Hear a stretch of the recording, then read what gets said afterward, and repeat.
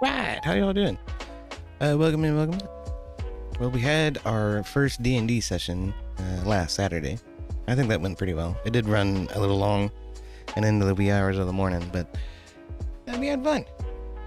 You know, made it through the first encounter of some zombies on the beach and got into the cloister of Stormwreck Isle, which is a big temple to Bahamut and all of the followers and the sage there, Runara.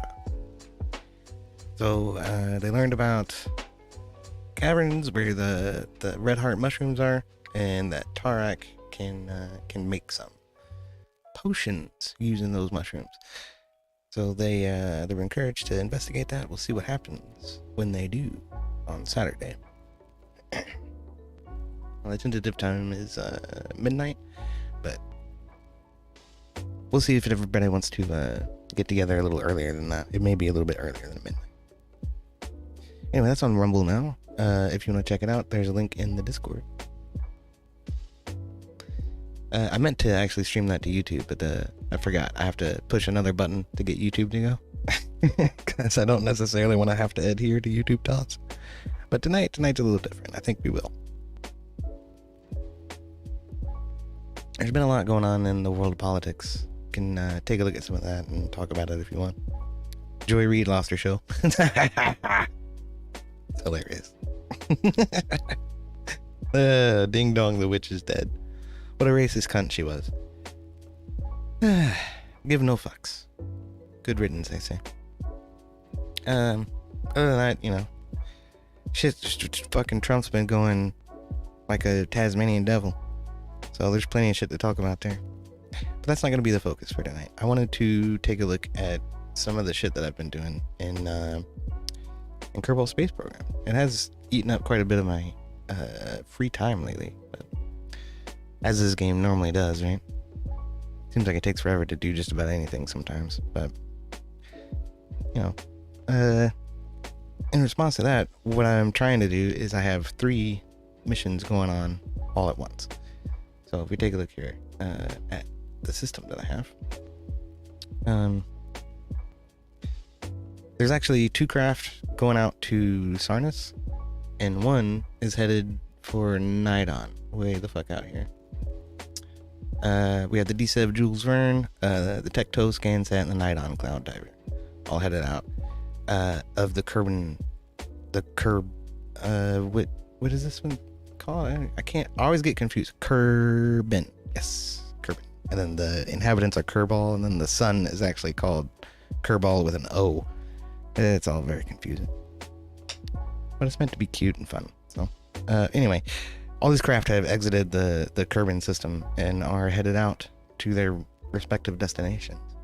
So my plan is to sort of follow them through to some really good and fun destinations, right?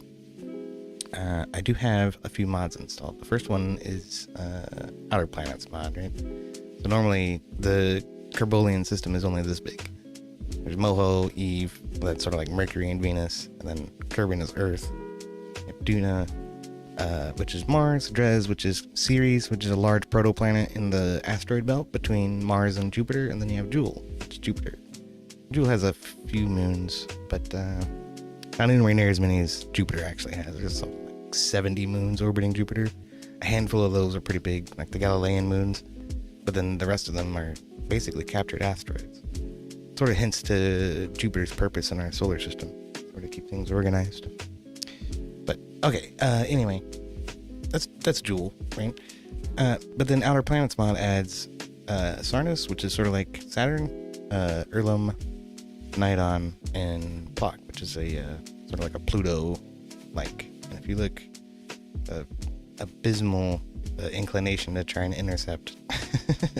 So each of these gets more and more challenging as you head out further into the solar system, into the Kerbolar system.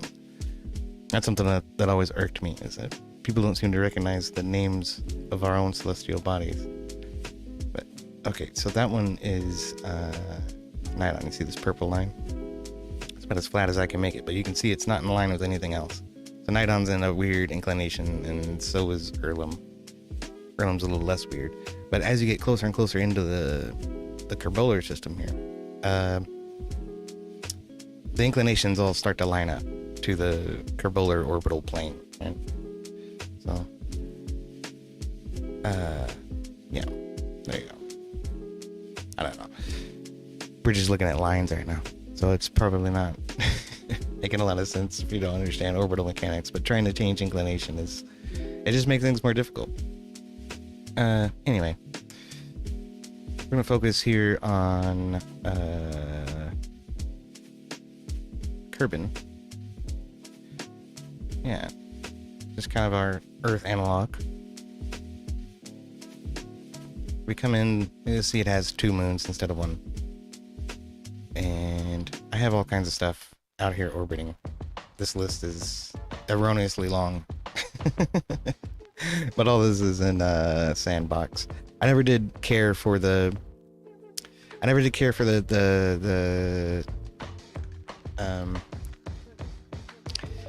progression system in the game. I thought it was really dumb. Particularly what's it? The money side of things.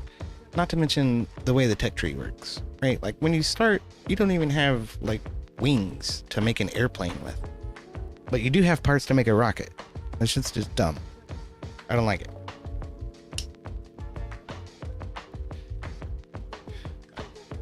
I have some mods in mind to try to fix that. I just haven't actually spun up a science-driven game to try it out. That's one very cool thing about Kerbal is it has just an enormous modding community. But that's essentially Outer Planets mod, Opium. Right? But we'll take a look at least at Nidon and Sarnus in a much greater detail during these 3 missions. But I wanted to take a look first at the D7 Jules Verne, which is one of my deep space exploration vehicles. If it will load. Yeah, there we go, it loaded. Alright, great.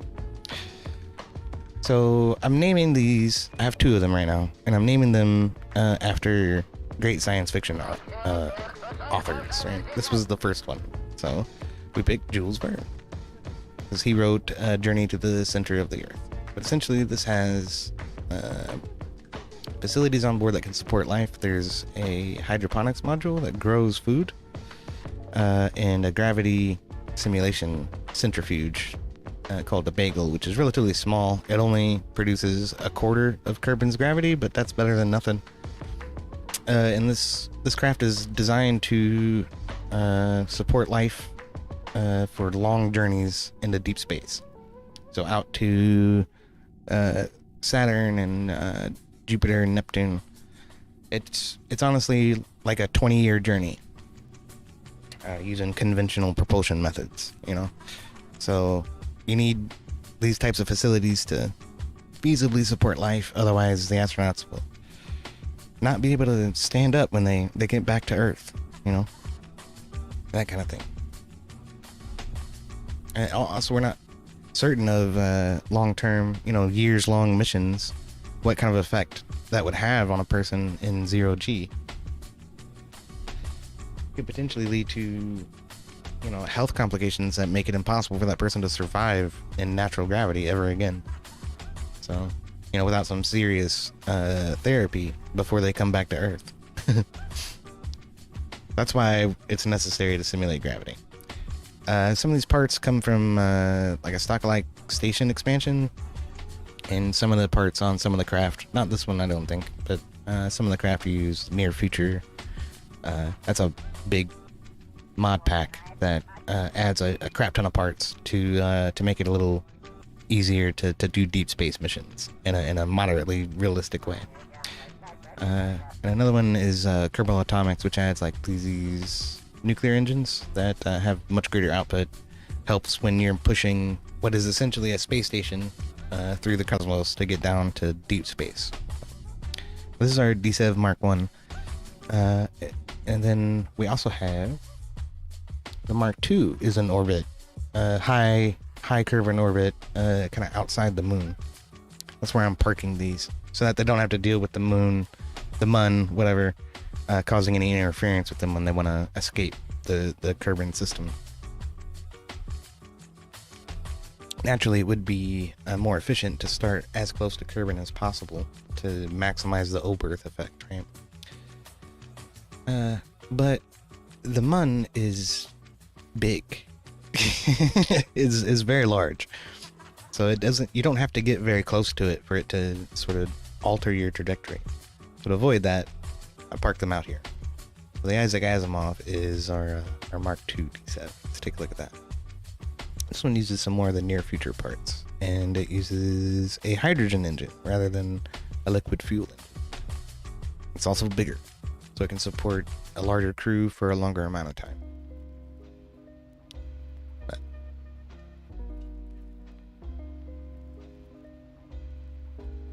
it also looks cooler because it has the near future parts. After this, we'll check in on the other two craft that I have headed out. And then we'll fast forward to the next maneuver. One thing I've learned while I've been trying to juggle these three missions together is that there's a lot of time in between each maneuver, but they all sort of come up at once. So then when the fire windows come into play, it's kind of hectic to try to keep track of three of them. But okay, so this one's deflated and kind of in a dormant mode, but you'll notice there are quite a few differences. The habitation segment, for instance, is much longer. All of our science is done down here in the crossbar. Instead, on the Jules Verne, the crossbar is nothing more than some structural tubes so that the Kerbins can get out to these docking ports.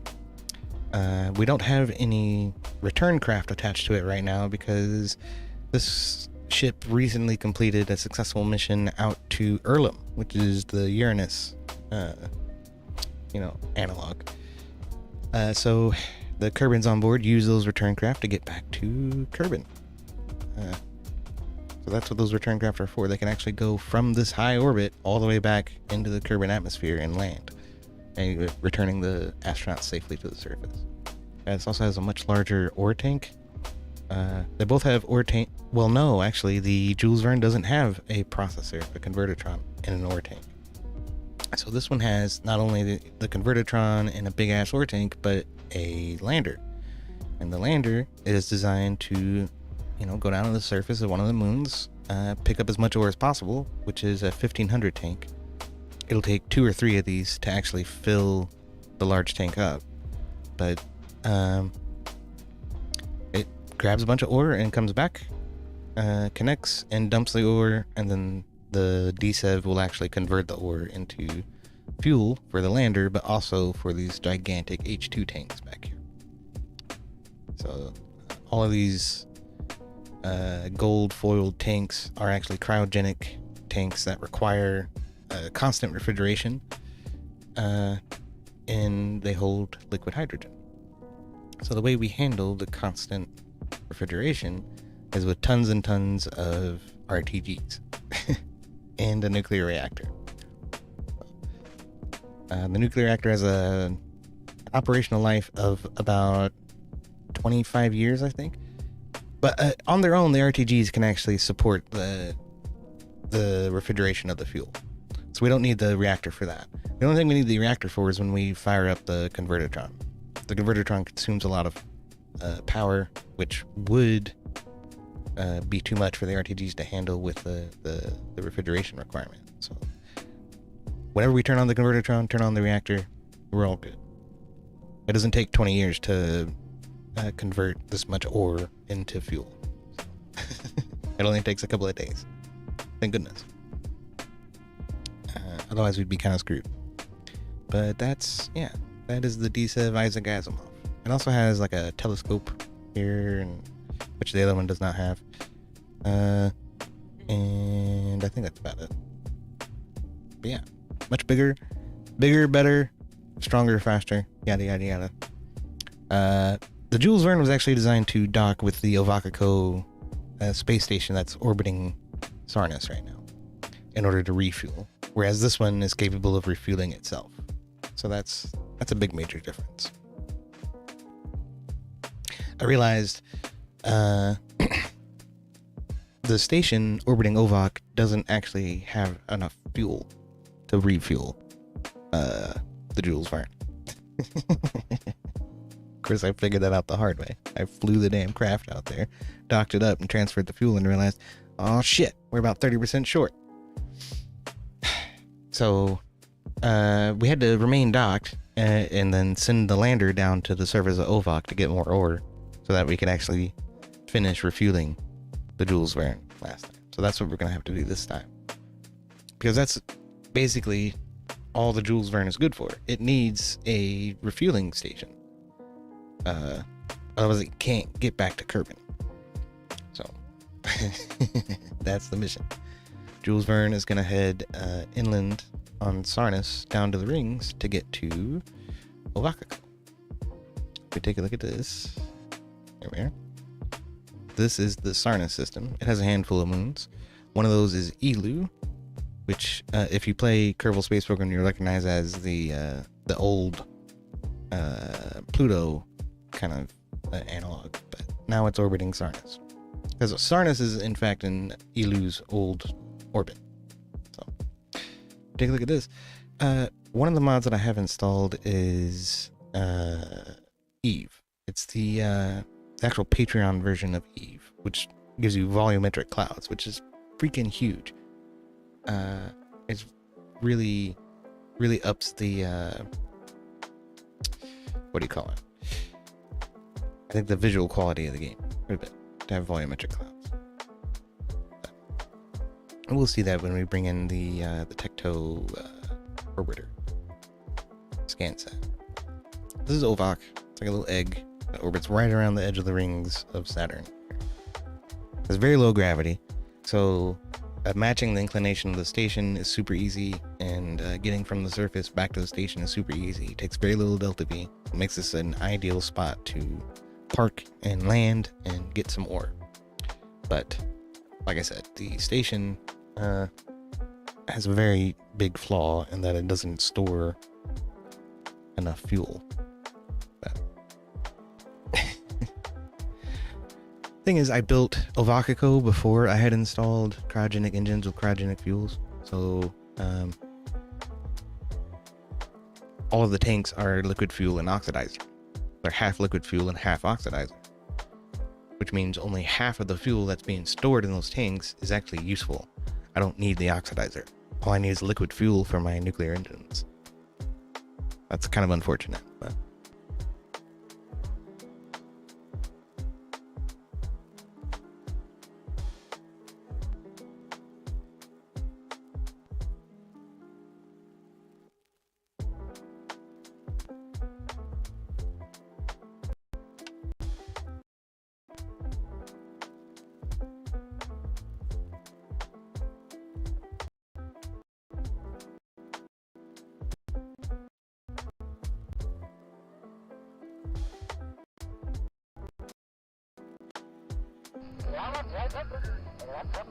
yeah, and this is probably, even to this day, this is probably one of the most complex craft that I've ever put in orbit around anything.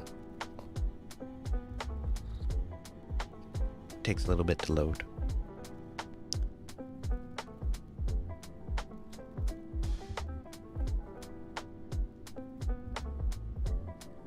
But load it has. Sounds like my computer's gonna catch on fire. That's okay. But if you look, this actually has 3 landers. It has a small lander that's designed to go to the surface of Ovok, although it doesn't carry very much ore. Then I sent up in one resupply mission a larger lander that's capable of holding the 1500. And then it has a return craft with a lander attachment. This is called the Kerbin Return Vehicle, and it's actually designed to return from the surface of the Mun to Kerbin. Obviously, we're way too far out for that, but I thought maybe I could use it to get to some of Sarnus's moons, and it turns out we really don't have enough Delta V for that. Not to get there and get back, and there's no way to refuel it. So I could, load it up with a couple of people and send it out to one of Sarnus's moons, but they would not be able to return. That would not be cool. This is kind of a useless lander. That's just taking up space and complicating the model. So we also have a hydroponics module here, a big command module, and a huge observation deck, as well as a couple over the pilot sets. And a much larger artificial gravity module here. This is the same artificial gravity module that's attached to the DSEV Isaac Asimov, and it produces half gravity, 0.5. These two wings are the fuel, and like I say, all of them are liquid fuel and oxidizer, and the oxidizer is useless. I should not have done that. And over here, I think this is our science module. Yeah, that's a processing lab, aquaculture module, deep space lab module. So these are from these two big ones are from the stock-alike station parts. Right, same over here with this big one. Except this one is habitation. So these two are, and three even, this is a standard hitchhiker container. These are primarily focused on, sleeping quarters for everybody on board. There's a big science wing, a big hab wing, and then basically the command wing here with the hydroponics module and the observation deck. And then down here, all this is power and convertertrons, a little bit of RCS storage. Then if we look down at this, this is a cargo module that's detachable, and then this guy is the orbital truck. So I use that. It has a small docking port on one side, a larger docking port on the other. I use that to position and dock all the modules together. So it's essentially just a little tugboat. But yeah, that is Ovaka. Right now, I was gonna say, I think our ore tank is full and our fuel tanks are all full. Otherwise I would operate a mission with the large lander here to go down to the surface and pick up some more ore, but we don't need to. You just take my word for it, Ovak is pretty boring anyway. But maybe when the DSEV Jules Verne gets here and it docks, we'll need to go get some more ore anyway. So that's a possibility. Kraken does attack this thing from time to time, especially if it's out of balance. The one thing I don't want to do is leave one of these landers with a crap ton of ore stored in it, so that we have a bunch of weight on this side of the station and not on that side of the station. It's already out of balance because of the two landers on this side and the one lander on that side. But the ore could just make it worse. So the damn thing shakes itself apart. Not cool. Not cool at all. We can warp around here to watch the sunrise on Ovak. Ovak is locked in a tidally locked orbit around Sarnis. And like I say, it has a very, very, very low gravity, so it has a very, very low sphere of influence. So the orbital period around Ovak is extraordinarily slow. We are not geostationary with it, but not far from it. So here's sunrise. There we go. And I would rotate the station so that the panels pick up more of the sunlight, but the fact is we're so far away from the sun that the panels really don't do much anyway.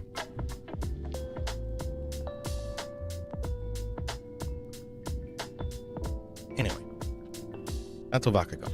This is our destination with the Jules Verne. We will dock the Jules Verne with this outer docking port right here. One of these. And then we will refuel it before it sets off. Actually, we may come to one of these docking ports instead, because the Jules Verne does have the return craft attached to it. So we could do with an empty space here to make sure that we match up without any clipping. Definitely do not want to set off the Kraken with this thing. It will destroy it.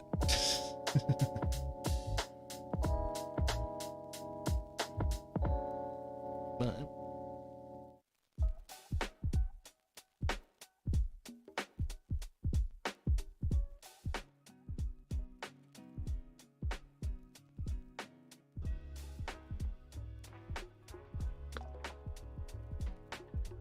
oh, don't die, computer. This is the trouble with Kerbal Space Program when you mod it. it can get very, very cumbersome to try to get it to load. All right, there we go. We okay? Yes, I think so. All right, great. Hells yeah. Oh, I haven't even showed you guys the best one yet. If you leave the tracking station here, we can take a look at our space center. This is KSC Extended, I believe is what it's called. But I tried to use like Kerbin constructs and a couple of mods that add like static models for to represent the buildings and stuff to make my own.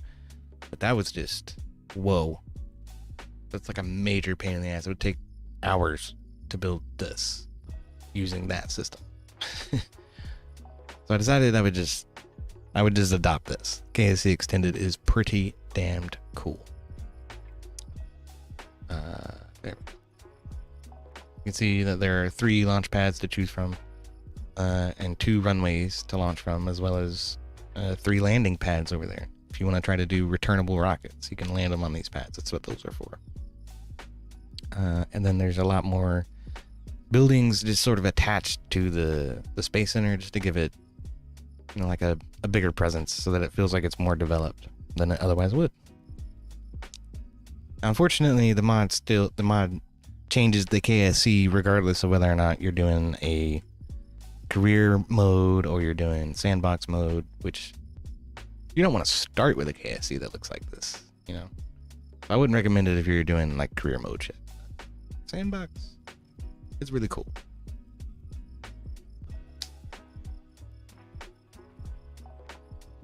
Yeah, part of the regular progression is upgrading all these buildings. Okay, there we go. Now you can see it. That's better. And you can see the clouds up there, which look really cool too, even from this distance. I did have Astronomer's Visual Pack installed before, but it doesn't really get along with the E volumetric clouds, unfortunately. Which is fine. Volumetric clouds is more important to me than auroras at the poles, which was a really cool part of AVP, but also I think AVP was kind of taxing my system a little much. Something with the way it handles light was just eating up my resources. I think the game runs a lot smoother, even though I've added volumetric clouds to it, which is, I don't know, counterintuitive. I would have expected adding volumetric clouds to cause a lot more problems than it has. So I think there's something wrong with the way AVP handles light. Anyway, this is a cool thing that I set up. There's a little relay network around the moon and in Duna. Take a look at these guys. They're nothing to really write home about. The cool thing is I launched 3 of them together on a carrier and created an elliptical orbit where I dropped them all off at the periapsis, and then they used their own thrust to circularize, and they ended up in this equilateral orbit where there's sort of 3 of them on any particular given angle of the planet at any time. So there's constant communication with the surface. That was the ideal. That's a fun mission to run, because you have to do math. You actually have to do math to figure out exactly what sort of elliptical orbit to set so that everything gets spaced apart exactly right. Here they are. Just little simple relays. Tiny little amount of fuel. Typical relay probe core. I think I gave them 500 delta V. Which is way more than they need. They can get away with a couple of hundred probably, in order to do the connections or the corrections that are necessary to get them all on the same orbit. And the way you determine whether or not they're on the same orbit or not is by closely managing their orbital period, rather than like the distance of the periapsis and the apoapsis. Yeah, look at the orbit. If we look at Kerbal Engineer's orbital period, it's actually accurate down to the 1000th place. So that helps a lot, because you need it to be at least accurate beyond the 10th place. Otherwise, after a year or two, they start getting their positions get off, and then you have to come in and correct it. But I do try to keep an eye on it, and every once in a while a correction burn is necessary no matter what you do, because you're not going to get it exactly perfect. But every couple of years, in-game years, I have to come back and kind of correct these orbits for both of these networks. I think it's been a while since I did Duna, so that one may be completely off. It wouldn't surprise me.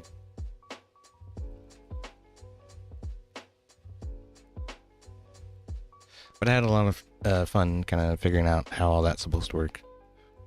Like I say, math. Math is fun, kids.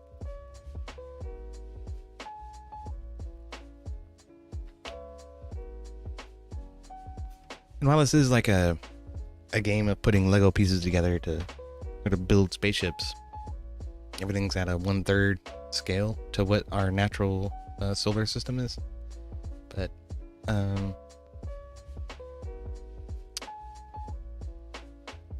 I think one thing it can effectively express in a meaningful and intelligent and, how do we call this, educational way is orbital mechanics in general.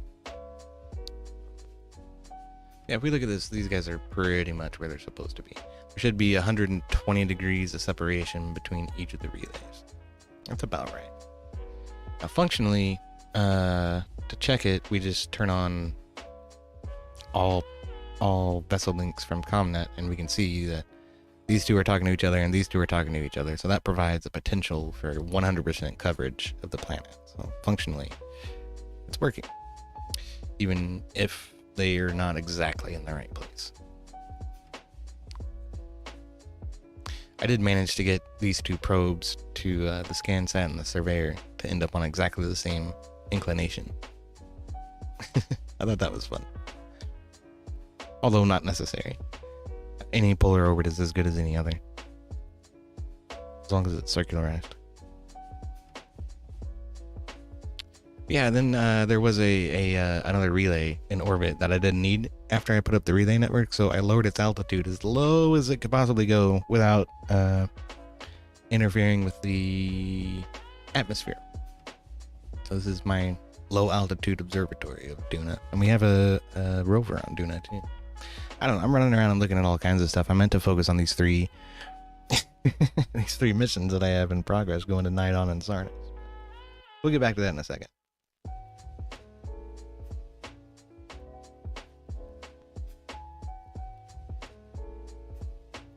I gotta show off the clouds somehow, and I'm not planning on doing a launch. So the cloud diver that's going to Nidon its whole mission is supposed to be sort of like Cassini. The end of Cassini, I should say. Because Cassini orbited Saturn like 5 times before it dove into the atmosphere. And it picked up, atmospheric measurements the whole time as it was diving until it got so deep that it eventually was destroyed. But that's the point of the cloud diver. But this is sunrise on Duna. About as close as you can get to the edge of the atmosphere without interfering with it. That's kind of...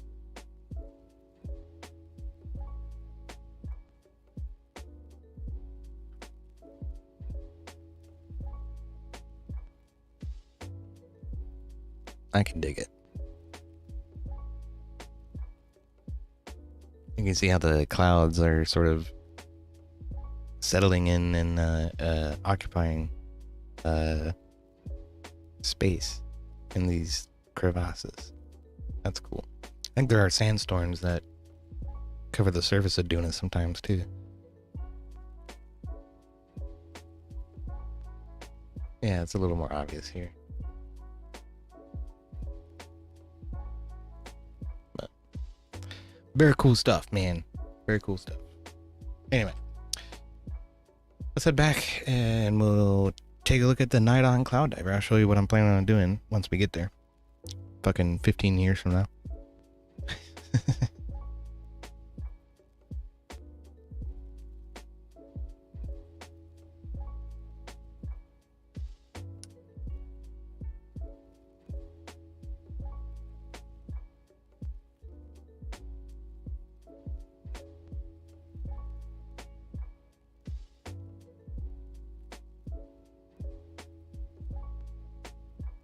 There it goes. Oh my goodness, we didn't need all of that. Okay, just turn it off then.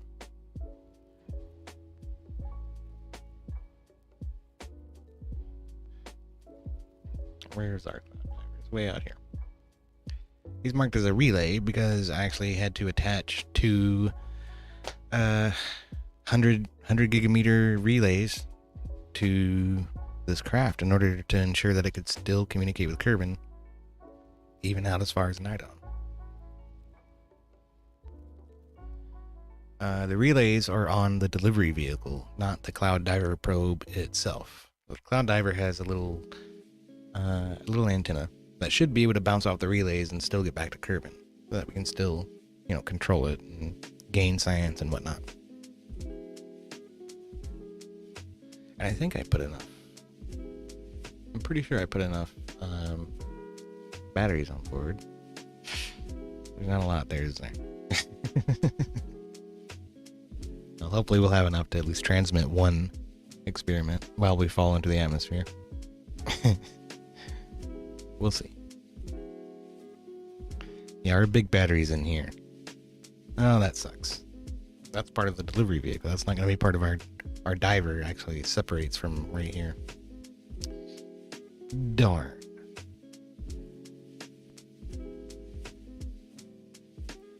That is okay though. But you can see it there. Here are these they're 15G relays. That could work. That might not work. I don't know. We'll find out. I was hoping that two 15Gs would be enough, but I'm not sure. So we shall have to wait and see. I may end up losing communication with this thing. That would suck. I don't think there's a way to cheat around that either. But it would be a relatively small loss. You can see I've added a small RTG inside of here. So maybe that'll be enough to keep everything going while we transmit. There's also a pair of drogue chutes so that I can try to slow it down to a point where we can appreciate the Nidonian atmosphere. There's a barometer, you know, thermometer, and then we have a gravioli detector just for shit and giggles. But of course, the most important thing is going to be the fluid spectral variometer, right? That's designed to analyze atmospheres. So, should be cool. Anyway, this little baby still got about 1,000 delta V. I think it's going to need...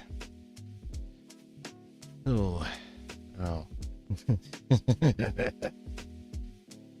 We were cutting it close with our capture burn. I sort of blew it on the intercept, apparently. We've burned a lot harder than is necessary to reach Nidon. But we do have an intercept. So that's good.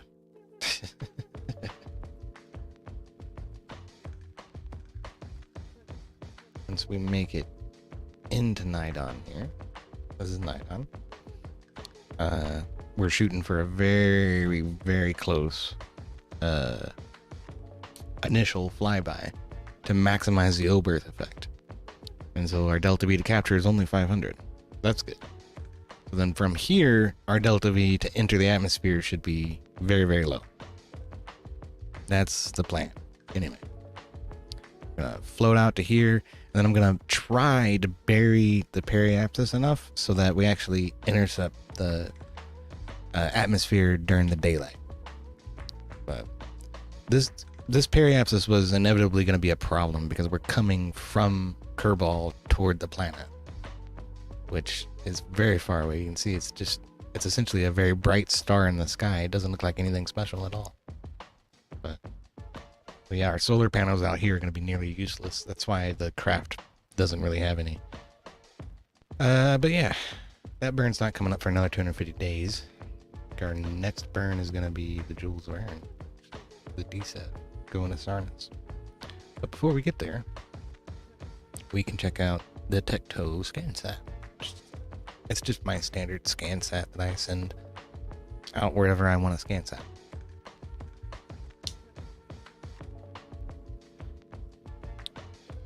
But ScanSat's fun. It makes scanning planets a much more involved process. That's a mod.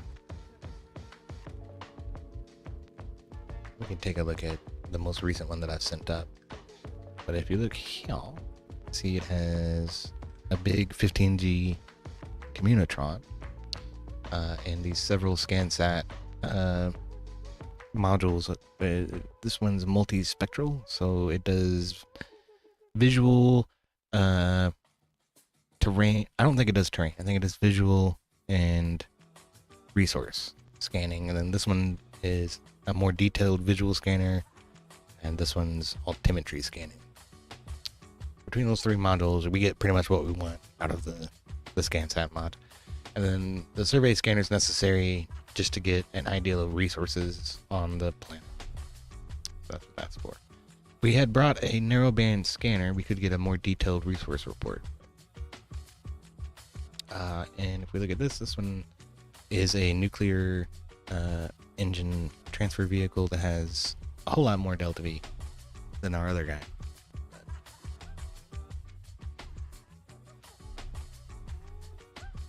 The other guy's designed to crash into the surface of Idaho. This one's not. With this, we have to establish a polar orbit in order for all the ScanSat stuff to work. And the survey scanner as well. The reason for that, well, we've completed the scan of Preax, but take a look at our orbit overlay. Well, okay, we have to actually be in orbit to have an orbit overlay. Keepers. Hold on, we'll take a look at that real quick.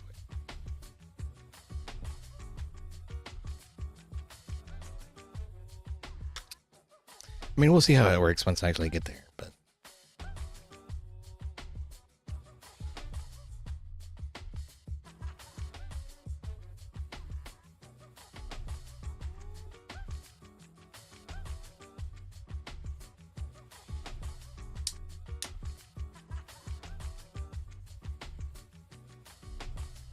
this is probably the nerdiest of all the games that I play. It takes a very technical mind to sort of wrap your mind around all of what's going on here.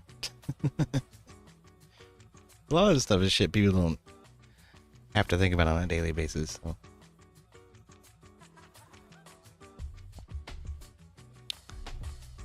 Actually, it's a bit more of a chore to do it.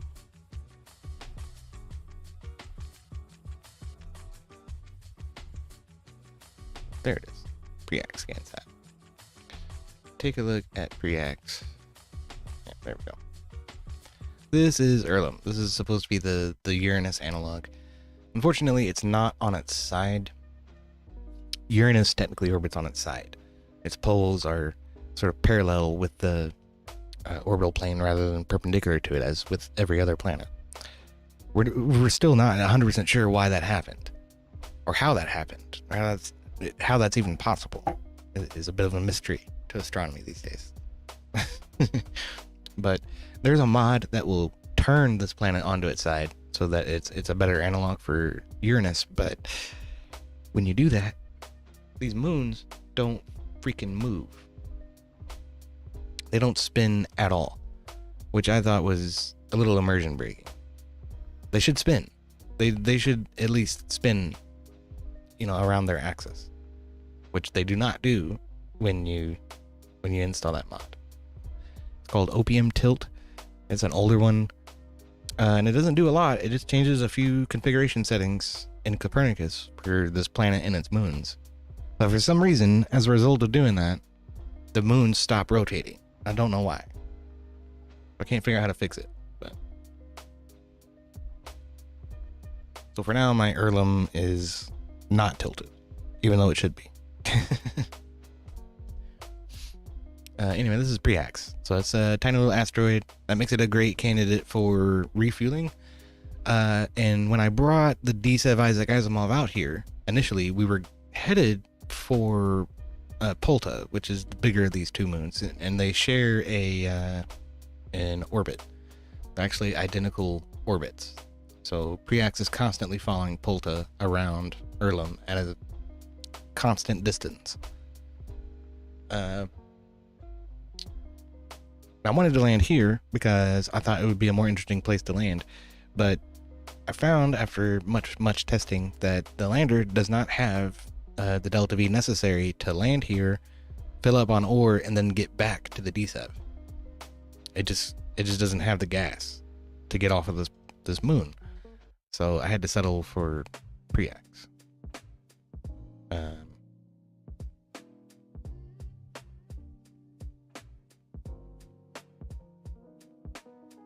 Uh-oh. What'd I do? I broke it. I broke the game. It's gonna die now. I'm just kidding. I hit tab. I thought that was the thing you used to switch between celestial bodies, but I guess not. I thought it was tab, shift, tab. Apparently we're going to fly one of my craft. I don't know which. Probably the scan set around preax.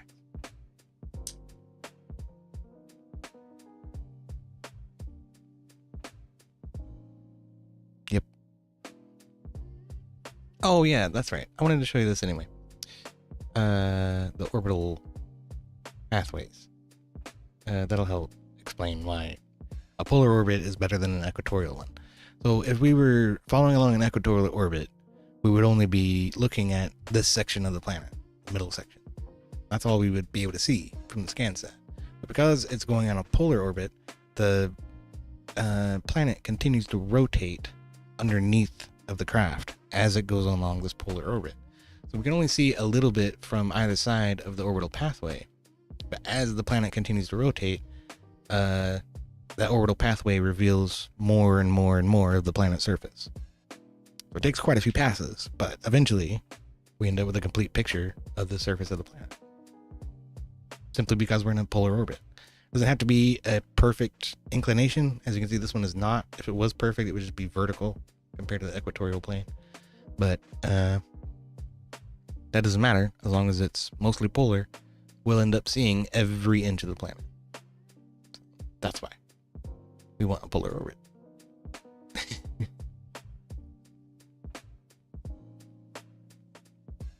But yeah, you can see this is pretty much the same thing. And these craft are powered by xenon thrusters, and I just have a precious few of these tanks kind of scattered around radially, but it still provides a tremendous amount of delta V to these craft. This satellite was actually orbiting Polta originally, because like I said, that was our destination. So with the xenon on board, we exited Polta out to a high Erlem orbit, out higher than Polta and preax, right? And I waited for preax to get around to a particular position where I could intercept it. Then we burned into intercept and then captured around preax. That's how we end up where we're at with a polar orbit, and still 973 delta V left over. So we could do it again and again and still not run out of fuel. So that's pretty cool. Xenon is incredibly efficient. You don't need very much of it to go really far, to burn for a long time, I should say. Now, it does not put out very much thrust at all. That's why there are 4 thrusters on this craft. As small as it is, it requires 4 of these to get a halfway decent thrust to weight ratio. It's not good for like manned craft because of that. Now there's a mod from the Near Future series that adds more electric engines to the game that will put out a lot more thrust, but I don't have that one. And it also adds another fuel, argon. So those are xenon thrusters. Near future, I forget, near future propulsion, I think is what it's called. Yeah.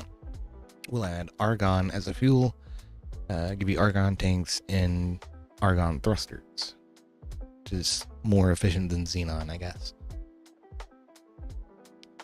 Still, all of those thrusters put out an extraordinarily small amount of thrust for their size and weight. So you have to take that into account. It's really only good for small probes.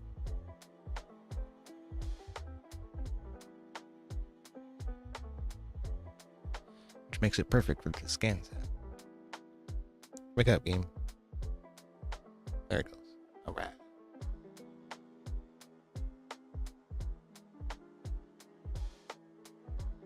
Like I said, I think our next maneuver is the DSA. We'll go ahead and meet up with him, and fast forward to the next burn, which is going to be in about 140 days, I think. Yeah, 139.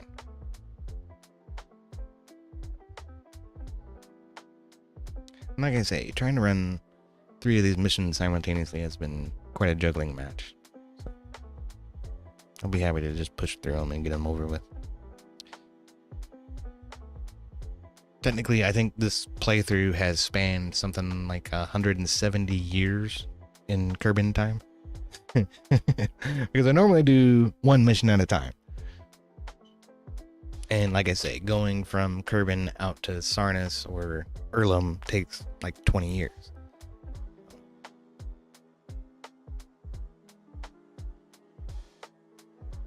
But I haven't even done the correction burns for any of these craft yet.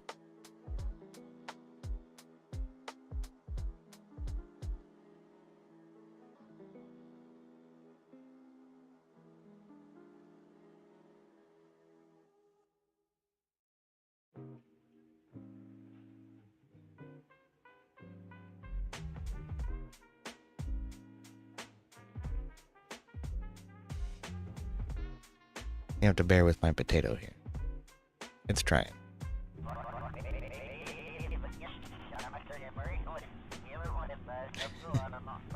That's another mod I have installed. It's called Chatterer. That's just nonsense. It doesn't actually mean anything. But Chatterer does keep track of who's in the craft. And it's Jebediah Kerbin is flying this one out to pick up the crew of Ovakako. We're just gonna put everybody on board this craft, refuel it, and then send it back home. I'm gonna abandon the Ovakako station because, like I say, I learned that it makes a lot more sense for the deep space exploration vehicle to just bring its own refinery and its own lander. So the Mark II does that. This one does not. Like I said, this one relies on a refueling station. So rather than trying to scatter refueling stations all over the Kerbolar system, we'll just bring the refinery with us. There's our maneuver out here past Duna orbit, but before Dres. That's where I like to do my correction burns. This burn should get us within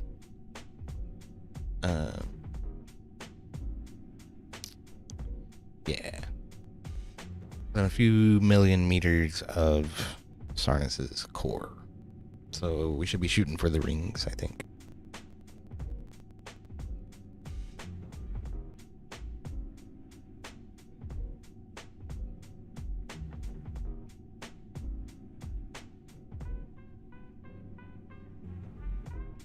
Yeah, and this is just that's the capture burn. This is our theoretical change in inclination to match Ovak.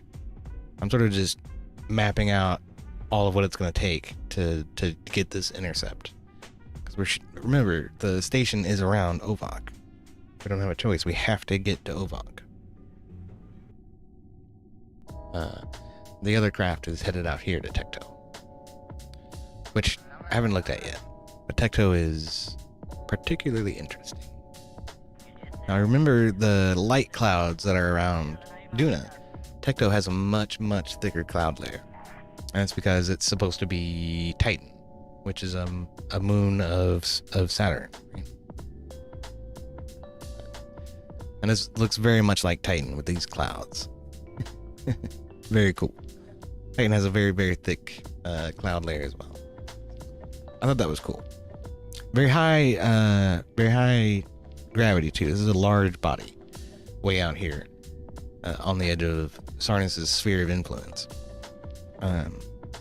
So getting to the surface and getting off the surface is going to take a lot. Not only is there a thick atmosphere, it's also approximately the size of Kerbin. So, I don't think the lander that I have on the D7 Mark II is actually capable of getting to the surface and getting off the surface. So what I'll probably do first is get the ScanSat in orbit around Tecto, and then we'll send out a rover mission to figure out what it takes to get to the surface. And then we'll know what we have to do to get off the surface. It's approximately the same down as it is up. So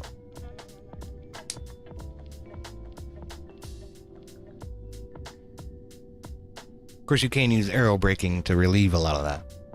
Have to bear that in mind too.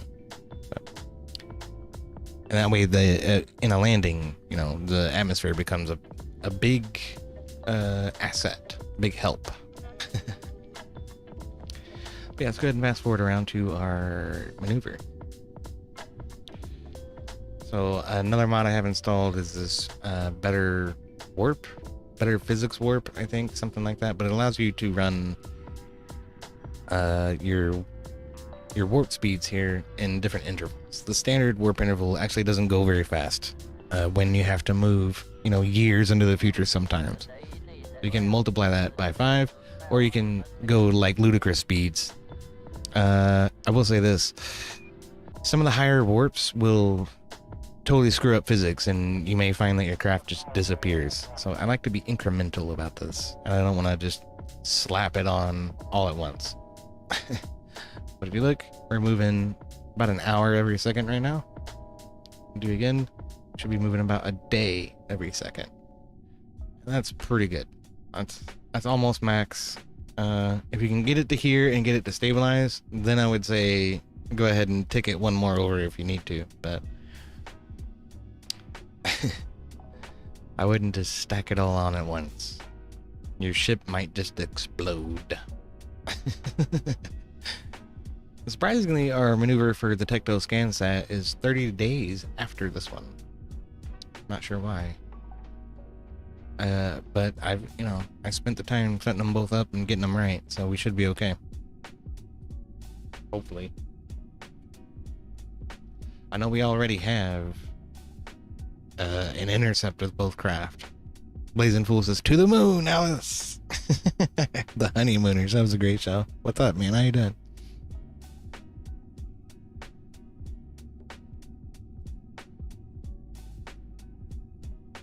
No, we're well beyond the moon at this point. We're outside of Mars's orbit, and we're headed for Saturn on a relief mission to a refueling station I have out there that I've determined is obsolete. So. And boop. Alright. Blazing Fool says, "I love those oldies." Oh yeah, man, they don't make them like they used to, you know? I forgot, we need to turn this thing. And I should probably stop the rotation of this. Just because. I would think that would be a reasonable precaution. If we're gonna fire up the engines, we should probably just stop the gravity module.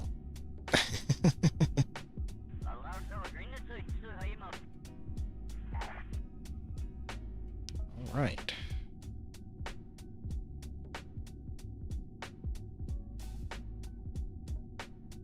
Restart our burn in 30 seconds. We're facing approximately the correct direction. Need to burn for 9 seconds. So, let's hope I get this right. I'm gonna quick save it.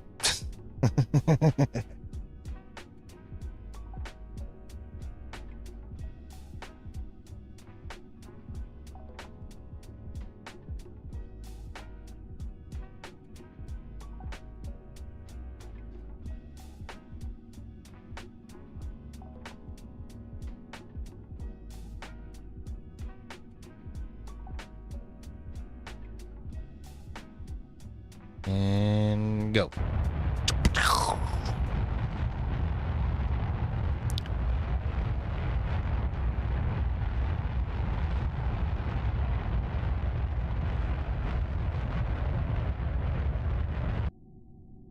About a minute or a meter and a half to go. A little bit further. There. That's about as close as I can get it. So let's see what we ended up with.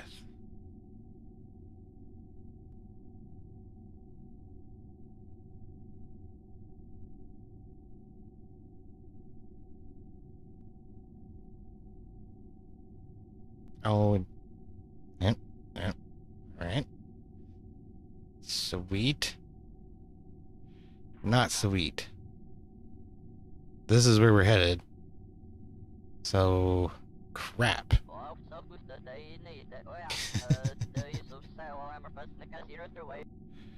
Alright. Not good. Not good.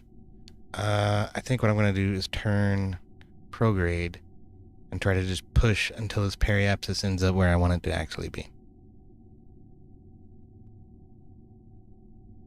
I think that's the right direction. I don't know.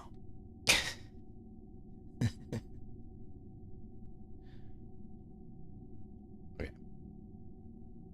Put a maneuver here, theoretical maneuver, and went back to Sarnas.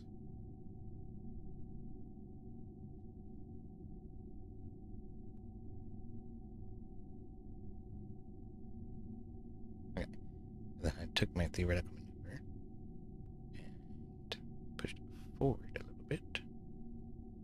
Nope, that's too much. Okay. A tiny little bit. There we go. Yes. Okay. That's what we want. We want to push it forward. Alright. So, get rid of that. Need to go back to this. Probably just shut this engine off. Don't need the big one. I'm going to take these down to 10%.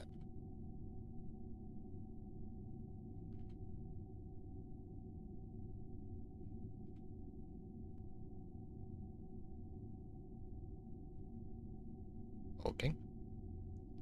That should be all of them. Yes, and this one is shut off. Yes. Okay. And then we come back over to here. And just barely push. Okay, okay, okay, it's moving. It's moving. It's going in the right direction. Right. Right about there. That looks good. Okay. So, can I correct the... Hold on. Now, like, I'm not satisfied with the inclination. We're coming in at a steep angle. I want to try to get lower in our inclination. I'll put another theoretical maneuver here. ScanSat maneuvers in 30 days. So I have plenty of time to screw with this and get it right. All right, good.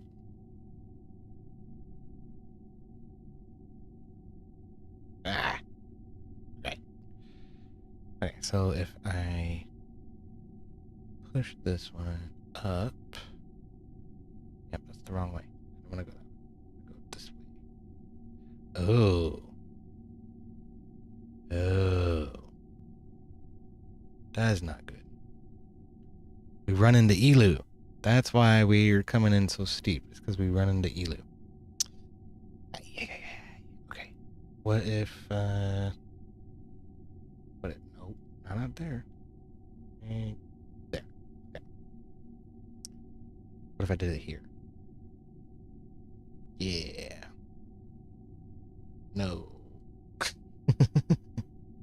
No, that's not good.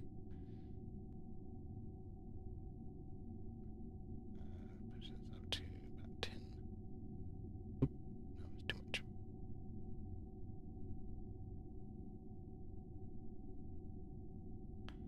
Is that helping? Does that make us a little more shallow? Maybe.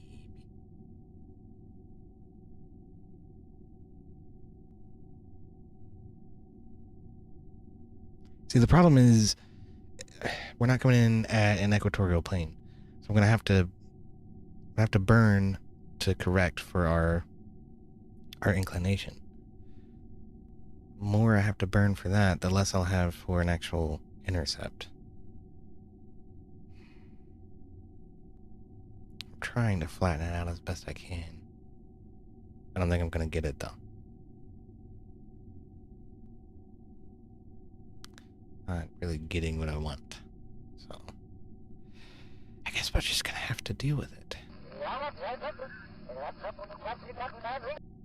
know, it's bullshit. It sucks. Okay.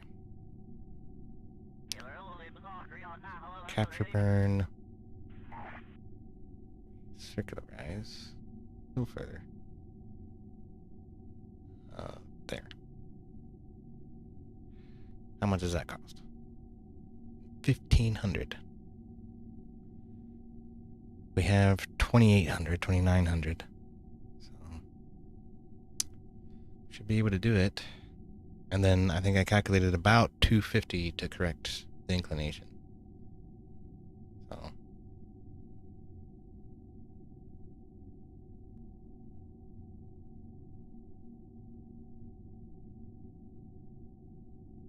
come down to here. A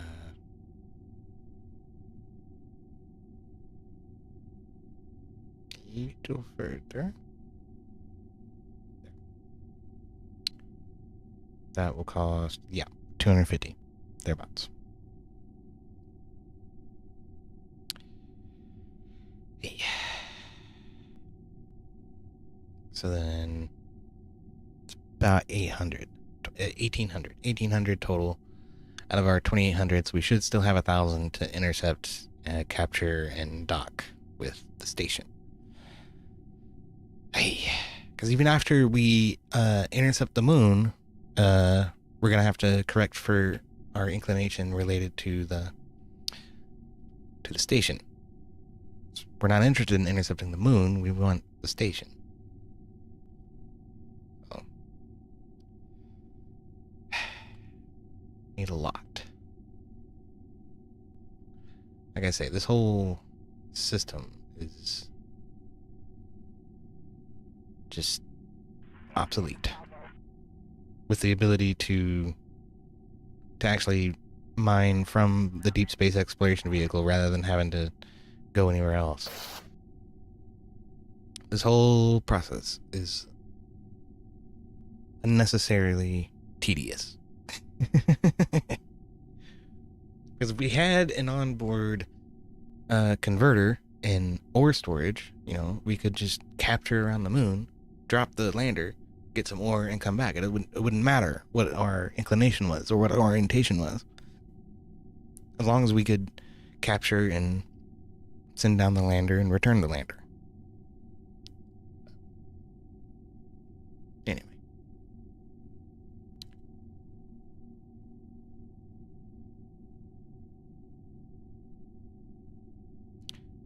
That is the point, though, sending Jebediah out here, is to decommission Ovagaco, and then, you know, sort of make that our plan going forward.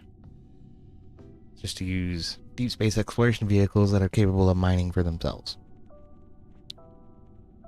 So that makes a lot more sense.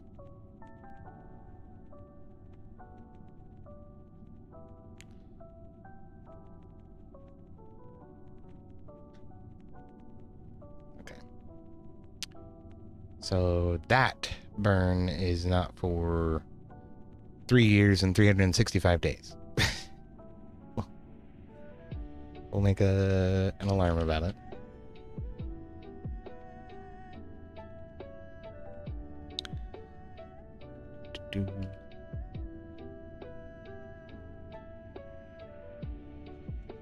That one's out there. So now we need to go take care of the scan set. And I need another cup of coffee.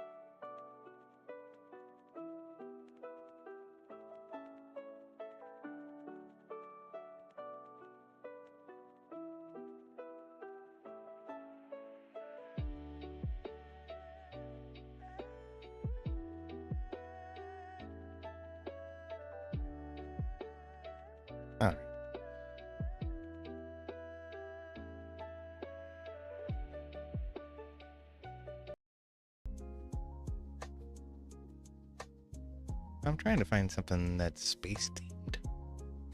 But this just sounds like freaking lullabies. I hate it when that happens. Anyway, okay. So, ScanSat has maneuver coming up here. I think. Try to zoom out a little bit. It's on a there, Kerbler orbit. That's what I was saying earlier about words and terms. People don't know what our things are called. Hey, what's up, Fire? Because it's my favorite Kentuckian. That's true. I am Kentuckian. But people don't know what our things are called. Our sun is actually called Sol. That's why the solar system is the solar system. Because it's the system of the star called Sol, which is our star, which means one in Latin, right? It's the only one that matters, really. The moon is Luna. That's why we call it the lunar surface. It's because it is the surface of the body called Luna, which is the moon. Right? Yeah. So when people say other solar systems, I get that like irks me. I don't know. That's a pet peeve. It's not another solar system. There's only one. It's this one. It is a celestial system or another star system. It's not solar system. But this is not the solar system that we're looking at. This is the Kerbler system because the star's name is Kerbal with an O. I call it the sun, which I guess that makes sense, right? Because the sun isn't actually the name of the sun. The sun is just the star that you're orbiting. That sort of makes sense. Sure. But Sol and solar pertain specifically to this star. Yeah, I am. I'm a fucking nerd about it. It's true. Anyway. Oh, fire. Right now we have 3 missions ongoing simultaneously. So these 2 craft are headed for Sarnus, which is Saturn out there.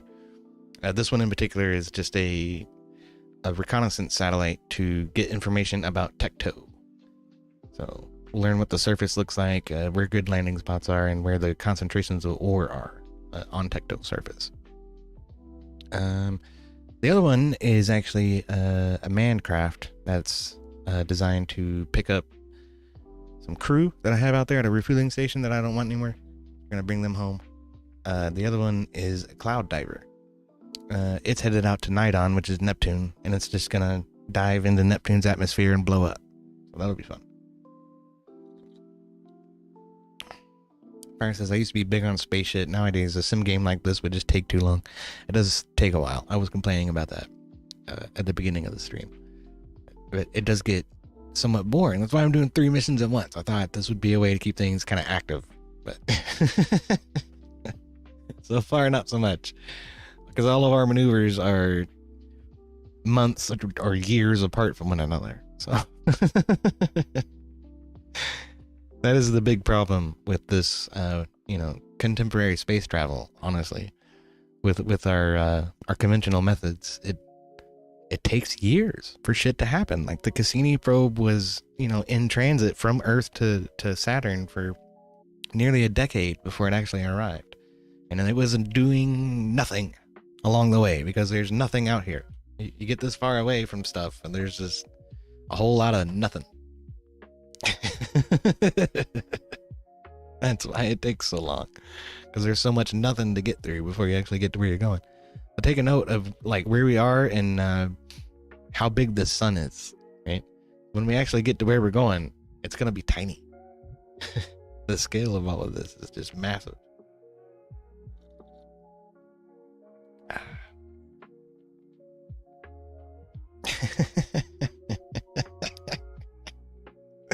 We're never gonna let Grumple live that down. He was streaming. It's happened several times where he's streaming and just fucking passed out in the middle of the stream, just dead asleep. And this was like long before the I'm only sleeping category was a thing, right? And it was totally unintentional. He's sitting in a computer chair at his desk, just passed out.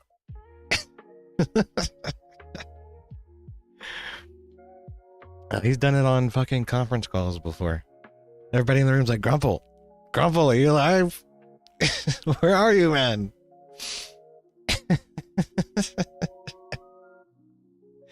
Anyway, let's fast forward here to the ScanSats maneuver. Oh, shit.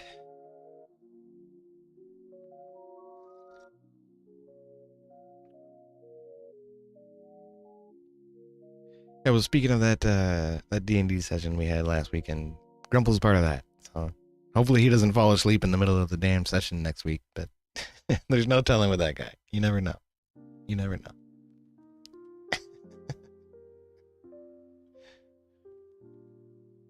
Oh, shit. It was good. Fire ass, how was the D&D? It was good. I think we accomplished everything I intended for us to in the first session. And we had a good time doing it. That's the important thing. Oh. Face towards the maneuver. We just have one Turkinoff on this or Cherenkov. I don't. Some Russian nuclear engine. We just have one of those. So it doesn't do a whole lot. Doesn't need to, though. The probe's relatively small, especially compared to the deep space exploration vehicle. We only have to move 15 meters per second, so gotta be easy with it.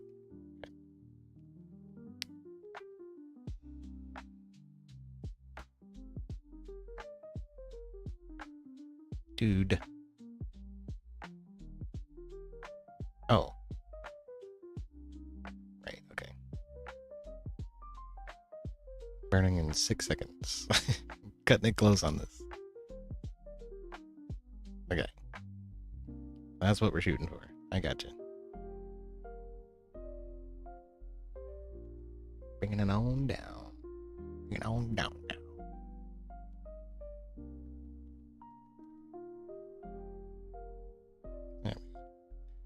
Fire says, was it better than the 12-year-old session? Yeah, I think so. Aha! Beautiful. We definitely didn't spend, 20 minutes every 5 minutes fucking talking about anime.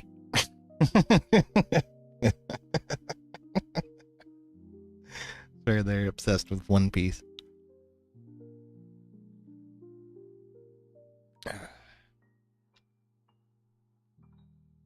No, we got through. Like I said, we got through what I wanted to get through. It took probably 3 sessions to get that far with the 12-year-olds,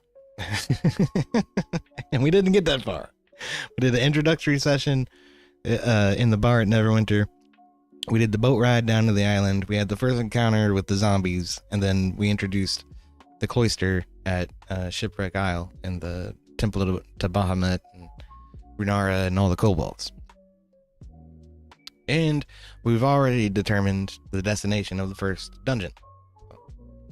Excelente.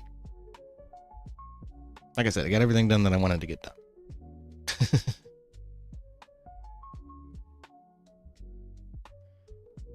So we need to mark this one. Which one is this one? This is the Tecto ScanSat. That's capture rounds harness. Alright. Giggity giggity. Now we're gonna have a hell of an inclination correction for this too, but this guy's got way more delta V than he needs. We're not coming back from this one. We're gonna leave the probe at Tecto. That is one hell of an inclination correction though. There's nothing I can do about it. That's because of the direction we're coming from, which is the sun. So there's nothing I can do about that. Hey, what's up, Twisted? It's good to see you. Twisted's part of our D&D campaign, too.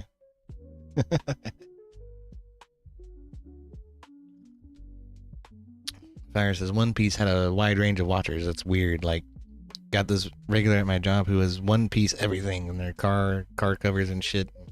And there's 11-year-old kids and college kids who are into it. I personally don't see the appeal.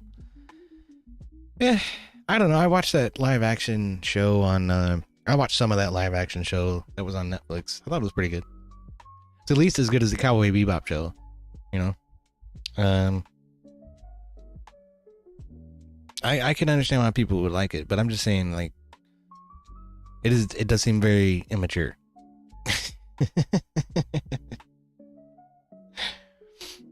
Twisted says my character is special. Yes, very special indeed.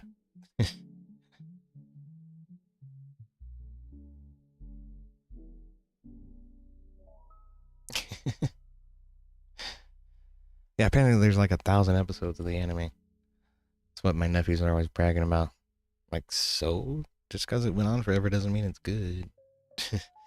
Look at Dragon Ball Z.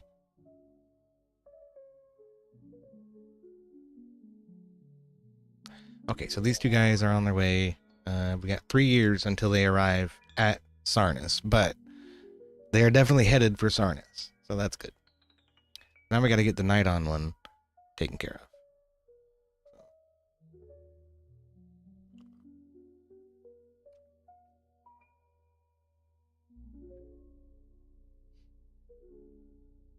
Twisted says you're using a nuclear engine. Those have low thrust but very high specific impulse. Perfect for what you're doing in those maneuvers. Yeah, they're great for interstellar, for sure. This one is not. This one's standard, but what, liquid fuel, oxygen. Yeah. But it doesn't need a lot. It doesn't need a lot. This is literally just a cloud diver probe. So the whole thing's just going to crash into the atmosphere of Nidon. But we're going to separate this little probe first, and it has a heat shield. And hopefully it'll survive long enough for me to deploy these chutes. We can get a real good look at the under the surface of Nidon's atmosphere. Because I have that Patreon version of Eve installed with volumetric clouds, so it should be really cool. There's thunderstorms and all kinds of cool shit with that. So, I don't have a launch planned for today, but I do have this. I do want to follow this cloud diver into the surface of Nidon's clouds. That should be cool.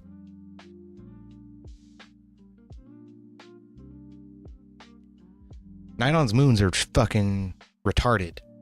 I don't know what happened with these moons, but these are the worst inclinations of any moon in the entire game. They're insane. So I was just like, maybe we'll come back for the moons later, but for now, I just want to do this cloud diver mission. This is Neptune. All kinds of big storms and shit. Should be cool. But yeah, it's going to come in for super low pass, use the over to capture with about 500 delta V, so it's not a lot. We should have plenty to handle that, and once we capture, we'll do another burn up here to bring our periapsis, to bury our periapsis into the planet. And I'm hoping we can intercept the atmosphere like right about here, a few hours before sunset, so that we can see everything, you know. Twisted says Starship test flight, 8 launches from Boca Chica Friday. Has version 2 of Starship and they're catching the booster again. Oh, that'll be cool. Yeah, that's insane. I haven't tried to do recoverable rockets yet, but that would be cool. And there's mods for all that. There's mods that'll help you do all that, which is really cool. I haven't fucked with it yet. But yeah, these moons. Aye. Those are just crazy. Anyway, where are we here? They're 71 days out from the... Oh shit. Okay. Oh, I forgot. I was gonna say, none of my panels are facing the sun. I thought we were gonna be dead, but I did add a little RTG into the strut there. So that's keeping us alive right now. That's good. I was gonna say, we really need to have at least one of these panels facing the sun. But alright, we're good.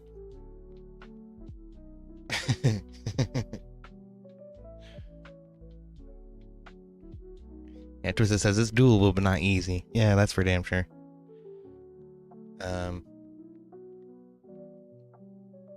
are mods that help with it too. That'll set up like custom game saves so that you can switch from the launch vehicle to the payload, get the payload into a stable orbit, and then go back to a specific point to grab the launch vehicle and land it. and I don't know, it does some sort of save game magic to make all that match up and fit together correctly. Some people try to do it just in the nick of time, you know, but that takes a big apoapsis. I'd say you probably need to go like higher than 100,000, probably up to 150 or 200,000 meters. So you have enough time where the launch vehicle's out of the atmosphere in order to stabilize your payload, and then you can switch back to your launch vehicle and land it. That's possible too. I usually launch everything to 100,000 meters though. It's a pretty good orbit. That's what this thing defaults to.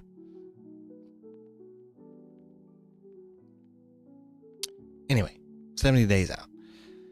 And we have an RTG on board, so it doesn't matter which way you're facing. Face towards maneuver, fast forward to 71 days from now.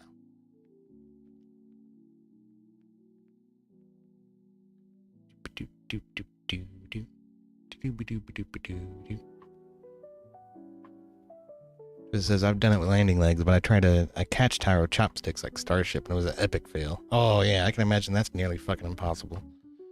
Like, I have a hard enough time just getting something to land on a specific point, like when there's not an atmosphere, you know? I couldn't imagine trying to bring a rocket down on top of a landing pad anyway.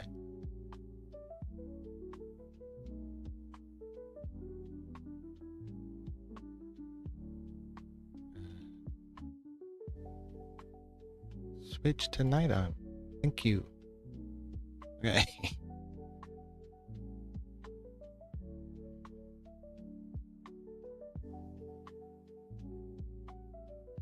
Okay, we need to move 2 meters per second, so I'm going to lower our output on this thruster to 10. Okay.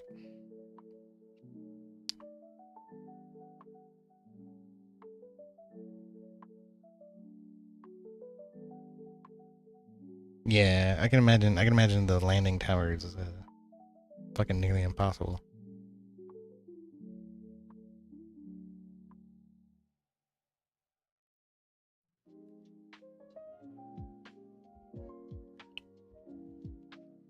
Did you hear about the fate of KSP 2?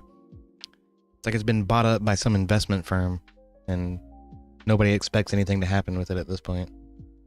Kind of sucks. Because all the shit that we're promising with KSP 2 can be handled by mods in KSP 1 now. There's the Kakalaba system. That's like a black hole with 3 different star systems orbiting it. That's a few light years away from Kerbin. Or Kerbal here. So there's interstellar travel. Then you got your near future stuff or far future stuff to handle interstellar propulsion and shit like that. There's mods for multiplayer. There's mods for colonization, you know, coming down to the surface. Oh, almost there. Fuck, come on. Okay. That's pretty close. That's pretty close. All right, I can live with that. Sweet. All right. Now this one's ready to go. So this is night on cloud diver. And this is our capture bird.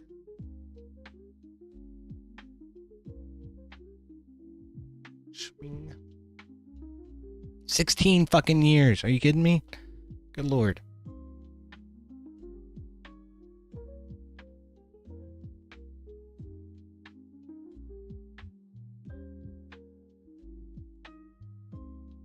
The other ones are going to get out to Sarnas in 3 years. Holy crap.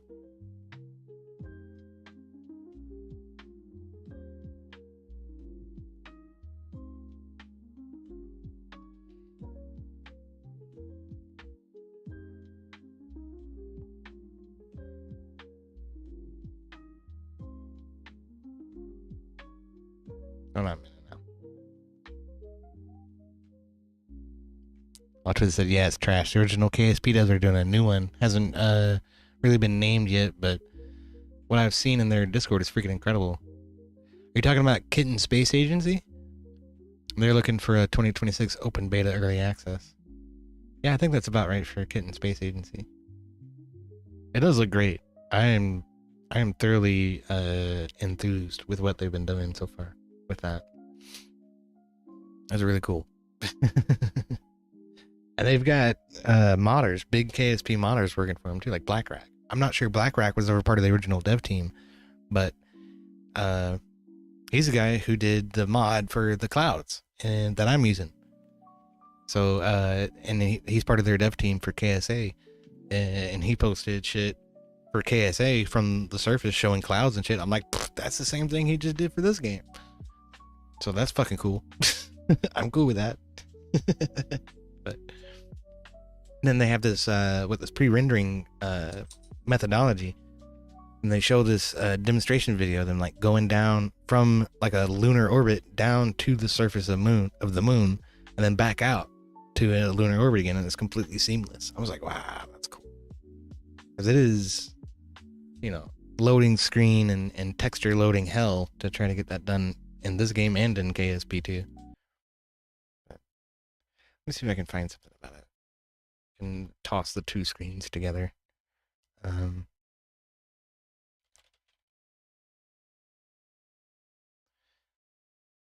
There's a lot of great YouTubers who have been doing KSP a whole lot longer than I have.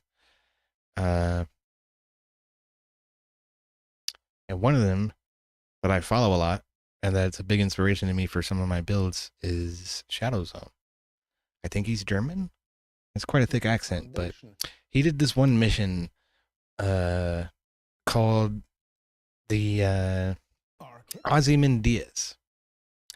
And that's where he took the OPM mod, the Outer Planets mod that I'm running with right now, and he built a craft designed to head out to Sarnus, Nidon, and Erlum and land on all of their moons. Every damn one of them. Which I thought was pretty damn cool. So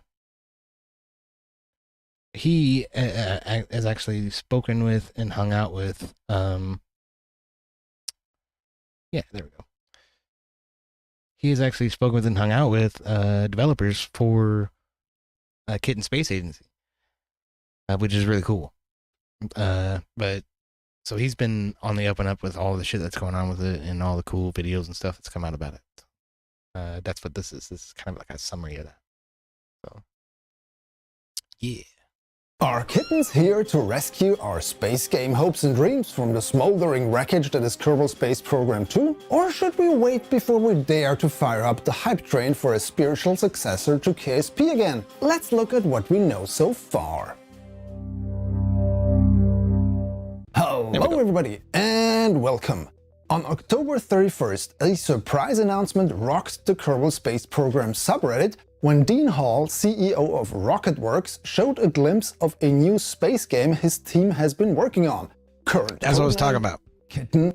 That whole thing that he posted is like, it goes from orbit when Dean Hall, down, CEO of Rocket, down to the surface and then back out to orbit again, just completely seamlessly. That shit was cool as shit, man. That's cool as hell. Codename Kitten Space Agency, or KSA for short. The clip shows game footage with seamless movement from a point high above the moon, closing in and flying across its craters and then back out into space. Dean also put more info in that post, which we will go over, and there was a lot of information that was shared on the KSA Discord. I also had the chance to talk directly to the developers, and I was able to piece a couple of things together, and since cats have 9 lives, in this video we're going to talk about 9 things we know about Kitten Space Agency. And I will surely keep tabs on what is going on with that game, so make sure you are subscribed if you want to learn more over the coming weeks and months. With that out of the way, let's do it like the team at Rocketworks and start from scratch. Yes, there are going to be cat puns, I'm sorry. Both KSP and KSP2 were developed on top of the Unity engine. It and others like Unreal Engine provide a great basis to build upon when doing run-of-the-mill game development. But as I learned during my research for the KSP2 development history video, link is in the description, These engines reach their limits when your game world is not just a flat Earth with infinite sky, but a physically correct simulation of celestial bodies. How do you tell an engine where up is when you are floating in space? That's just one aspect. There are a lot of other shortcomings when you want to build a space sim with Unity or Unreal. So Rocketworks said, screw it, and built their own framework called Brutal, written in C++ but with a C# wrapper. It is being maintained by a dedicated enterprise team and offers the Kitten Space Agency developers a lot more freedom than normal game engines. Dean Hall and Jamie Layton, also known as JPL Repo, gave some examples why this makes things a lot easier than working on other space games, with Dean saying their approach will enable their graphics specialist BlackRack to have almost direct access to the Vulkan API. And yes, the same JPL Repo and BlackRack from KSP fame. More on that later. First, let's talk about some of the claims the developers made during a Discord stream. It does BlackRack. And this leads us to So I talk about performance. Tens of thousands of parts per... Yeah. That becomes an issue, no matter what you do, I think. But Twitter says, yeah, I'm buddies with EoDSA. He's actually an advisor for KSA. He's a big spaceflight guy and also a gamer. He works for NASA Spaceflight. Cool dude. That's freaking awesome. I didn't know he worked for NASA Spaceflight, but I've seen some of his streams on Twitch.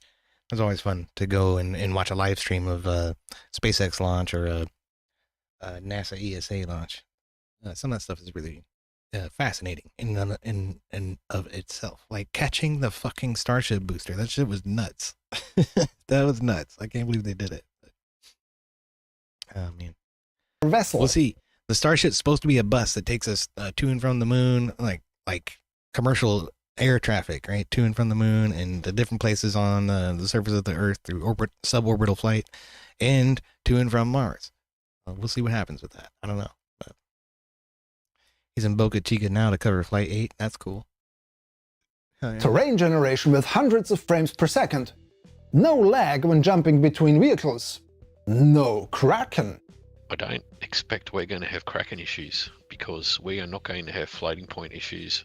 Big claims both Dean Hall and Jamie Layton made during their stream, and I'm sure some of you with KSP2 PTSD will remember this. We're killing the Kraken. That is a hell of a claim to make. But don't freak out yet. There's a very good reason Even the dove why is like, he are you sure about that? KSA will do a lot better. He has worked on both KSP and KSP2 and knows firsthand why there are so many issues with these games. Why do Krakens exist in other space games? Because they had problems they were never able to solve due to the architecture. Those games that were written in Unity, they all used floats, single precision, everything was a long way from the camera, whereas here, everything is not as it seems. And we'll be able to run different physics scenes and that are local to whatever is going on, even though they may be a million miles away from the camera, which means no floating point issues. So therefore, hopefully, no Krakens. Using a bespoke architecture to simulate the game world will avoid these issues. During the stream, Dean Hall spoke a lot about how he hated lag, especially when switching between vessels in Kerbal Space Program. He really wants KSA to be seamless and demonstrated flying across the surface of the moon with more than 1,000 frames per second. Granted, we don't know what type of machine this was run on, but it all appears to be really smooth. One thing the team has a lot of experience with already is multithreading. It is done heavily in Stationeers and also in the upcoming Art of the Rail, both games that Rocketworks has developed. For KSA, they assign stuff that needs to be done for a frame of gameplay to be generated on your screen to a series of so-called workers. If you want to have 60 frames per second, each of these workers has roughly 16 milliseconds to finish their task per frame before the next frame can be rendered. According to Rocketworks, the workers currently only need 0.1 millisecond on average for this. So lots of headroom.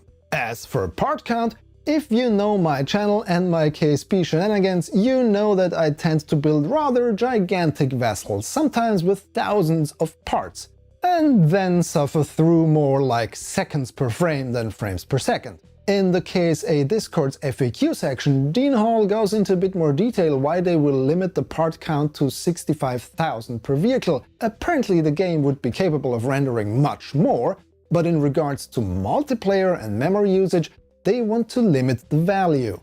So why 65,000?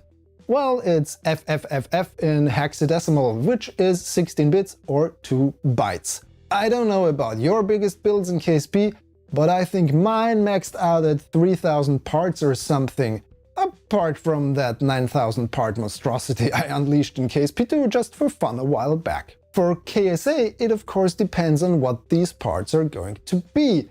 I mean, if we have to do each rivet manually, then we're going to hit that limit pretty quickly. Yeah, I don't think so.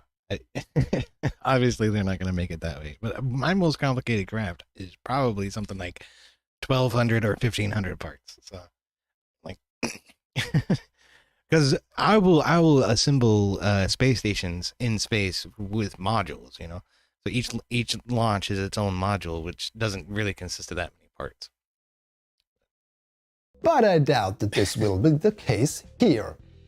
What I don't doubt is that this project is being handled with a lot of even fully assembled, they're not for the 5,000 parts. You know? One of the most disturbing facts about how KSP2 was developed was that in the beginning the new team was not allowed to contact the then still active Kerbal Space Program development team to figure out how the game's code worked. And the game's creator, Philippe Falang, also known as Harvester, was not tapped for his knowledge, not even in a consulting role. Neither were other people that had worked on KSP in the past. Kitten Space Agency is the complete opposite. One of its main developers is Jamie Layton, known by his nickname JPL Repo, who has worked on both KSP and KSP2. They also hired Ghassan Lamar, better known as BlackRack in the KSP community. He is the brain behind the wonderful Scatterer mod for KSP as well as volumetric clouds, and he was also part of the KSP2 team where he improved the game's atmospheric graphics considerably. If you look at the people in the KSA Discord, you will also find other notable names in the Community Veterans section. Former KSP lead game designer Maximal, modder and former KSP2 developer Nertea, modding legend Nathan Kell, just to name a few. And one name in particular is also present responsible for the near future and far future part. While it is not yet clear in which capacity he is going to contribute to the project, the fact alone that Rocketworks is in active contact with him clearly shows that they have a lot of respect for the original space game we all fell in love with. And when I say we all, that includes Rocketworks CEO Dean Hall. He is also a fan of Kerbal Space Program, and a long time ago he even wrote mods for it under his nickname Rocket to Guns. And because of this, Rocketworks applied for becoming the studio to develop KSP2 back in 2017. Their proposal for a KSP successor even made it to the final 3. But they made the mistake of focusing more on design documents and how they would solve the technical problems, and had no shiny artwork. Actually, they still don't have anything in that regard. More on that later. First, I want to talk about something else that was a big reason why the original KSP became such a success. Lots and lots of mods. And this is why KSA promised to deliver easy modding. Alright. Hold on a second. Twisted, I wanted to show you this.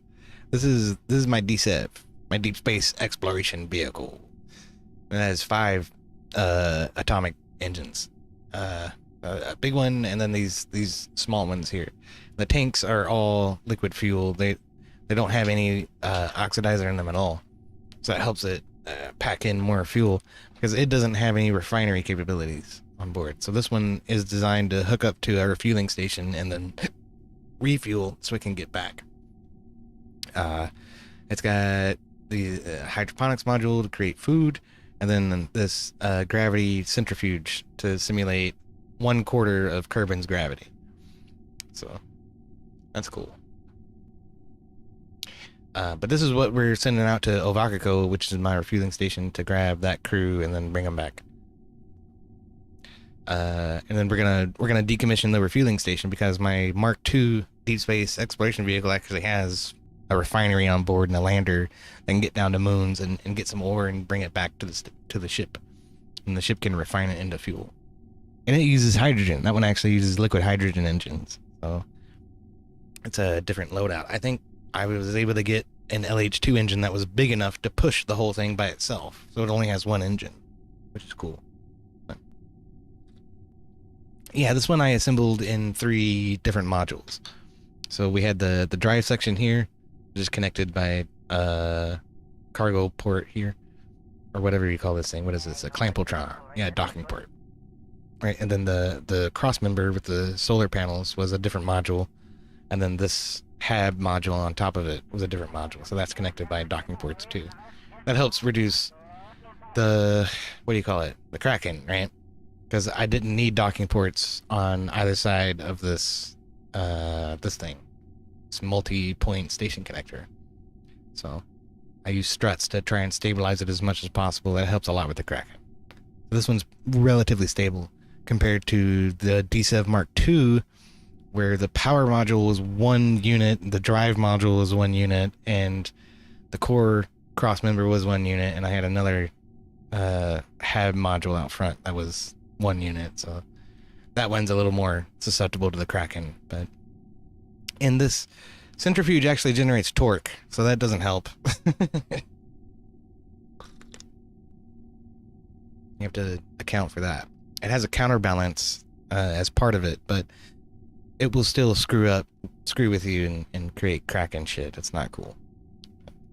Anyway, I had that. I want to show you that. But this guy is going out. He's going out to Sarnus too. So in about 3 years, the DSEV will arrive at Sarnus, as well as the ScanSat that I have going out there. Yeah, this guy. So Rocketsworks say that everything they can do with the game can also be done by modders.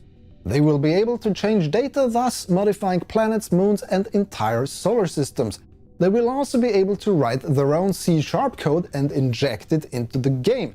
Nobody at the moment, of course, can verify this, but during the aforementioned stream they demonstrated how they could change the size of the moon to 1/10 of what it is, and they added a new asteroid to the solar system basically on the fly. Dean Hall also showed off on the KSA Discord how he implemented the stars in the background of the simulation. That's not a simple painted skybox image, that's real-world data simulated within the game. When being stationary, like not leaving your current solar system, the star field will remain the same. But when you, for instance, move to another star system, the positions of the stars can change while you move across the galaxy. Oh, that's crazy. And yes, modders can use this to create their own star fields for custom solar systems. It's still too early to verify all of the developers' claims, but at least they have presented early examples of how modding can work, and not just claims of how it might work in the future. In general, all the available info on Kitten Space Agency is very much no nonsense. Actually, right now there is no shiny stuff. I mentioned earlier that there was no artwork for the proposal Rocketworks pitched to Take-Two for how they would do a KSP sequel. Even now there isn't anything available. When asked about when there is going to be artwork, Dean Hall replied with, "Honestly, I don't know." It's really early stuff right now, because the main focus for the team is the technical foundation. They really want to get the orbit and terrain simulation correct so that the rest of the game can land on all fours without everything breaking apart. But do we have any idea what the rest of the game is going to be? Well, we already know that there is going to be parts-based construction of vehicles. There was mention of propellers in the stream. They also want to do robotics. And while explaining the different layers of physics from orbital movements down to single vessels, Dean Hall explained their architecture can also be expanded in the other direction, meaning it will be possible to add multiple solar systems, either via mods or by the team themselves. But I do wonder in what direction the game is going to go visually. Personally, I'm not a huge fan of the art style they chose for Stationeers, but then again, that was a different game done many years ago. There was a single picture posted on Reddit of a very rough concept for the Kitten Space Agency Catstronauts, or Kittynauts? Purballs? Whatever they're going to be called, I wouldn't take that image too serious at this very early stage. What I do take seriously, or rather what Rocketworks takes seriously, is transparency. Remember when we tried to prod and pry the KSP2 team for any morsel of information? Everything was kept under wraps like they're protecting nuclear launch codes. And often us content creators had to go through middlemen to even get in touch with the developers. Well, Kitten Space Agency is the complete opposite. The team is super open and are answering questions in great detail, even though everything is still at a very early stage. On their Discord there is a dev updates channel with already a lot of details. There is even a channel automatically showing commit messages when developers push new updates. And there is an FAQ section where Dean Hall goes into detail about a couple of aspects of the game. This all ties back into the respect for the community section I mentioned above. It seems that Rocketworks very much acknowledges that they can only deliver a good game when they listen to the people who will actually play it. Radical idea, I know. This would have never happened under the auspices of Take-Two. And in order to get feedback soon, there's going to be some form of early access. I know that term has some negative connotation nowadays, but instead of selling an unfinished game for full price and calling it early access, Rocketworks has a different plan. They want to get early builds out to people for free. Yes, you heard that right. Don't believe me? Take it from the team themselves. There will be builds that will be available to the public that you'll get for free initially, because we want feedback from all of the community and modders particularly. So yes, initially it'll be free. It's not going to be a free-to-play game. We just want to get something out to show that we have a thing. Yeah.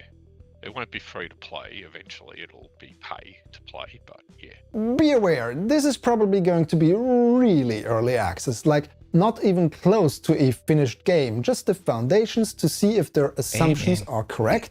Free shit sounds good to me. Test the architecture, then build upon it once the feedback has come in. Chances are it's going to require Windows 10 though, so it's not going to work for me. But if you look at this, I don't know if you can read that or not, but it says Luna. I love it. And then there's Jupiter out there, and Sedna, and which I think is real Lovejoy comment. I am not sure about, or Hagia. That might be something they made up. But at least Luna is called. At least the moon is called Luna, so that's cool. When is this going to happen? Well, probably sometime in 2025. The real work on KSA didn't really start until after we found out that KSP2 development is going to be halted half a year ago.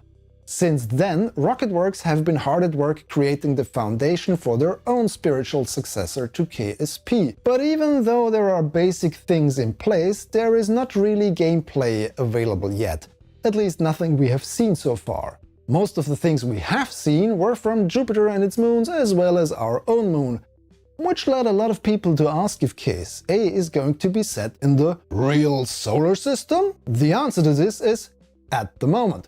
Basically, the team took real-world data to see if their simulation would handle the movements of celestial objects correctly. That includes comets on hyperbolic orbits. Jamie said during their stream that real hyperbolic and parabolic orbits are now possible in KSA, something they weren't able to really do in KSP, instead they had to fake it.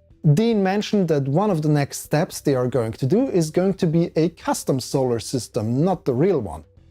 Everything in regards to content, and that includes the current planets and moons, is subject to change.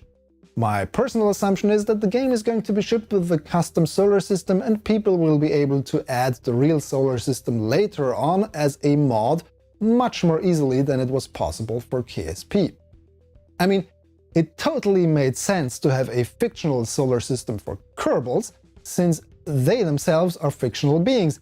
But right now we're not talking about Kerbal Space Program, we're talking about Kitten Space Agency, so the main characters will be kittens.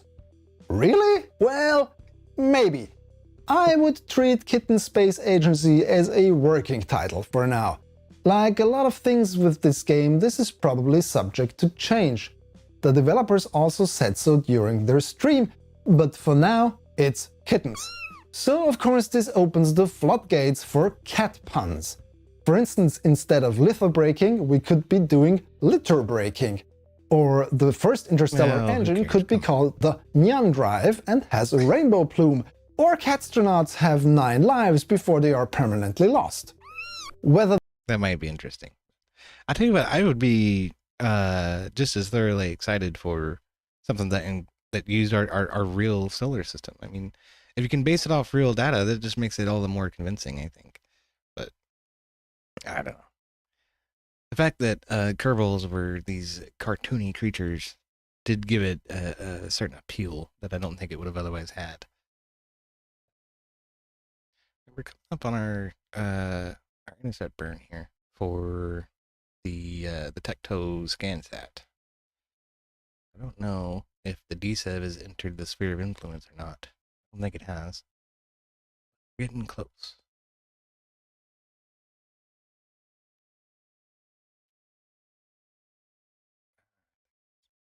Sorry, that's right there.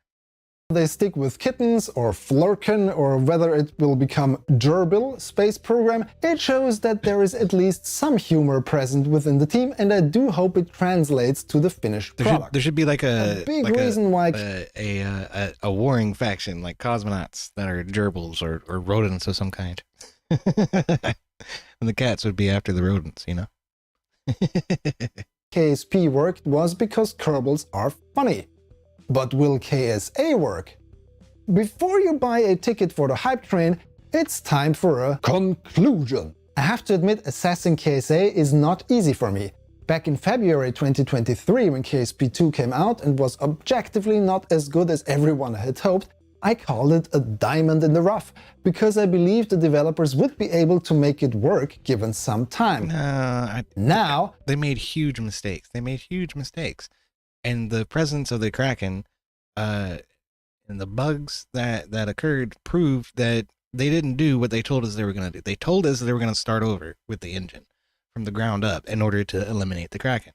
They did not fucking do that. They started with KSP as a code base, which led to them having all of the same exact fucking problems that KSP had, which we spent, what, a decade now, or a decade and a half trying to fucking resolve. I swear, that was the stupidest move of them all, right there. after the entire Doesn't sound like that's going to be an issue with KSA. KSP is just a sad, smoldering piece of crumpled carbon that is likely never going to be finished. I want to believe that Rocketworks know what they are doing. From the things we know so far, they are attacking the problem from the right angle. Build a stable foundation first, then do all the fancy bits. In many ways, KSP2 was handled the other way around. The big question is if KSA will be more than just a great technology demonstrator on how to do orbital simulation and spacecraft physics. And don't get me wrong, it's totally correct for Rocketworks to focus on that first. There is no game engine out there right now that would enable them to do what KSP attempted, but without all of its technological shortfalls. So they have to solve that technology problem first, before they can make a fun game out of it. But will it be the real successor to Kerbal Space Program? That is way too early to tell. And there are others out there. Juno New Origins comes to mind, which is already available and offers a couple of big improvements over KSP, for instance making everything procedural, but it lacks a bit in the charm department. Those druids are a bit bland compared to Kerbals. And there's also Rocket Science, which I highlighted in a previous video as a KSP alternative. Aside from Rocketworks is doing, there are also other smaller ventures trying to make a spiritual successor to KSP, and we cannot rule out the possibility that somebody is going to grab the intellectual property rights to Kerbals from Take-Two and go on to continue KSP2. What am I saying? I've looked at Juno Space Origins, right? Or Juno New Origins, whatever the fuck it's called. I've seen some people play that, and I'm not impressed. I don't think it's there. I think it's a cheap port of a shitty mobile game. It just does not have the depth and the breadth of KSP at all. So not impressed.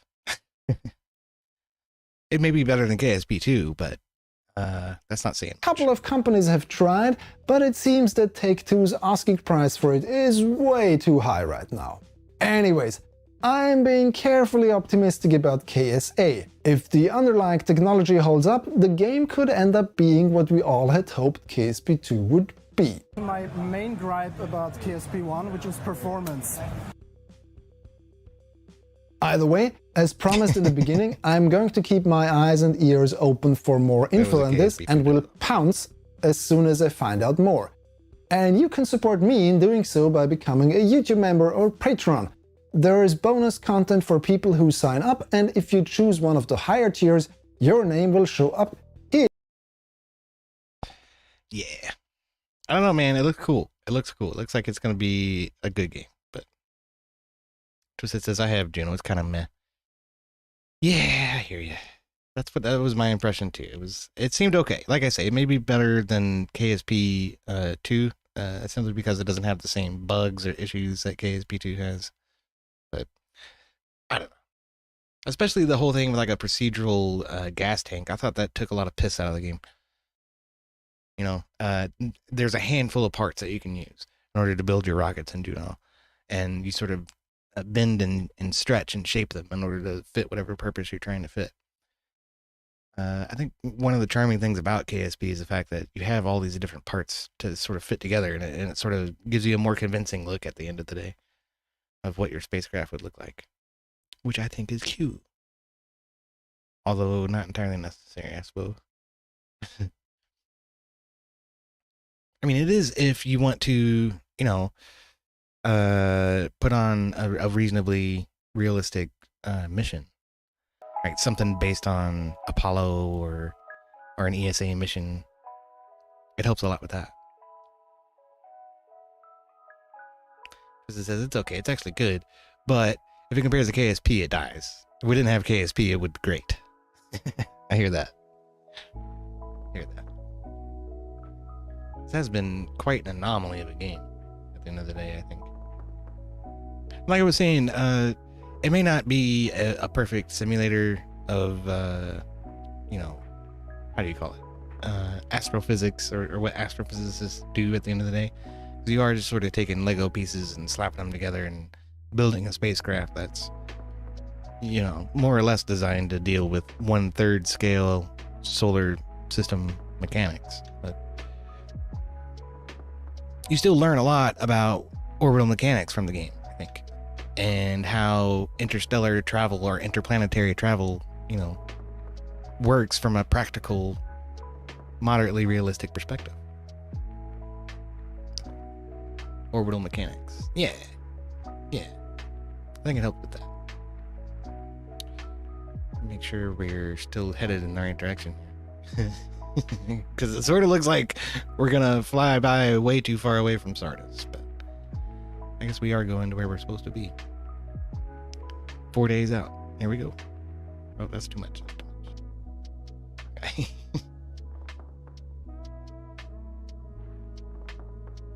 It says it does pretty well. NASA has used KSP in juvenile outreach programs for STEM in high school. Right now. Like I say, it may not be a good representation of actual astrophysicists building actual craft because of the limited, you know, equipment that you can work with in the game. But I think it does do a really good job at teaching you this stuff. How to intercept planets and the difference between a polar and a equatorial orbit, sphere of influence, and changes in inclination, and how 6 degrees of freedom sort of can be manipulated in order to, you know, put your spacecraft where you want it to be. Let me make sure this is on full. It is. Okay, cool.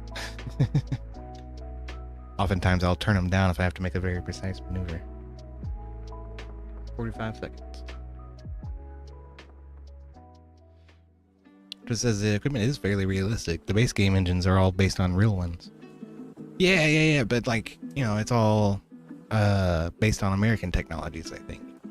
You can't, without mods, you can't really build a realistic looking Soviet spacecraft. You have to go grab mods for those parts and shit. You know? But not only that, you know, what if you wanted to build like the Indian spacecraft that took a probe to the moon recently, or shit like that. You know, that stuff's just not included. You can get it with mods, but it's just not there from the start. And you can load the game out with 10,000 parts that it didn't originally come with. So that's more than possible.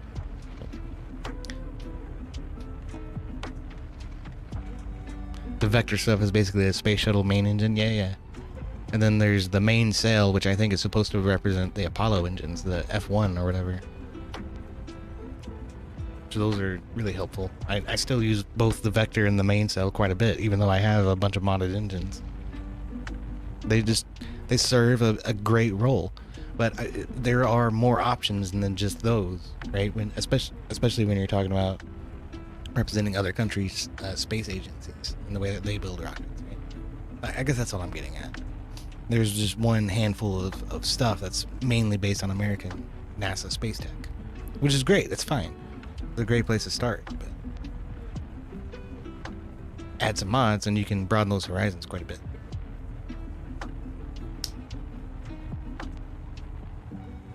Like these nuclear engines are even theoretical, I think. I'm not sure that they've ever implemented or used them before. Right? I'm not sure about that. The only things we've ever sent out to deep space were small probes that didn't really need anything with a lot of thrust to weight, you know, or a lot of ISP.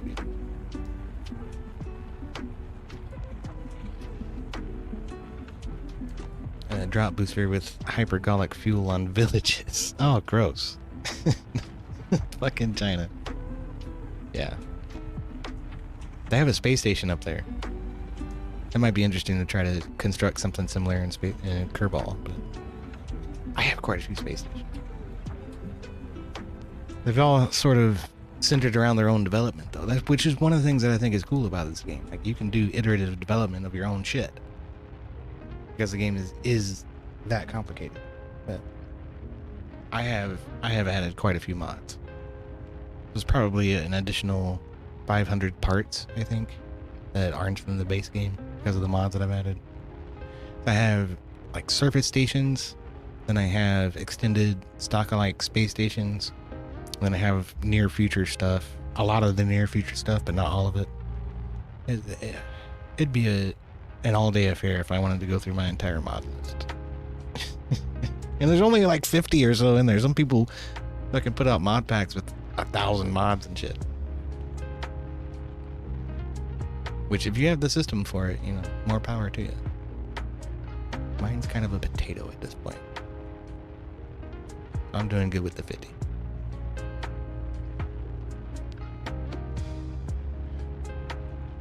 Fire says it felt like I was writing an email forever. What's that? Welcome back. Twisted says the nuclear engine has been tested. We're getting close here. Hold on.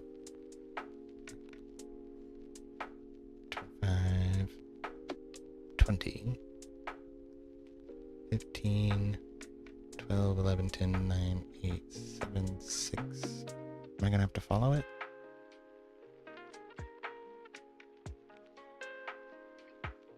Yeah, I think I need to follow it.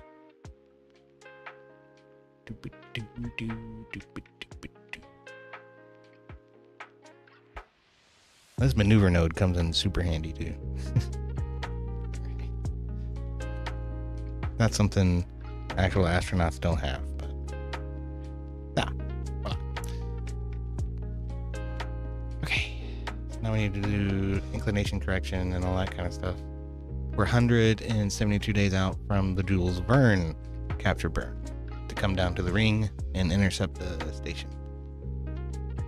Anyway, because it says the nuclear engine has been tested but never flown. NASA's actually reviving it now. Reactivated the program. Nice.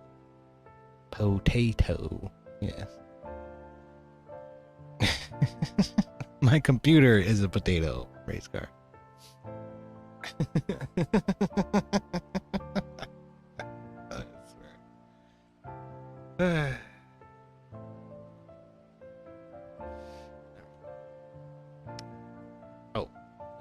We're gonna have to this one. Change inclination. That one.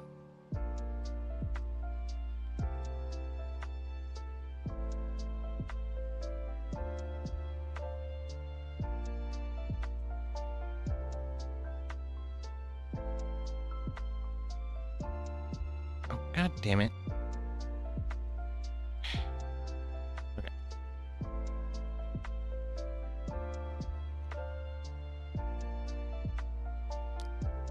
The UI in this game could definitely use some fucking work. That's for damn sure. To that end, I have a mod installed that changes it to sort of a dark mode.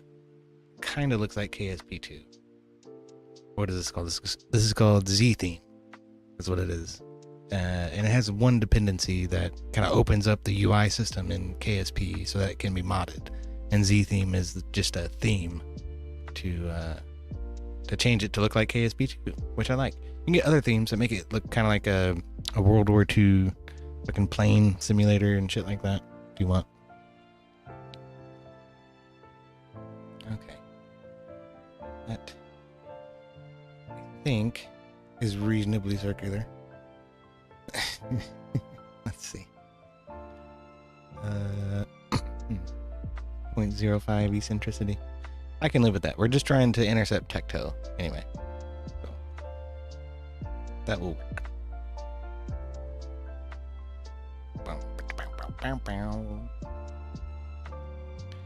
It's not for another 25 days. That's still sooner than when Jules Verne shows up.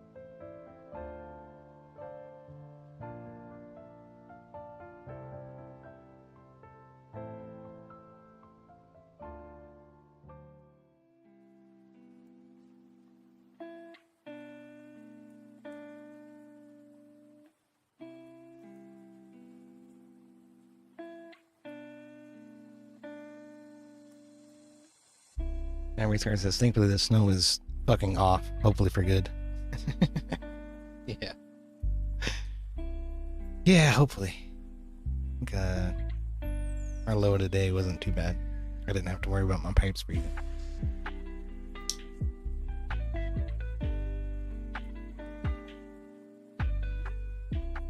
Fucking winter. That's what I want. I want a solar system where we don't have winter.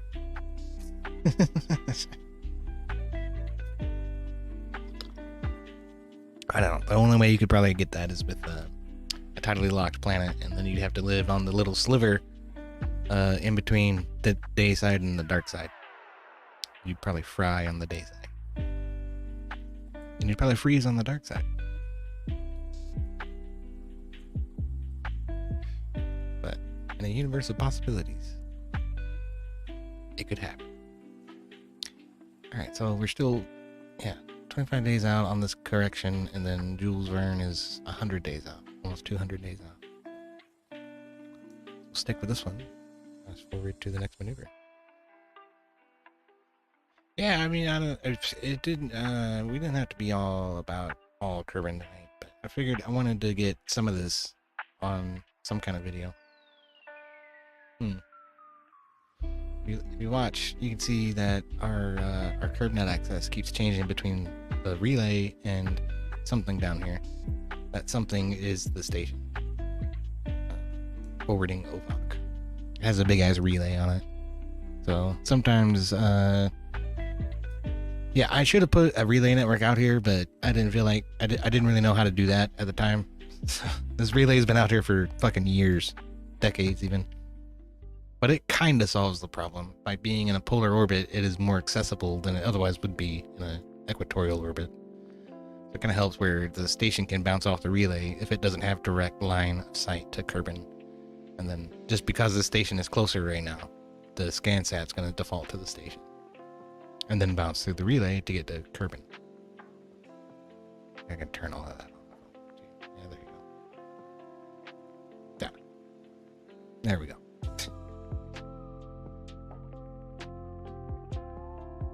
What the hell is this talking to over there? I don't know. That's like the Eve relay or something. CurbNet does all kinds of crazy weird shit. Just it says 78 here. Low tonight 65. Oh. Just rub it in, why don't you? I think our low is going to be 25.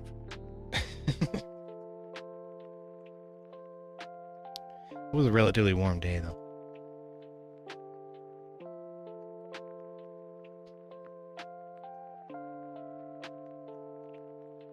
No, our low's only gonna be 30 this evening. It's 39 tomorrow. So even higher than that.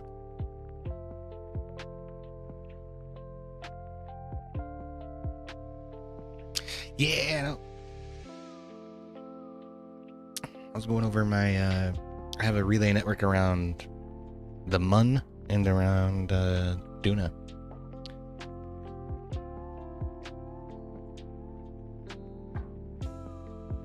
If we take a look at Duna, you can see that one. I just didn't set one up around Sarnas. Again, I put this refueling, see here it is, here in 2, 1, and 3.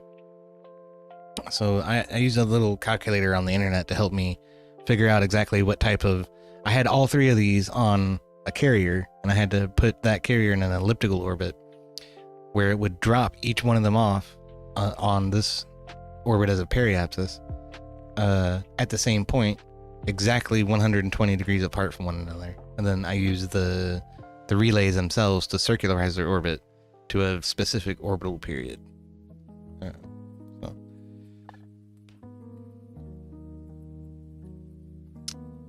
But yeah, I just didn't do that at Sarnas yet.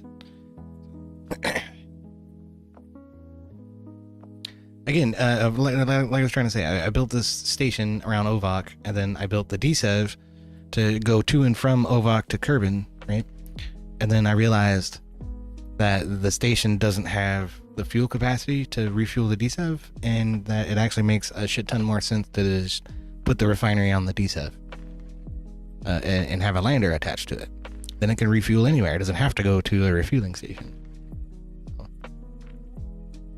The refueling station's kind of moot. It's redundant. It's what do we call this? Obsolete. That's why the DSEV is coming out here for one last time, is to pick up everybody that's actually on that station and bring them back home. And then we're gonna abandon it. And future deep space exploration vehicles will be capable of refueling themselves. Hey, what's up, Wobbly? Good to see you.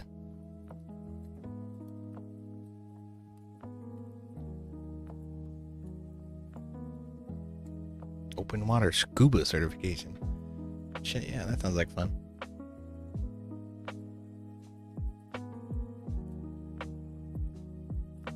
Wobbly says, it's been a while, I'm gold. Well, that's good to hear, Wobbly.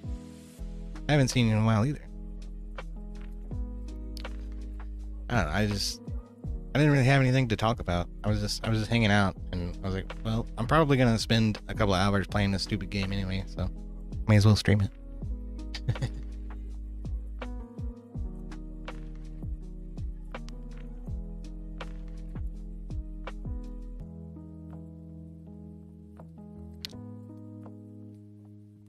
It is good times. Anyway.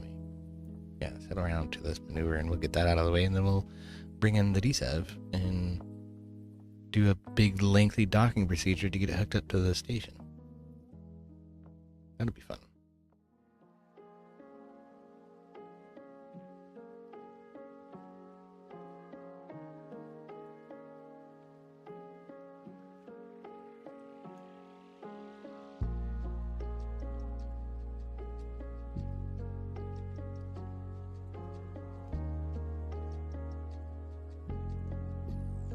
It is essentially like hooking 2 stations up together to each other.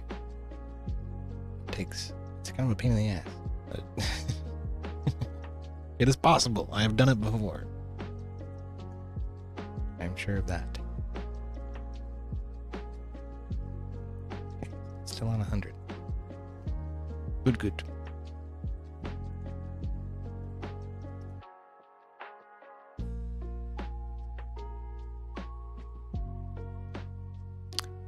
All it says is still stream every weekday. Fucking A, dude.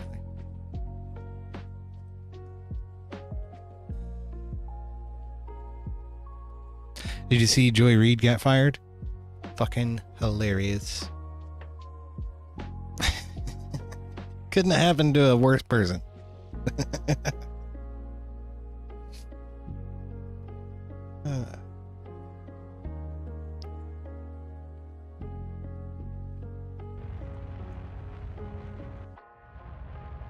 go.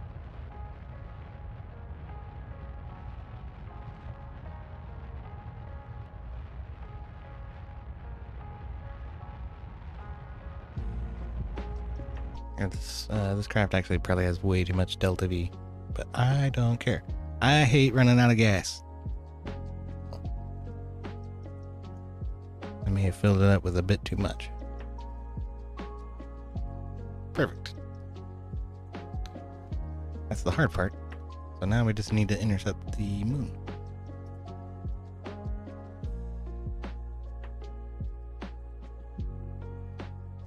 Wobbly says I can go on Twitch again. Well, how the hell did you manage that?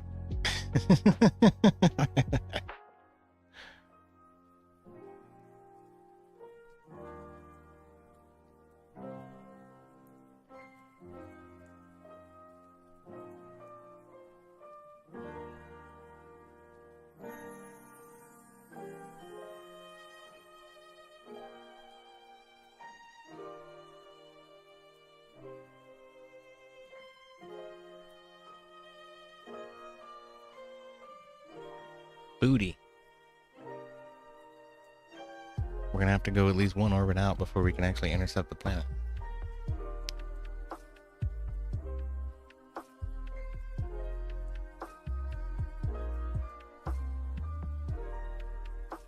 That looks like an impact trajectory. Yep. Okay, good. So from there, I should be able to turn it into a polar orbit relatively. Oh my god. Hold on.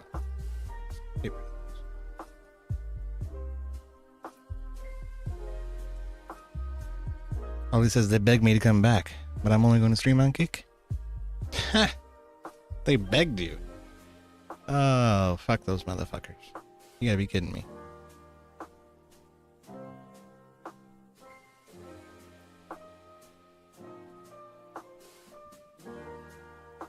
Yeah. It's pretty good, I guess. Gotta push it out till we're not.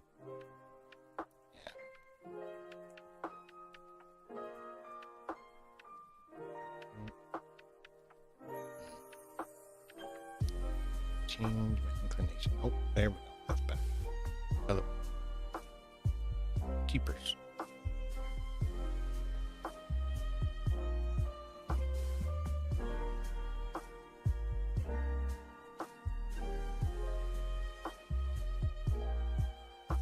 The method is very difficult. Or why?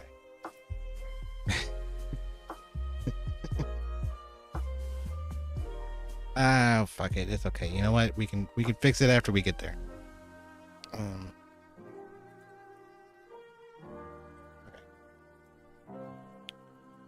Oh, I can do better than that.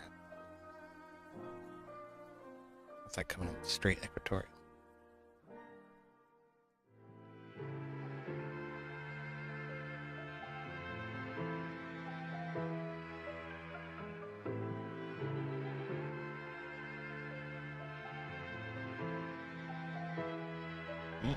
Almost.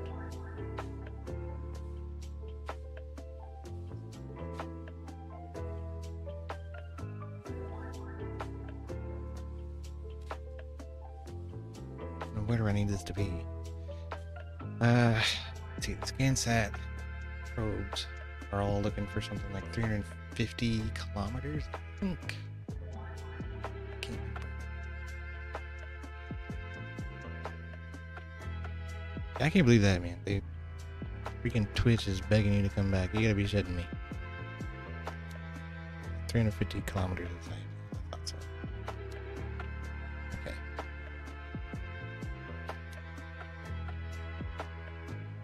This. There.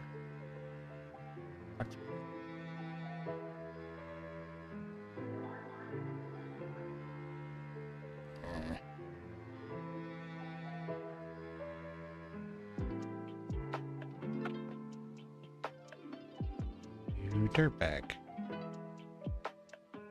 There. And then we smacked the planet. God forsakenness.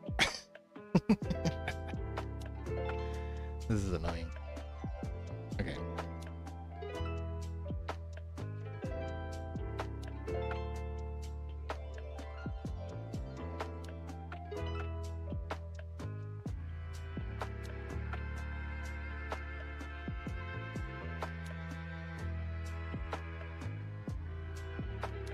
We are gonna have to correct it from about that inclination, whatever that is.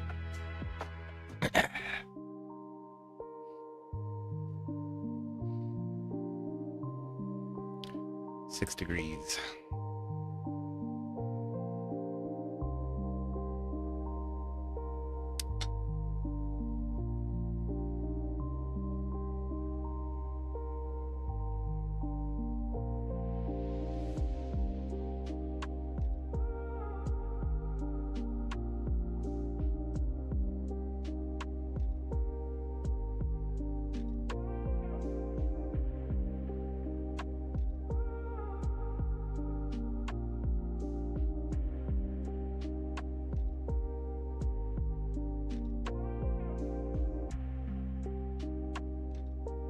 See, so like I'm pushing up, and then my orbital inclination is going to bring me back down, and as we're coming down, we're going to actually encounter Tecto, and that's what's giving us this inclination when we come into Tecto. So then it'll be easier to turn that into an actual polar orbit. It's kind of polar, but not quite. But I'll be able to turn that into an actual polar orbit, and then we should be good. This initial burn only cost us 100. I've got 2,700 on board the craft. Now, this is it's a modded solar system, so this is just Saturn. It's what do you call it? The Outer Planets mod. Yeah. So not interstellar, but further out than you would normally go in the stock Kerbal system.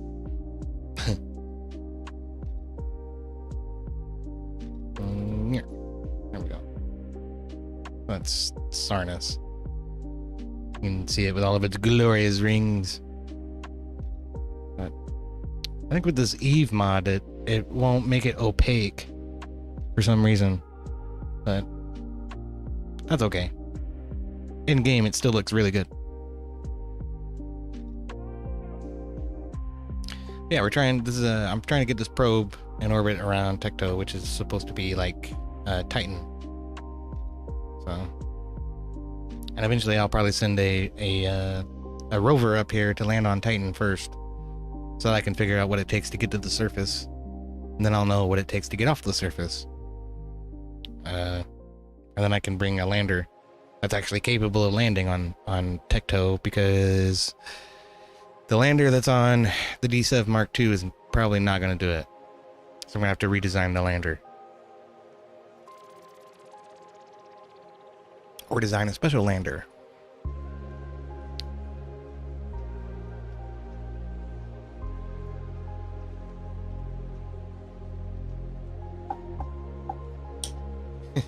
Time to probe Uranus. Funny you mention that, because there is a probe around Uranus. This is Erlum.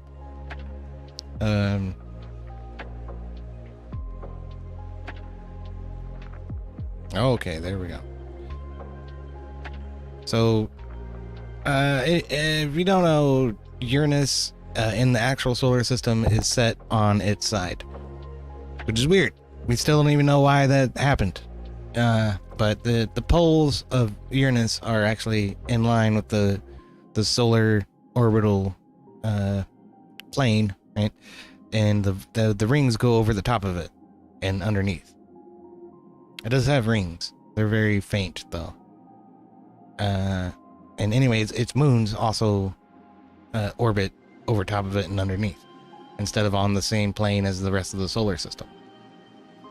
There's a mod that will do that to this planet, but when it does that, then none of the moons will actually rotate, which I think is weird. That should not happen. But I did have that installed, and it does work. It's just, it stops the moons from rotating around their axes. So the same side of the moon always faces in the same direction in relation to the planet, which I think is strange. That should not happen. Technically, the moons should roll over their axes, top to bottom, just like the orbit, but the solar elliptic plane. Yeah. Uranus is broken. It is. It's very strange. But because that mod is called OPM tilt, it will tilt Erlem over like Uranus. It fucks up the rotation of the moons. I don't have it installed. Otherwise, I would have that installed. I like it. It's cool. I took some screenshots of my craft like flying through the rings. But I can't have the moons not rotate. But yeah, I do have a ScanSat out here orbiting Preax, which is a pretty good place to refuel because it has low gravity. But as you can see, there's not a flat square meter on any inch of this fucking moon. So landing is quite treacherous.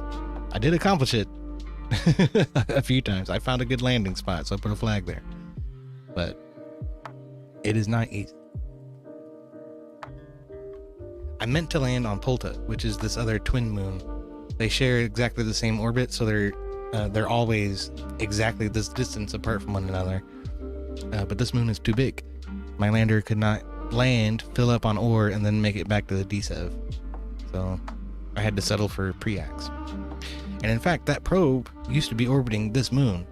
But when I realized I wasn't going to be able to get off the surface of this moon, I moved the probe. And it had enough Delta V on board to actually make it over here.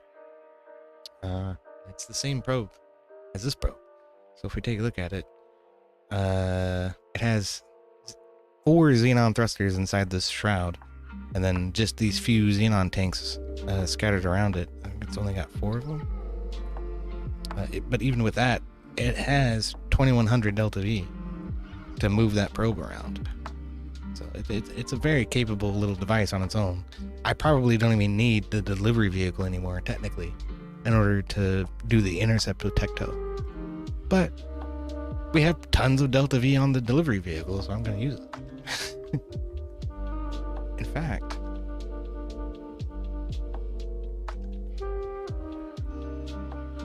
no, I want to get captured around Tecto before I get rid of it. I want to be sure that we've captured around Tecto first. I'll keep it for now. Send a probe to prove it. Well, I was just showing you there's a probe there already.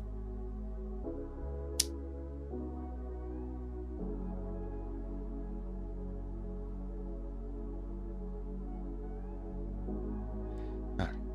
Let's get this intercept with Tecto. Wait a minute. We have to complete a full orbit first. I forgot. We like the UI mod you have. What's it called? That is what you call it. Okay, hold on. We're still 57 days out from this maneuver.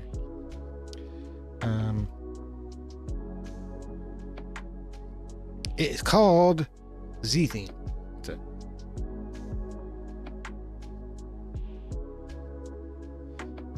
Yeah. And the whole point of it was to make KSP1 look like KSP2. I think they succeeded miraculously at that. It's really cool. And they have a custom nav ball that you can get to that I don't have installed. But there's another dependency that you need to do just the nav. And I was like, I don't care that much. The old nav ball is fine. But it depends on this, which is a HUD replacer. And all HUD replacer does is open up the KSP1 UI to the standard Unity UI system so that it can be replaced. Z-Theme is the theme that applies that actually makes it look this way. If you use CCAN, just get Z-Theme. It'll install the dependencies for you. I love CCAN. CCAN's a beautiful thing. So yeah, you can use CCAN and search for Z-Theme. But yeah, that's it.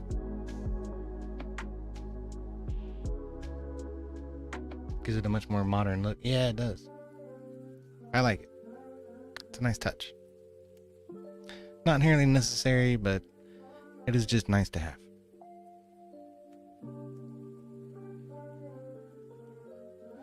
Okay, let's to complete this orbit, so I'm going to focus on the planet and then send it around.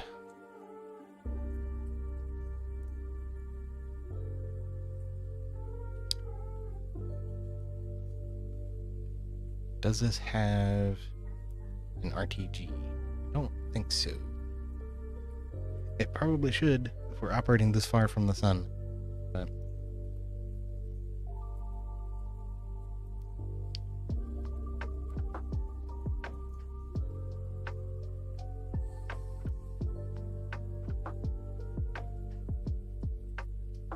yeah, it doesn't. If it did, it would be inside of this strut right here.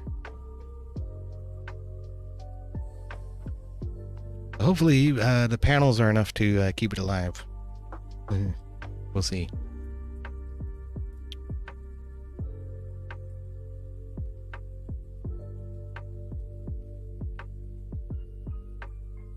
Wally says that is impossible. Yeah, it's what do you call it? It's a quality of life thing that the game does for you. It lets you warp through time. So you don't have to sit and wait for years for a mission to complete that takes 20 years. It doesn't take actually 20 years in the game. Otherwise, we'd be sitting here twiddling our thumbs for 20 years while the game runs in the background. It took what? Well, this mission has only been going for 4 years right now. That's what it says anyway. I must have got a really good transfer window to get to Sarnas in 4 years. Anyway, here we go. This should get us our intercept with Tecto.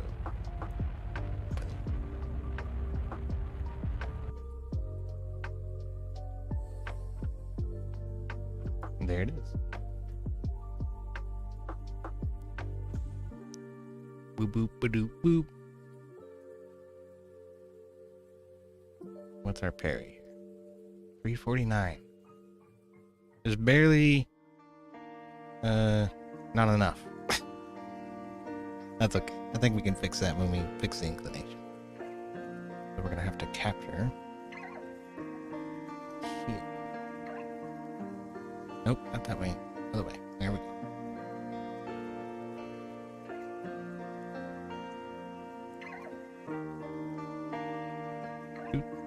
That's good. What does that cost? 200. That's not too bad. Still very much the wrong inclination. You would fix that with the capture.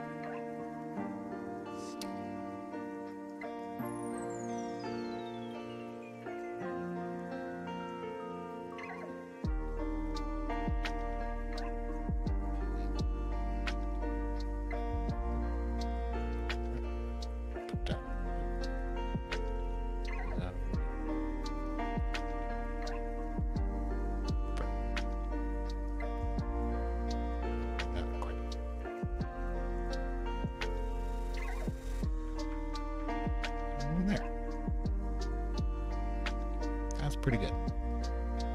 What's that inclination? 93 degrees. I think I can live with that. It doesn't have to be perfect. What does that cost? 579. All right. Then from there we can crash the transfer vehicle and recircularize with the thrusters that are on the rope.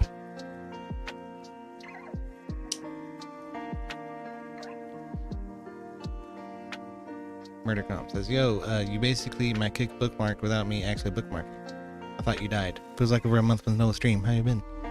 Yeah, I've been here. I've been moving around in between the Ortho Bros and Rob Nor. So that's kind of where I've been living lately. I've been meaning to catch Wobbly stream, but he always streams so early.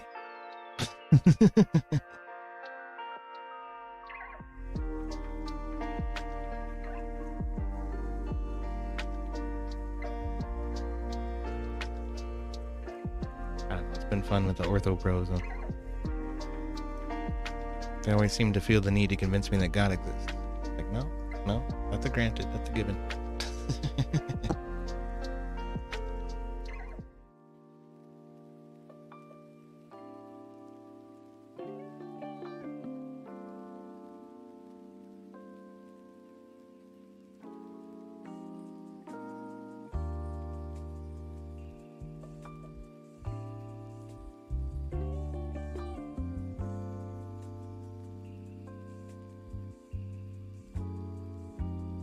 Damn, we're still waiting on the Jules Verne to show up.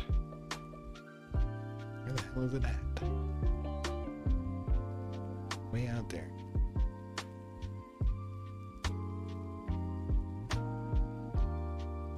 It fucking better get here.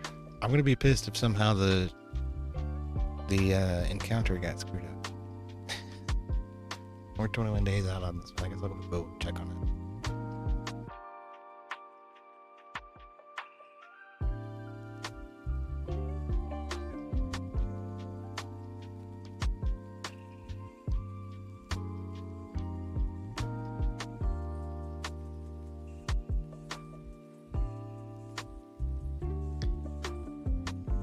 This is supposed to be a lot more interesting because I have 3 missions happening simultaneously, but it still turns out that all of the burns are days and months and sometimes years apart from one another.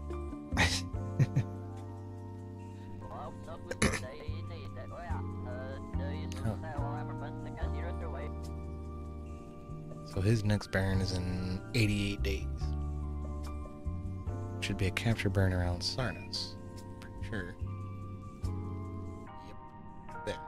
Sarnas encounters in 26 days. Our ScanSat burn is in 21 days. This already has a weak signal back to Kerbin. What kind of comms equipment are we working with here? We have these Communitrons. Twin 15G Communitrons. Fuck! If we have a weak signal here at Sarnas, the Cloud Diver uses 2 15G relays in order to get back to Kerbin. It is gonna get to the point where it's beyond range. I bet you a fucking dollar. That fucking spacecraft is gonna go beyond its communication range, and I'm gonna lose control of it. God damn it. I should have put 100G antennas on it. I should have put the fucking 100Gs on there. I didn't want to. I wanted to try to get away with 15G combinables, but I should have put 100Gs on it. I don't know. Maybe it'll be able to bounce off something else to maintain some kind of intermittent connection, but chances are it is gonna move beyond connection distance. We're not gonna be able to communicate.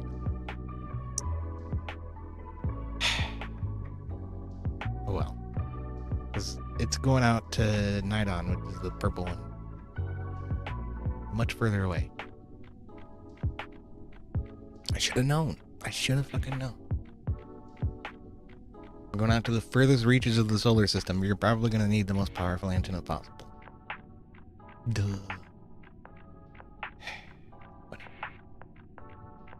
Maybe I can find a way to cheat it. I don't know. Fucking sucks. Anyway, it was 26 days from its encounter, so I'm gonna switch back to Sarnas.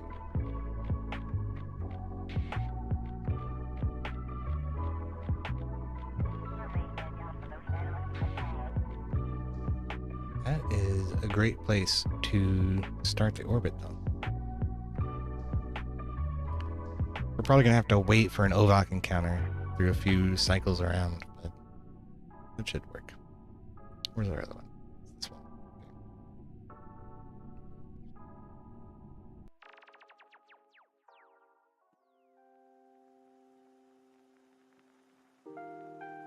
I hate that there's not, like, I don't know, a way to test whether or not your comms are actually gonna work. You depending upon your mission destination. I bet there's a mod for that. I do not have it.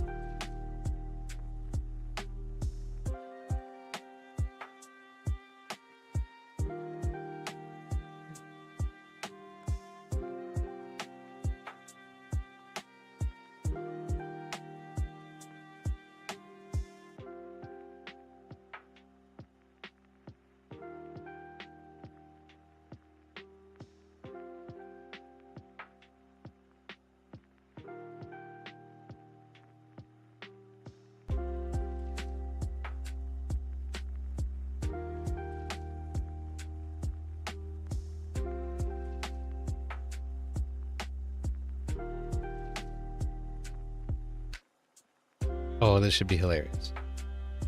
This is Matt Walsh talking about Joy Reid a bit angry today, getting fired and her show getting dropped.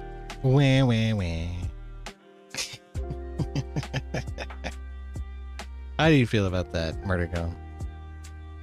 That a proud black woman lost her show on NBC due to the horrible racist white man. dour and bleak. Well, that's just... If I seem a bit angry today, a bit dour and bleak, well, that's just my normal demeanor, obviously. But if I seem even angrier, bleaker, and dourer, which is a word, I think, it's because I'm going through something very difficult in my personal life.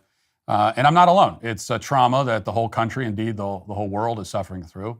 You have no doubt already heard the news that Joy Reid has been canceled by MSNBC. Her primetime MSNBC show, The Reid Out, will be going off air.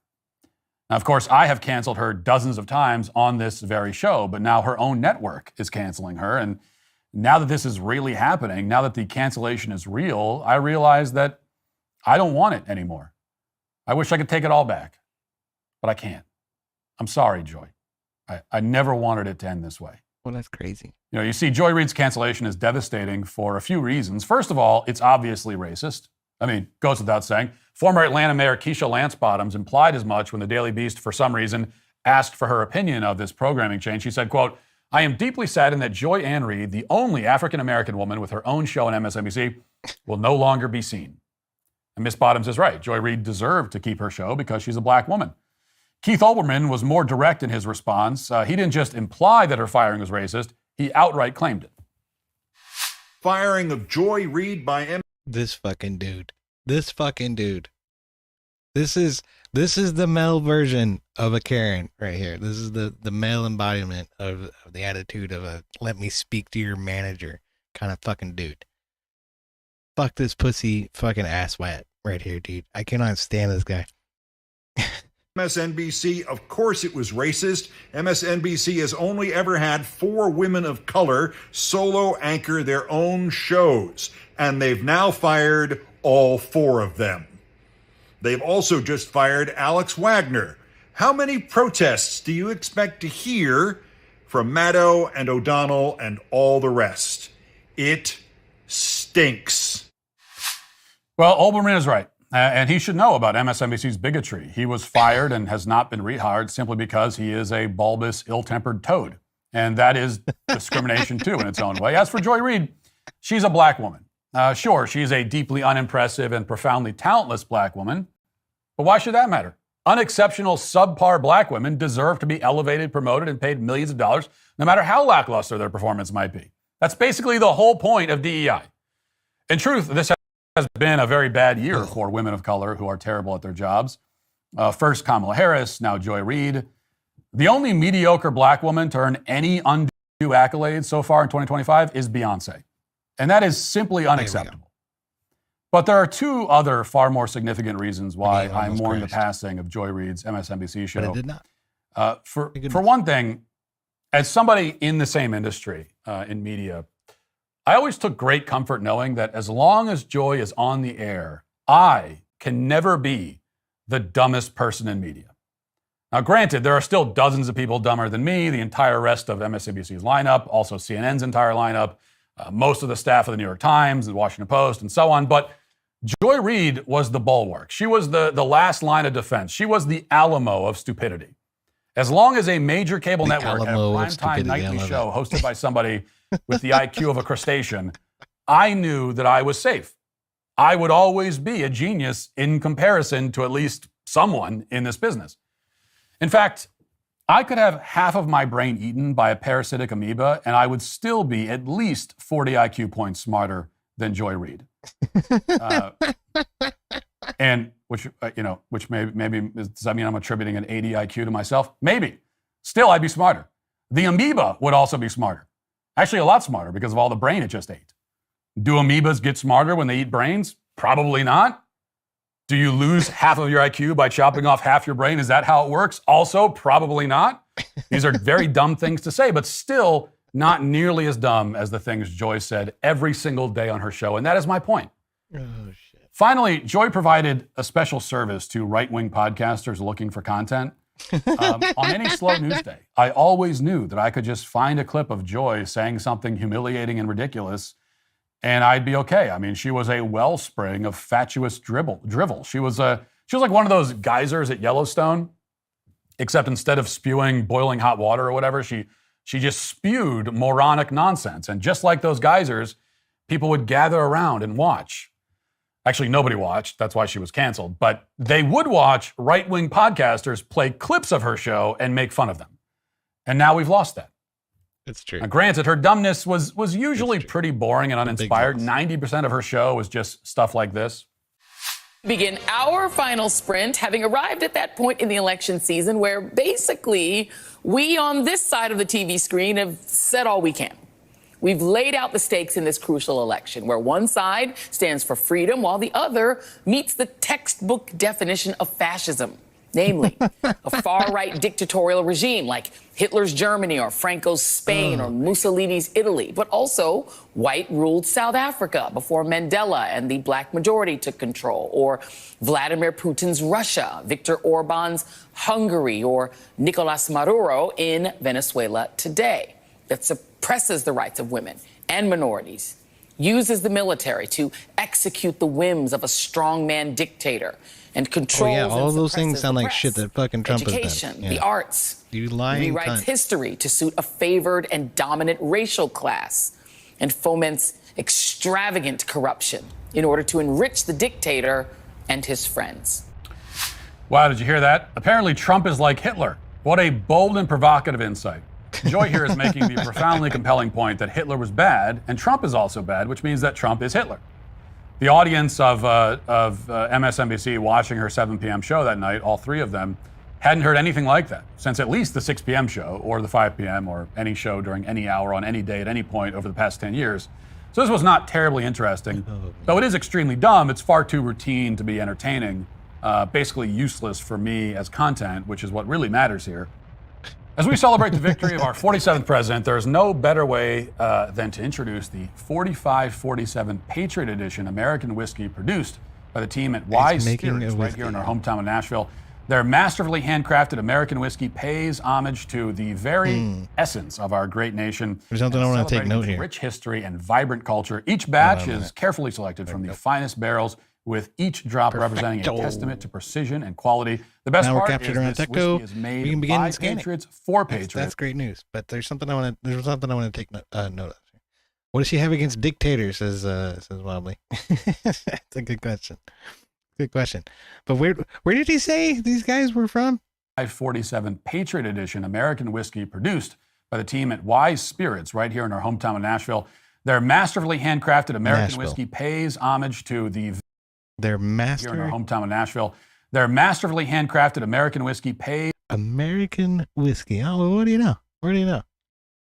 Like, it's almost like people in Tennessee understand that bourbon has to come from Kentucky.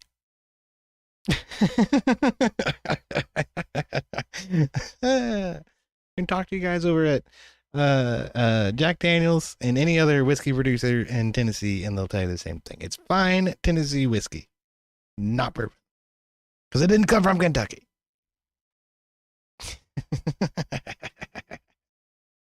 A steady stream of content. Anyway. Joy would reach heights of dumbness so extreme, so incredible as to be awe-inspiring, almost in a way beautiful. Sometimes Joy gave us moments like this. The only people I ever hear use the word inflation are journalists and economists. I almost forgot. I do have to get rid of this transfer vehicle. We don't really need that anymore. 2, we'll face retrograde and burn until we're headed for the atmosphere. Then I'll separate the probe from the transfer vehicle, and we can use the probe to bring ourselves back. Oh, wait a minute. There's a communitron on board this thing. I'll tell you what. I'll save it. And then we'll try separating first. I think that's what I meant to do. Okay. So phase prograde. We'll separate. And then we'll see if I can actually control the transfer craft or not. You have one thing to be proud of. Yeah. Definitely. Right? So that is not part of the normal lexicon of the way people talk. So it's interesting that Republicans are doing something they don't normally do, right? Which is not use the common tongue, right? Not use just common English to sort of do on their campaigns like they're doing with crime. But what they've done is they've taught people the word inflation, right?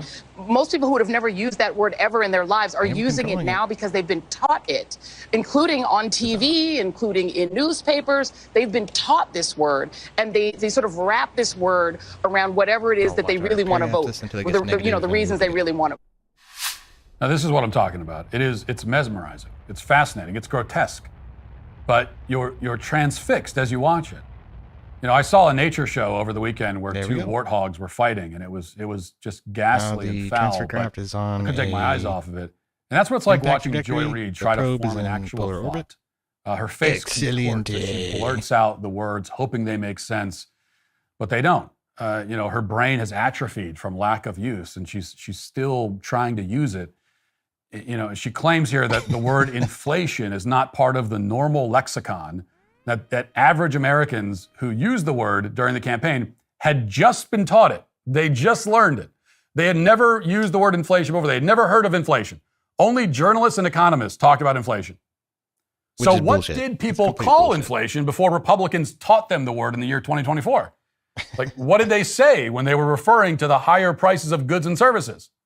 I guess she imagines that the average American was wandering dumbstruck around the supermarket, scratching his head, pointing to the ever-increasing price tags and grunting like a caveman. Me see price go up in sky like bird. Me not have enough dollars. Me not like. Me sad. This is the conversation that Joy Reid imagines must have been occurring at Kroger prior to Republicans teaching everybody about inflation. And a lot of conservatives accuse Joy of being an elitist snob because of these comments, but what they don't understand is that Joy was extrapolating from her own experience. She was the one grunting at the grocery store. She just learned about inflation this past year. She's a grown woman, and in 2024, she's like, what is this inflation thing? What does that mean? Oh, that's inflation? Because she is, again, I must emphasize, very extremely dumb. And that's why she was such a great source of not only content, but also self-confidence to all of us who are smarter than her, which is a group that encompasses nearly every human on the planet above the age of 2, and probably half of the ones below 2. And now, Joy is gone, or at least her show is. And we can only hope that she lands on her feet and finds somewhere else to spew her gibberish. The world is depending on her. I am, at least. So don't give up, Joy. My dear, sweet Joy. Keep going. Keep talking. Keep saying stuff on camera. Never stop. Don't listen to anyone who tries to dissuade you. Anyone who tells you to give up the media gig and get a job more befitting a woman of your intellect. Media already is that job, Joy. So don't listen to the haters and the doubters who insult and demean you. I mean, they're right, but don't listen to them because they are the ones who are today canceled. Hey, YouTube. It's fucking hilarious. Okay, so I've run into another problem here. We made it. I'm in the correct orientation in the right orbit. But we are too far from the sun. The solar panels, which are the primary source for electricity for this thing, are only pulling in 0.25 electrical units per second. And we need 2 electrical units per second in order to run the instruments. So I'm gonna let this thing charge for the next 2 hours.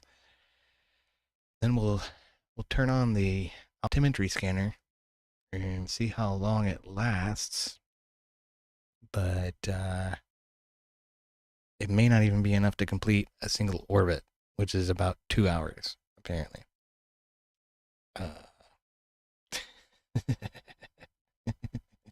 This is what you get for not planning shit out correctly and not testing it before you actually send a craft out here.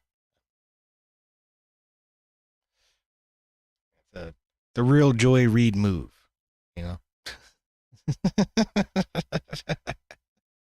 Okay.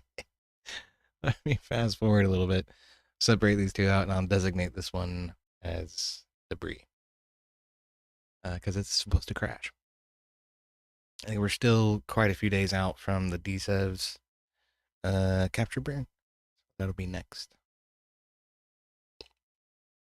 But for now, I've come about as far as I can with this ScanSat. If I want it to actually work, I'm afraid I'm going to have to cheat and turn on infinite electricity, which I can do. That is definitely cheating. Otherwise, this whole endeavor is just a waste of time. So rename vessel debris. What was that? Thanks for beautiful. Okay, there. Great. So now I can back out and switch to the VSAT.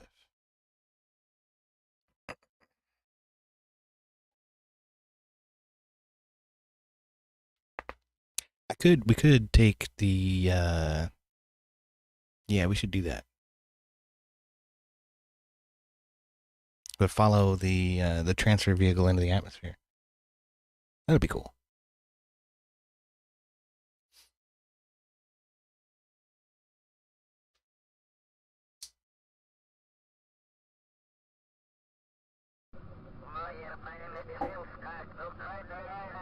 That should only take a couple of hours, I would think.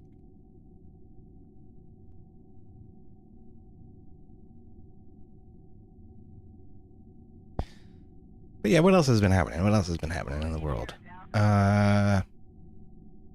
Somebody released a fantasy Skyrim-like video game with half the capabilities of Skyrim, even though Skyrim came out fucking 15 years ago. That's kind of hilarious.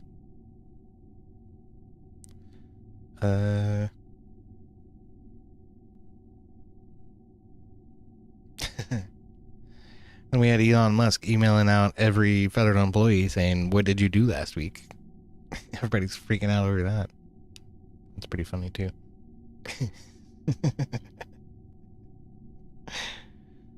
Shit.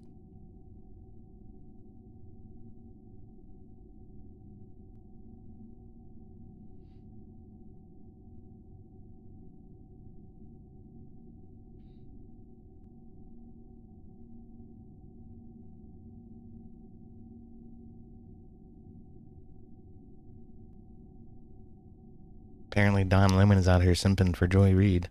I had no idea. I thought Don Lemon was freaking gone from us forever too. Yeah, I got any show for y'all. Got a damn.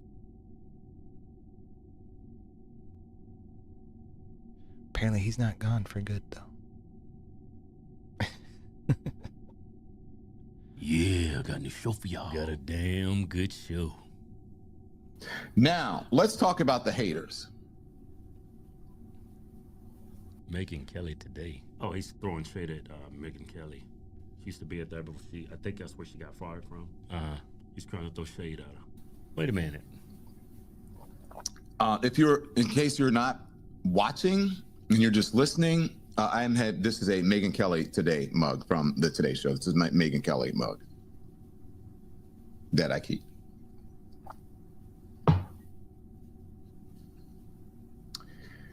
Clown. Instead of supporting, just remember, Megyn Kelly is allegedly, right? Although I do hear the streets are talking that allegedly she's not as supportive of women as she makes out to be, especially that whole thing that went on at Fox News with Roger Ailes and all of that. They're like, really? Megyn is saying that? Huh? Y'all don't know her. Oh, I'm going there. He's going on hearsay. But he's standing up for women by putting men in women's restrooms and men in women's sports. The typical man acts like a female. I usually don't like to talk about her because she's one of those people. She thrives on it. She has built the second part of her career on being a troll. She's objective. And people find her credible. Matter of fact, let me go to her, Go to her. This troll gets way more views than y'all. She got almost 3.4 million subscribers. She's streaming right now with 16,000 followers. Yeah. How many views her video? Her videos. You've been up on YouTube for 3 hours and you got 15,000 views. Okay, whatever, Don. Let's keep going what he's got to say. Well, we're out of comm distance for the transfer vehicle, so I can't do anything with it. On being a troll. It will eventually crash into the atmosphere and blow up. We'll follow it through to that. Let's do a Google search on Megyn Kelly, shall we? Just to prove this. I'm going to set up some evidence before I show you this. Let's do a Google search of Megyn Kelly, Andy. Shall we, producers? And put it up on the screen. You actually got producers on this show? Oh. Megyn Kelly calls out Tom Hanks. Megyn Kelly calls out this person. Manufactured tears. Megyn Kelly calls out Selena Gomez. Megyn Kelly, grow up. Megyn Kelly calls out CNN pundit. He's so dumb. Megyn Kelly calls out Governor Walking. Well, those people need to be called out. Megyn Kelly calls out MSNBC segment. Megyn Kelly calls out GOP. What is he even doing? I don't know. It's like it's not okay to criticize people. Especially that Selena Gomez, you got tears for a bunch of people in our country under false pretenses filing false asylum claims, while some of these people unalived Americans, we have a right to criticize her. Yeah, she's a journalist. Yeah, unlike you. That's why you don't have a job. Megyn Kelly calls out Hollywood. Mm-hmm. Megyn Kelly calls out NYC prosecutor. Do you hear me? Megyn Kelly calls out disaster tourists. Meghan and Harry. They should all be fired. Megyn Kelly calls out LA leaders. I think I'm going to start. Horse Twins calls out so-and-so. Horse Twins call out this. I'm going to start doing what Megan's doing. Yeah, shouldn't you just go to a YouTube channel to get a good representation of who she is and what she reports on? Yeah. She's doing very well. Why are you doing a Google search? You could go to a YouTube channel. Right.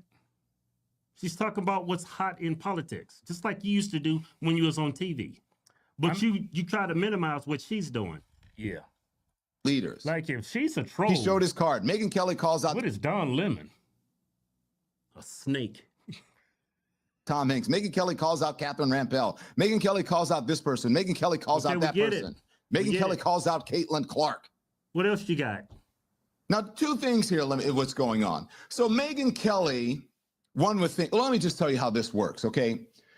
So some people have publicists that will take things from their show and then push it to the media. And then on the thing, it'll say, Bob Jones calls out such and such. Did you see this on the show today? And then the media will push it out, especially if it's right-wing media, okay? So there's not just like everybody sitting there watching. Oh, y'all, you guys. Megyn Kelly calls out Griffins, what all this shit.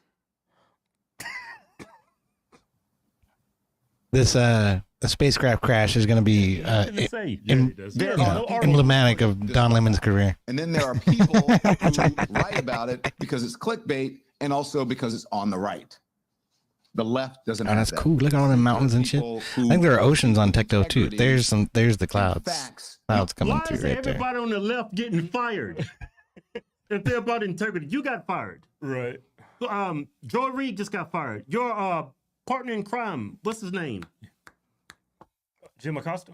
Jim Acosta, the other guy he used to work with on CNN. Yeah, your shows suck. Your ratings suck. Yeah, everybody's getting fired. Who on the right is getting fired from their shows? Yeah. Besides Tucker Carlson, which is a fluke because he was the top journalist in America at the time. I think that was a whole settlement. It looks like we've encountered the atmosphere at this point. Hey, I mean, proof We're in is physics warp numbers instead of regular lie. warp. You've been up for 3 hours. You got 15,864 views. You got 532,000 subscribers. There we go. Aerodynamic forces are spinning the craft around.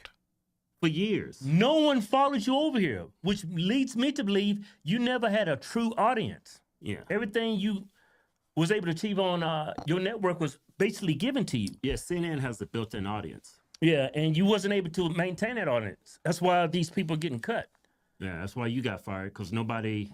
Let's listen to more. I want to hear some constructive criticism. All I hear is a bunch of teenage stuff. Yeah. Not always calling people out. That's why I said, I don't want to be one of those people whose Google profile begins with Don Lemon calls out. It's gauche, it's unseemly, and it's beneath me, and it should be beneath her. Oh my goodness. What? Are you kidding me? What's wrong with a good title to entice your audience to watch your videos? He's above all that. He's saying it's because his title's He's above all that, yeah. What's his titles on his videos? Hot takes, bless your heart, Megyn Kelly. You actually think people going to watch that? That's the whole point of YouTubing and being a journalist. You got to be able to get the numbers. If you're not getting numbers, then why are you doing it? Hey, look at his titles. Lemon we're burning up. The We're burning up. Dark woke. Ain't nobody gonna watch that. Look, Lemon Drop has the right gone woke. Even if I'm progressive or liberal, I do not want to watch that. You remember these clouds are all modded. So. What can you do? This dude is such a clown. Lemon Drop. Trump meets with Putin to discuss Ukraine. Are we the bad guys? Those titles suck. Yeah. Look, democracy is falling. Nobody's buying it. That's why you got 11,000 views on that video. Democracy is falling. Yeah, he put Trump in a crown. Trump put that out there like he was the king, trolling him because that's what y'all been calling him. Yeah, and he knew he was gonna get this reaction out of you, and y'all keep falling for it. Yep, that's true. Fucking Elon Musk changing his name to calling people out. That's why Harry Bowles. Where shit was hilarious. And they fucking fell for it. They fell for it. They called him Harry Balls on NBC. I don't want to be one of those people whose Google profile begins with Don Lemon calls out. It's gauche, it's unseemly, and it's beneath me, and it should be beneath her. Oh, you too sophisticated, huh? And then you can page after page. Megyn Kelly calls out, Megyn Kelly calls out, Megyn Kelly calls out. Now, she calls out a lot of women. All right, it looks like we've actually slowed down enough that we're not burning up anymore. What? 300 meters per second, yeah. This thing is going to land on Tecto. See, we haven't even pierced the cloud layer yet. They're all for it's freaking awesome. Mm-hmm. So you can't criticize them. Yeah. So she stands up for women, but if she truly stands up for women, you can't ever criticize them. Right. That's what he's saying. Right. That's woke. Yeah. You should be able to criticize anybody. If you feel they're wrong, you should be able to criticize them. Yeah. It has nothing to do with their gender, their sexuality, or anything. What it boils down to with Megyn Kelly I know you might Dawn is left, Megyn Kelly's right, but we should be able to agree on some common sense things. Y'all have lost all like common sense. Y'all got women men in women's restrooms against men, or men in women's sports, just lost your. Let's see if we get to anything with substance. or And I have some fucking breaking news, by the way. gender transition for fucking children. I have some breaking news. The left has lost I'm its gonna finish fucking with Megyn mind. Kelly, but I'm going to talk about some breaking news because they just canceled Katie Fang's show over at the MSNBC, by the way, and one of their Asian American folks. We'll get The to that. ratings But let me suck. just finish Never with heard- Megyn never Kelly. Sorry, this isn't supposed to be a political ratings statement. suck.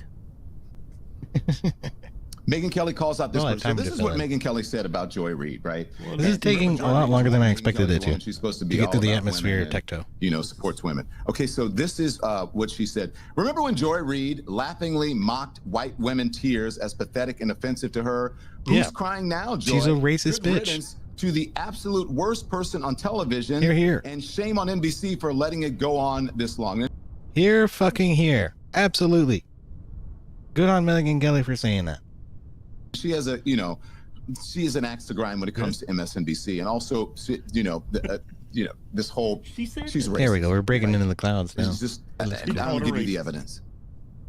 Look at that. You can see Sarnas up in the Supposedly learned from it, then spent horizon. every day That's after cool. apologizing for it and being fired for it, then spent every day proving the point that she is a racist. Democrat logic. If she's white and she's criticizing a black woman, she's racist. If you criticize women and you're a woman, that means you're not for women. That's like, that logic is diabolical. It is, man. You're either with us or you're against us. It's fucking communist bullshit. And not very supportive of women. If you look, all you have to do, the evidence is in her Google search and what she says about women and how she calls them out all the time. Can't criticize. Now we're in the clouds for real. I'm telling you, man. Here we go. Oh, whoa. Whoa, whoa. That fucking ground just sneaks up on you, dude. The worst Holy person. shit. No, Megyn Kelly. Oh, look, there's the oceans. See the oceans? The worst person. This is the first time I've ever seen Tecto. I gotta tell you, this is really cool.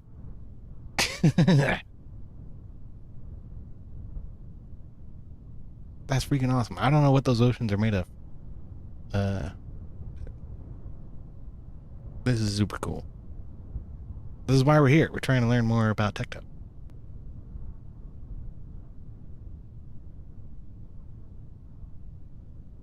What is that? There's like this outcropping in the ocean there. It's like ice. It's frozen over. Is that what it is? Maybe. Fucking cool.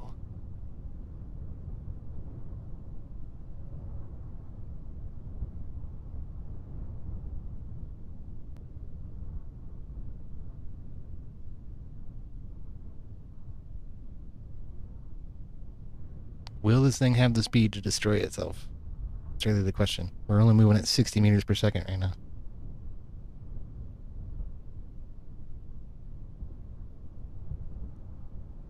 There's our ground scatter from Parallax coming in. Super cool mod if you don't have Parallax. Will it survive? Will it survive? Bets in the chat right now.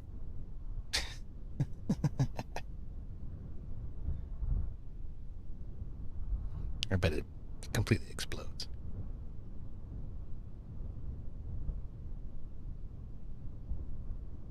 Wow, look at that. Wow. I need to have Owen Wilson on my soundboard.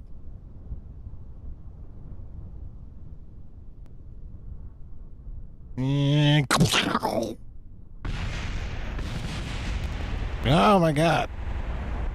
Something survived. Something survived.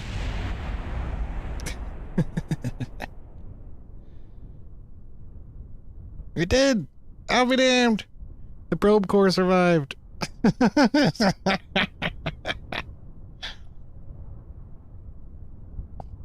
think that's one of our radial fuel tanks. That didn't quite blow up over there too. Well, this almost looks like an error. It's like the scatterer stuff is here, but it's not textured for whatever reason. But that's cool. We made it to the surface. I may need to take a look at Parallax.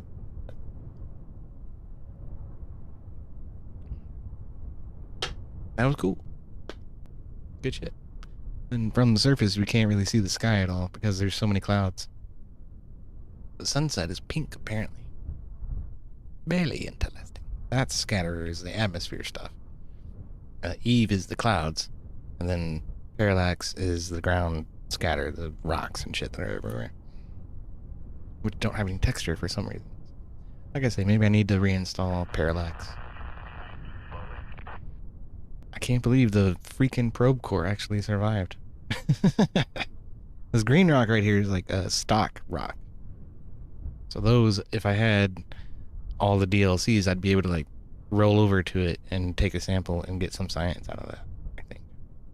But the rest of these rocks are, they're not even actually physically present. I should be able to like clip through them.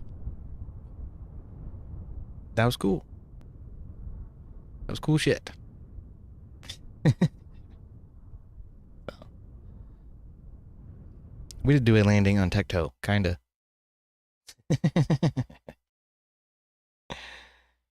Anyway, I guess let's continue with the Hodge twins over here.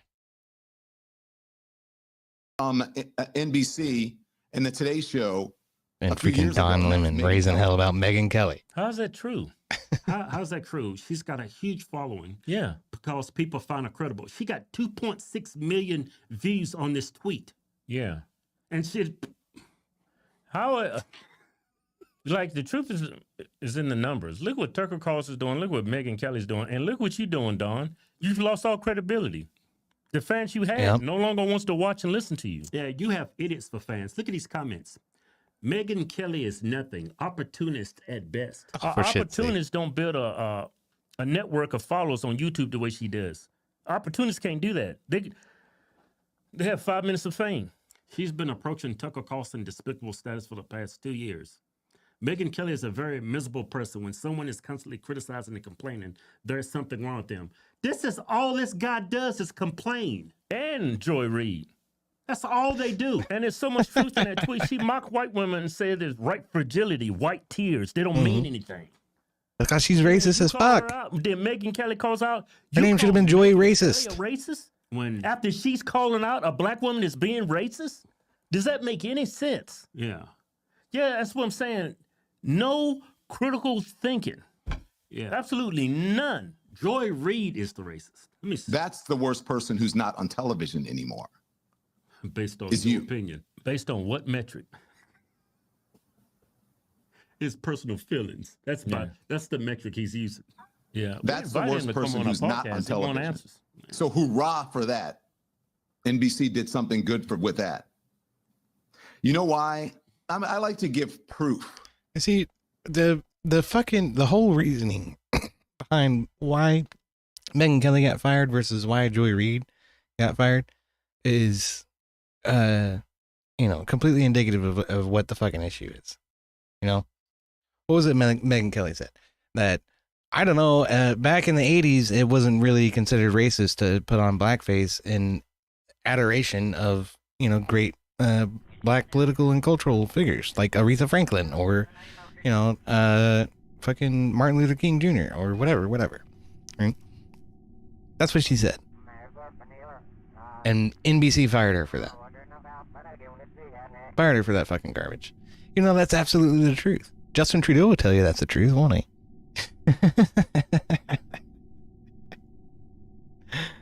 Oh man, but Joy Reid got fired because her numbers weren't, cutting the fucking mustard. That's what it is. They're not making the money back that it cost to produce that fucking show. It doesn't make business sense to keep Joy Reid on the fucking air. That's the only reason they would ever fire a proud black woman, because of their retarded ideology that tells them this person is somehow beyond reproach, simply because of their sex and race, their identity. They have too many identity points. They can't fire this person. No, of course not. Not unless it's crippling our company to continue to produce this worthless show that nobody wants to fucking watch. Which is the point we've come to. That's the reality of the situation. It's finally starting to settle in on all of this ideologically driven garbage. Again, I've never heard anyone say the outrageously racist bullshit that comes out of Joy Reid's mouth on a regular basis. Never on television in my entire life. of Good riddance. Megyn Kelly's 100% When I right. said Donald Trump, the president of the United States, was racist, it wasn't my opinion. This isn't my opinion about Megyn Kelly. The evidence is there. I'm going to show you the evidence of Megyn Kelly, and that's just as I showed you the evidence of Donald Trump. This is Megyn Kelly back in the day. Able to dress like a when moron. she got fired from NBC. But what is racist? Because truly, you do get in trouble if you are a white person who puts on blackface on Halloween, or a black person who puts on whiteface for Halloween. Like, back when I was a kid, that was okay as long as you were dressing up as like a character. If somebody feels like something is offensive to them, then you should say it, and that's fair game. and you should be able to take it if you're going to dress up like that. Yeah, you got to be able to take it. Yeah, one of the things they mentioned is people dressing up like Nazis and this. If you think it's offensive, it probably is. Yep. And one of my big complaints just about society right now is whatever happened, and I know how you were raised. I don't know how you were raised, but that's questionable. Yeah. Whatever happened to just manners and polite society? But on Halloween, you've got guys running around with fake axes coming out of their head. But what I'm saying you're gonna be, it's gonna be jarring. Right. But what I'm saying is, in polite society, someone who's raised would not think that dressing as a Nazi is okay.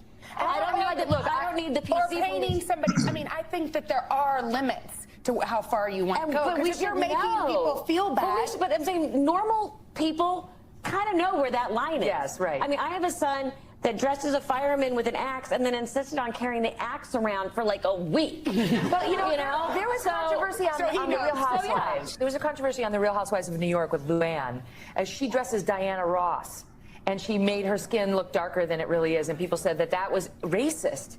And I don't know. I thought, like, who doesn't love Diana Ross? She wants to look like Diana Ross for one day. I don't know how like that got racist on Halloween. It's not like she's walking around. I have not seen it, but it sounds a little have racist watched to me. it. Me too. And by the way, I haven't seen the other, but if she really wanted to look like Diana Ross, she should have dressed as Michael Jackson. Because they... No, that was funny. I don't know. I can't remember. No, it wasn't funny, Don. It wasn't funny at all. All of the fucking SEAL NBC audience members just started clapping when the applause sign went on. It's not funny. It's retarded. These people are blatantly fucking racist.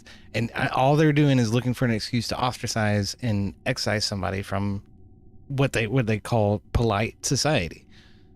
And that's it. Megyn Kelly's arguing from a point of, experience. Like, we all grew up in the same fucking era of America. It wasn't racist to dress up as Diana Ross on fucking Halloween. And they are willingly playing into a false narrative as if, oh no, that was totally racist. It's bullshit. They're denying their own experience in order to accept the narrative, in order to fall in line with the party fucking narrative. It's communism at work. Literally, I can't keep up with the number of people that were offending They're just by fucking being cult like normal members. people. And because Megyn Kelly wouldn't fall in line with the cult fucking ideology, they fired her. Yeah, that's what makes her racist. But Joy Behar did dress up like Diana Ross. Why didn't she get fired? Whoopi Goldberg was at a party with her, I forget his name, but they was like dating. He was in blackface. Yeah. I mean, I think it goes to intent. You got to have intent to be racist. Some people are just naive. Yeah. If you saying that proves that she's a racist, yeah, you got to be a moron. I mean, maybe she's racially insensitive about certain subjects, but to call her racist is just false. Yeah. Yeah. It goes back to intent. I don't think she's trying to be racist. By that same, she's just a little naive. She is naive to black people do not have thick skin. It's very thin skin. Right. But if that's the Not true either. I don't think that's true. Racist, right? I think it depends on who you ask, and when you the people you're asking are, media propagandists in the first fucking place, then yeah, black people have the thinnest skin of all. But at the end of the day, I really don't think that's true. If you talk to an old black dude down in the South, he's got pretty thick skin.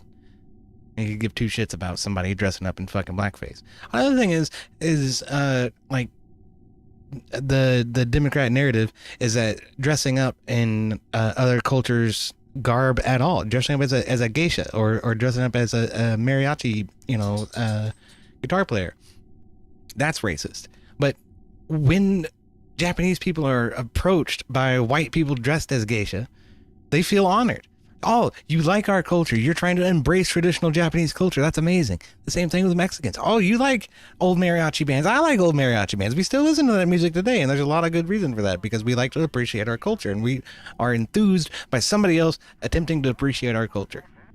That's actually a good thing as far as we're concerned. And that's most people's reaction to it, you know? A black guy in the South ought to be honored that somebody wants to dress up as Martin Luther King or as, you know, what? Oh, the dog has the bottle now. Martin Luther King or Diana Ross or Aretha Franklin.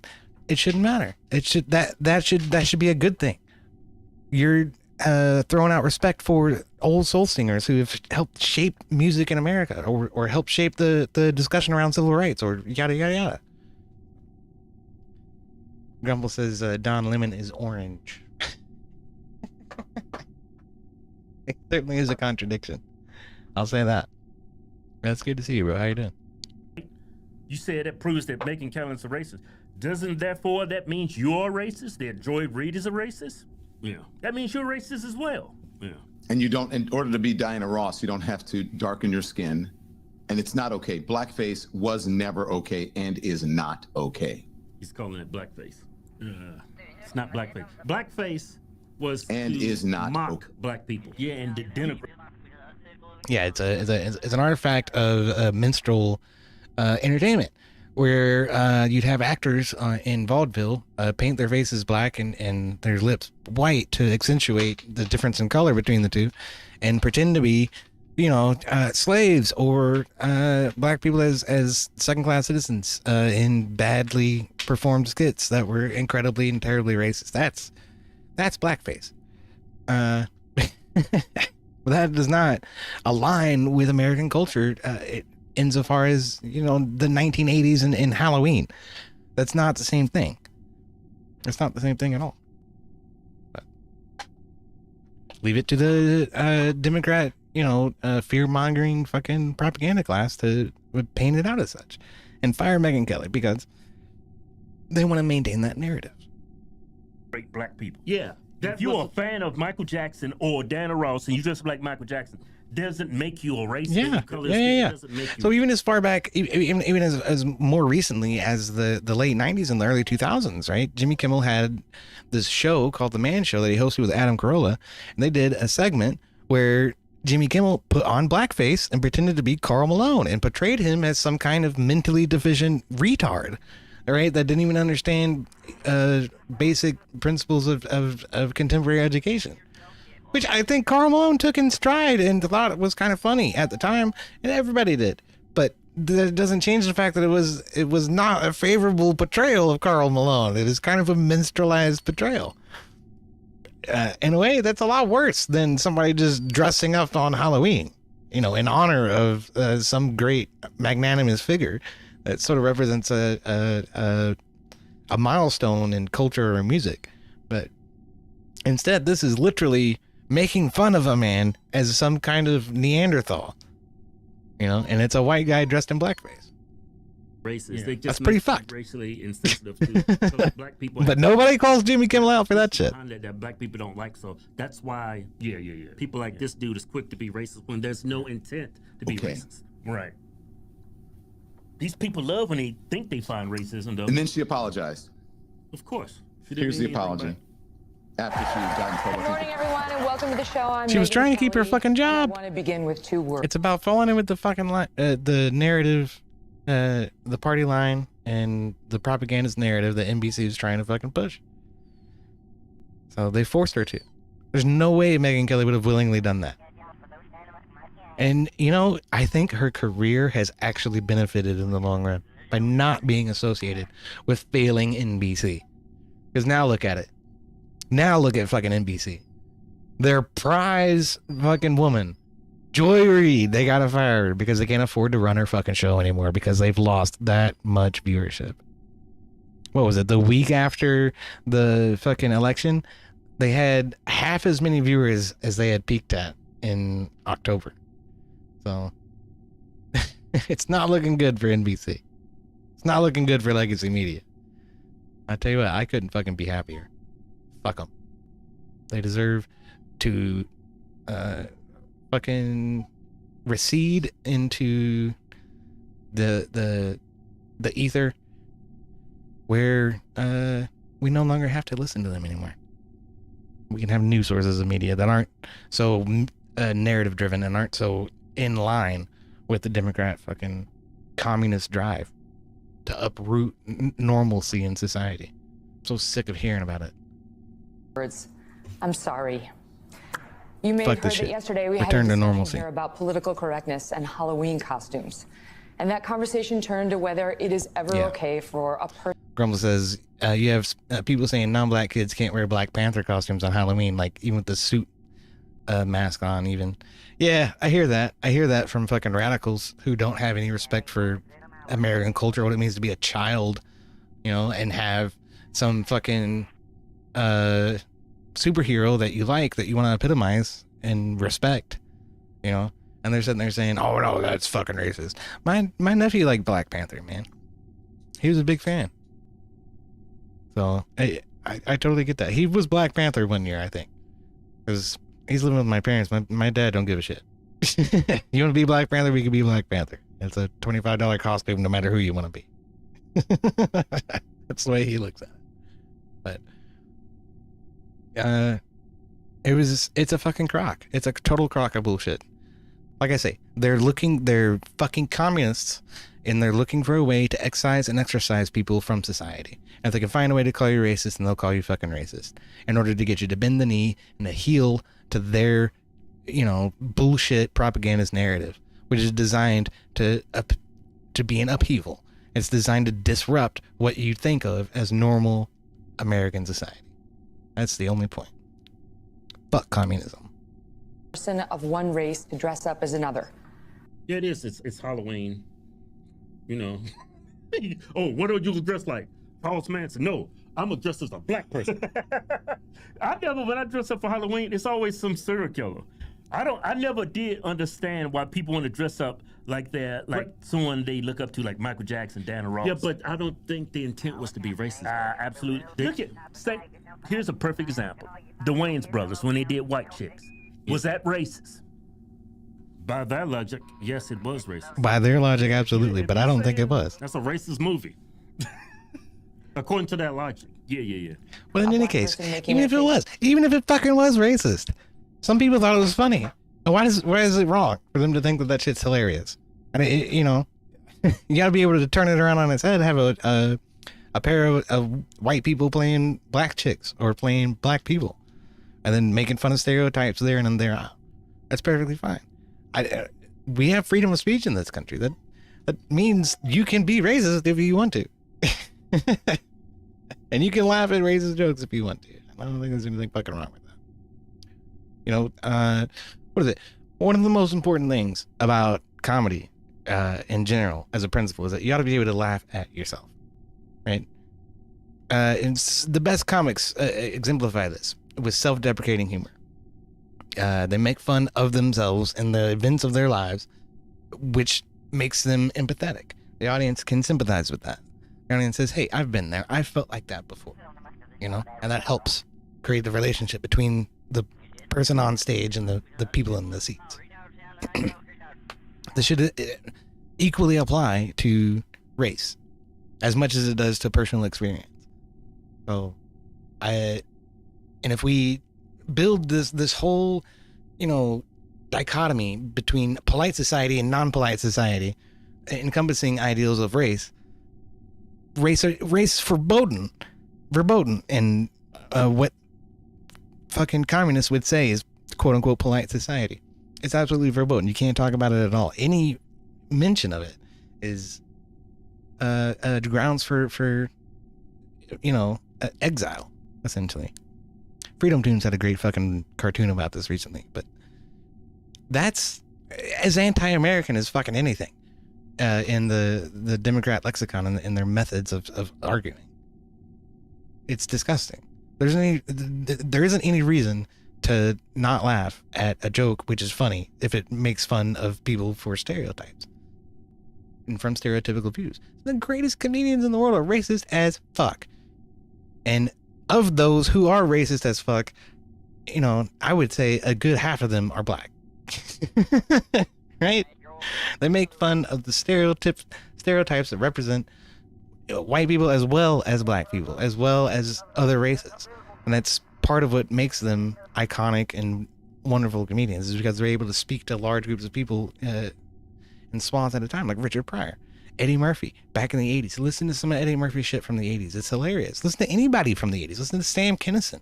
You know, these people had a completely different attitude about what it meant to be a comedian, what it meant to be an American, and what it meant to appreciate and honor free speech in all of its forms. Lighter or a white person. I would say that they were greater at it than people today. Complete. I defended the idea, saying as long as it was respectful and part of a Halloween costume, it seemed okay. Well, I was wrong, and I am sorry. She's sorry. One of the great parts of sitting in this chair each day is getting to discuss different points of view. Jesus. Sometimes I talk. So it's a double standard. Black people can dress up like Michael Jackson, but white people can't? Wait, but you see what she's saying in her apology. You get It's it, right? a double standard. Yeah, I mean, just black people's been through a lot in this. See, I don't think she actually lost her job over this, right? I think so. Yeah, just before we got in apologies, but I think that's crazy. Because the View, they have to do a legal note and an apology like every other episode, and they still got their job. Yeah, I don't think her racially insensitive, maybe, but racist, no. No, of course. And this is the hat. This is what he hangs his hat on, that she's a racist. Yeah, which makes him look very, very bad. It makes him look Talk, stupid. and sometimes I listen. And yesterday I learned. I learned that given the history of blackface being used in awful ways by racists in this country. Like when white people apologize, it's never enough. Right. Look at him. How long ago did this happen? Yeah. Look at this fool. Well, he's trolling his friend, Joy Reid, so. She's racist. Yeah. But the thing about it, this is all he got. That's all he got. This is all the criticisms he had when she made a minute mistake. You can't criticize. You can't take a couple of our videos and offer some constructive criticism. You can't, because when you look at Megyn Kelly, everything she says is 99% true. Everything y'all say on the left is an alternate reality. Yeah, it's a lie. And like you've been lying for like I don't know how long in this video. It is not okay for that to be part of any costume, Halloween or otherwise. I have never been a PC kind of person, but I do understand the value in being sensitive to our history, particularly on race and ethnicity. This past year has been so painful for many people of color. The country feels so divided. Yeah, but she seems sincere and genuine. Yeah. You know, but I want to see what he says. I have no wish to add to that pain and offense.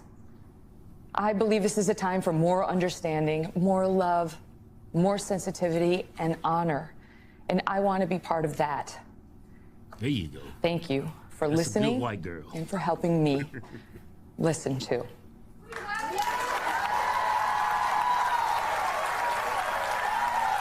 Look at all the black people clapping. Yeah, they love her as a person. They've been watching the show. Yeah, they knew she wasn't being racist. Yeah. Look at Don Lemmy. Why'd you show that part, all those black women clapping for her? Why would you do that? If you're trying to smear her, why are you showing all these black women in the audience clapping? Yeah. This makes you look like a moron. Okay. Oh, he don't want to see that. Girl, bye. What do you say? Girl, bye. You know what? You need to fire your producer, because they make you look like a total... Nobody can make... If you're white, you cannot make a mistake. You was a mistake to be on CNN all these years. That's why you fired. That's why you ain't on the network anymore. Yeah. Look at all the mistakes you just made in this video. You haven't offered anything to back up any argument. You haven't even presented an argument yet. And we're what, 11 minutes into the video? Yeah, I'm done watching them. Don Lemon, you've been canceled. Yeah. Okay, sorry, I had to let the dog out. It is fucked up that she apologized. She should not have done that. I agree. But, like I say, she was trying to toe the party line to keep her fucking job. It didn't work. She apologized, and it wasn't good enough. So, what's that to her? It's a waste of time. It's a waste of time to fucking apologize. That's eventually what people started learning. Especially after Megyn Kelly got canceled. But you can hear it from the horse's mouth if you want. Let's talk about Joy Reid. She, I was gonna say, I think she's doing a shit ton better on her own than she ever would under NBC's umbrella. I'll tell you that. And I'm happy for her and her success and all. I think she remains a very respectable lady and has some great based points of view. So maybe every once in a while she says some shit that's off the wall, but everybody does to try to get attention. So whatever. I'm so torn. Oh, Victor, I'm so torn. You know, I'm thrilled she's gone. She literally was the most racist person on television. Her and her most favorite guest, Ellie Mistel. So they deserve 100% both to be fired. But, you know, it's like we won't have her to kick around anymore. And there's a little sadness in that. This is one of the many reasons why most of us are absolutely delighted to see her get fired from this show. And it appears from MSNBC. Tonight, we believe, will be here last night. A little walk down memory lane in SOT 1. But in America, there's a thing about both white vigilantism and white tears, particularly male white tears. What a racist bitch. In general, because that's what Karens are, right? They Karen out, and then as soon as they get caught, it's like, Green Waterworks. Ron DeSantis has been waging a full-scale war against the black past. It's illegal to make white people feel uncomfortable in Florida. You also have the restrictions in what the fuck kind of racist bullshit is that? About race and gender for fear white children might feel bad when no, she's not on Fox. No. She was, but then she went to NBC, and then she got fired from NBC. She's been doing her own fucking thing ever since then. And like I say, it's been going great for her. So more power to her. I wish her great success. She's doing great things, I think. What's up, Abrams? Good to see you, bro. We're heroes. Do any of you guys trust Uncle Clarence? These Republicans are dangerous. They're dangerous to our national security because stoking that kind of soft white nationalism eventually leads to shots. Good to see you too, man. They're voting on race. The idea that they can't get whatever job they want, a black person got it. Remember that? She fucking stole Donald Trump's hairstyle. To try to pass herself off as somehow more presentable or more respectable. Ah, that was hilarious. Drive all the blacks out of the college. Then she stole Dennis Rodman's hairstyle. Just voting specifically on racial animus at this stage, it isn't about economics. They want to turn every state into no shit. Getting canceled from major media was a best thing for Tucker. Hell yeah, dude. He's been doing great fucking things too. Very happy with his success, and I wish him the best. But it seems he's been doing just fine on his own. I think Tucker runs like the biggest fucking interview show on Twitter. Like even bigger than Joe Rogan is, on Twitter at least. Nationalist hell. It's DEFCON 1, y'all. Take action. Yeah, I reckon I'm back. Stay woke. You stop gnawing on me? Stop it. So, we'll miss her a little, I guess. Victor, what do you make of the fact that even MSNBC finally had enough?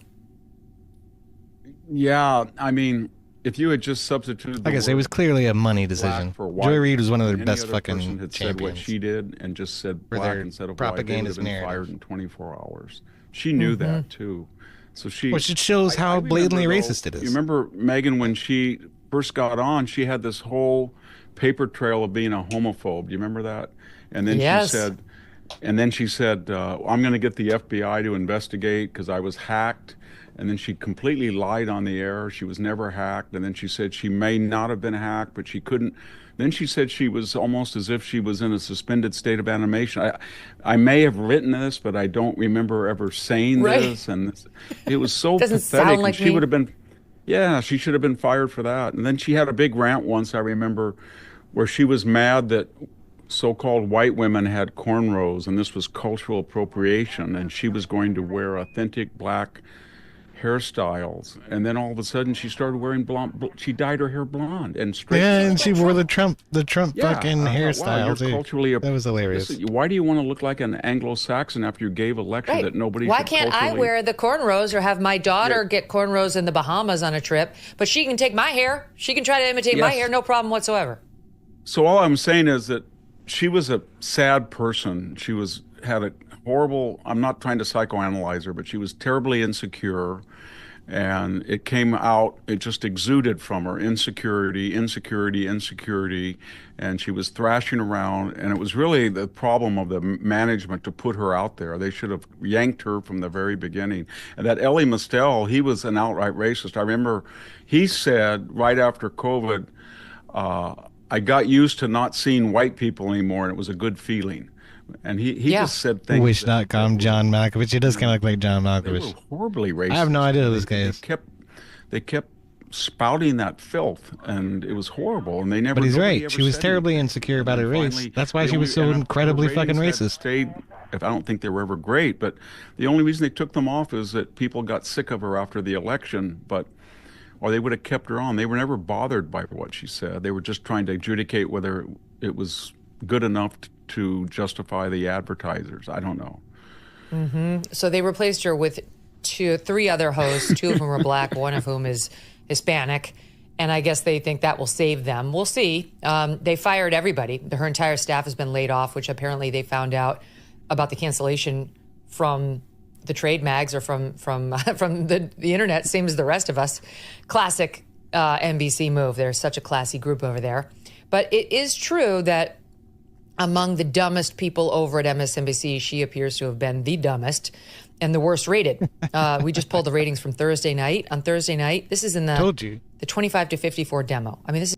It had to be a business decision because they wouldn't pull her willingly. You know what I mean? It's a do or die. It's a survival thing for NBC as a fucking company to continue producing her show at such an incredible loss because she was saying exactly the things that the propagandist fucking communists want to hear. It's just unbelievable. Like, truly, when I was at Fox, a bad night in the demo would be in the threes, 300 and change. But it was often 600,000, 700,000 and change. In the demo, those are now the overall numbers, the total audience numbers on a great number for most of cable news. Here's her demo number from Thursday night, 59,000. She was 4,000 away from Slashies, which is 9,000, which is 50,000. She was 59,000. That's what she got in the overall demo. She lost to her competitor on CNN, who had 104,000. Lost to Laura Ingraham, who had 389,000. Lost Fox the whole fucking kills ratings it race these days. inside MSNBC, where their great white hope, Jen Psaki, who's taking over now at 9. The great This is all white part of hope. a reshuffling. She got 65,000 in the key demo. 65. That's okay. That's their future. Rachel Maddow, she's their big star for $30 million a year. Rachel All you have to Maddow. pull is 144,000 in the demo, which I think is what we got. Like maybe overnight at 3 a.m. during a weekend program lineup at Fox. 144,000 Yeah, now, Grumple, earns like $30 years. million a year on MSNBC. For years, Fox has been getting more viewership than any of them, than all of them combined. Because nobody fucking trusts their fucking bullshit. And anything you do here on any of those networks, you have to fucking countermand with what's coming out of Fox in order to sort of get both sides of the perspective. You know that when you go to any of the NBC, ABC, CNN, you're going to get a leftist skewed point of view. And you know when you go to Fox, you're going to get a right-leaning skewed point of view. You know? And if you dig a little bit, you can find Newsmax, you can find OAN still on some carriers. But like I think I get it on Samsung TV Plus now. But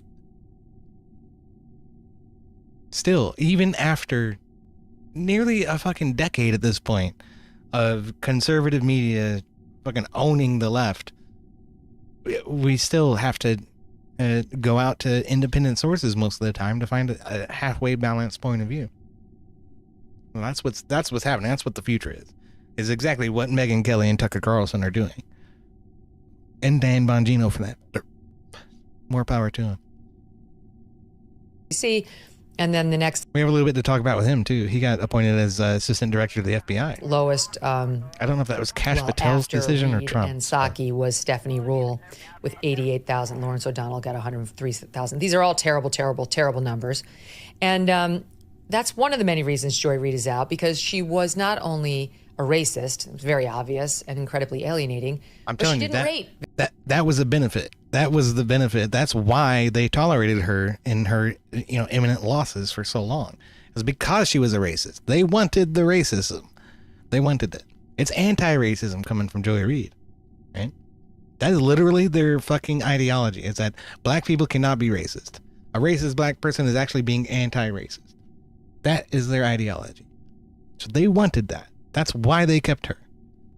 But the reason they had to get rid of her was the numbers. It just doesn't make sense anymore. Like I said, it's a matter of survival for the fucking network at this point.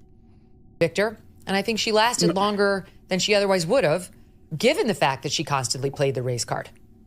Yeah, and one of the reasons they lost the election, there were many, but one of the reasons is that they were so anachronistic. They looked at these legacy media, NBC, ABC, CBS, PBS, NPR, LA Times, Chicago Tribune, Washington Post, New York, and they thought that because 60 Minutes, they thought that these were back in the 1960s or 70s with these huge ratings, and then they didn't realize that, Joe Rogan, your show, all these podcasters, all this, Fox is doing well, Newsmax had bigger than some of these people.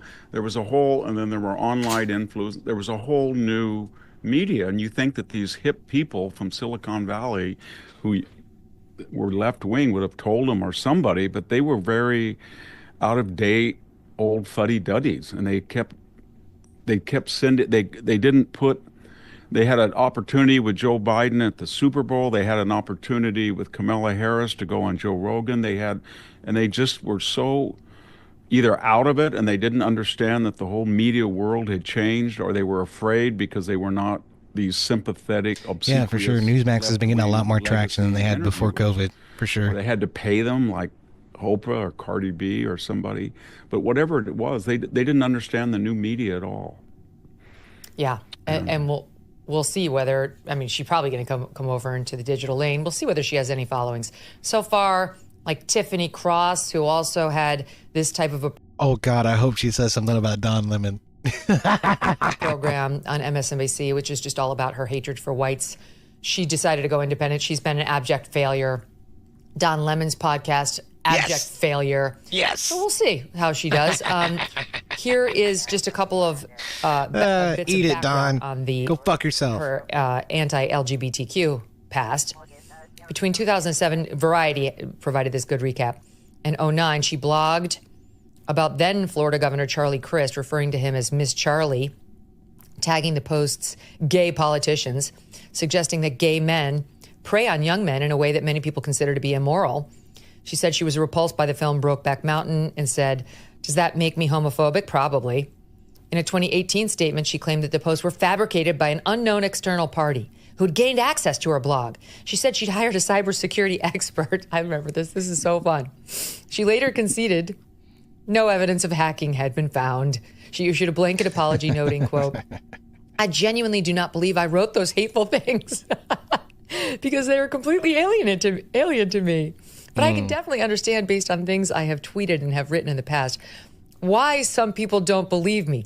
Also that because we have brains and we know no one jumped on your blog to write a bunch of homophobic stuff and nothing else and then got off."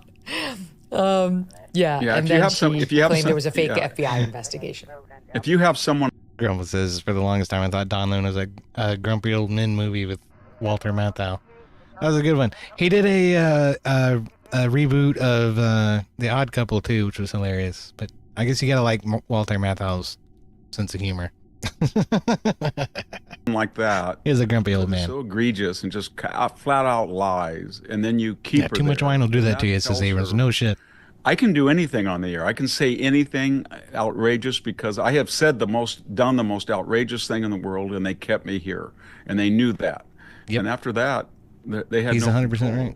Because she always felt she could play the race card because she had. Now we're burning for capture and around the same thing with her guests, and I think I was going to take a minute. Hold that thought for 1 second, because we have a little bit more, because the other thing that kept her on the air was her serious case of TDS. I mean, oh yeah, she's a massive Trump hater. They all are on MS, but my God, this woman's unhinged. A few examples. We've laid out the stakes in this crucial election. There, look, she stole. Oh fuck! She stole fucking Dennis Rodman's hairstyle now. First she stole Trump's hairstyle, and then she stole Dennis Rodman's. What the fuck?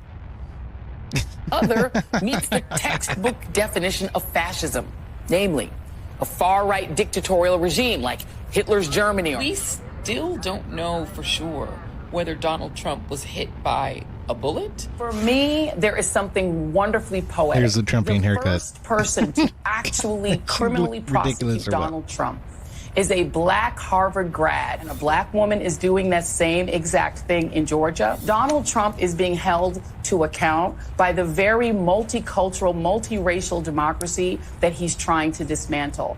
Go DEI. My DEIs are bringing it home. Which when chick? He's telling his... Megan's the only one who's been talking. But... God, Jen fucking Psaki. We'll circle back. You remember that? Let's circle back, Jen Psaki, to the time when you were fucking White House press secretary and you brought less fucking credibility to the office than fucking ragtag hair doll fucking Corinne Jean-Pierre. But voters. His black Haitians are violent cannibals. Black people are the enemy. Black people are going to be responsible if and when I lose, and you are permitted. Who the fuck ever said that? To do violence to. Who the fuck ever said that? Shut the fuck up, you racist bitch! I swear to God, they're all just fucking fear-mongering communists. Them. That is her interpretation of Springfield. It's crazy.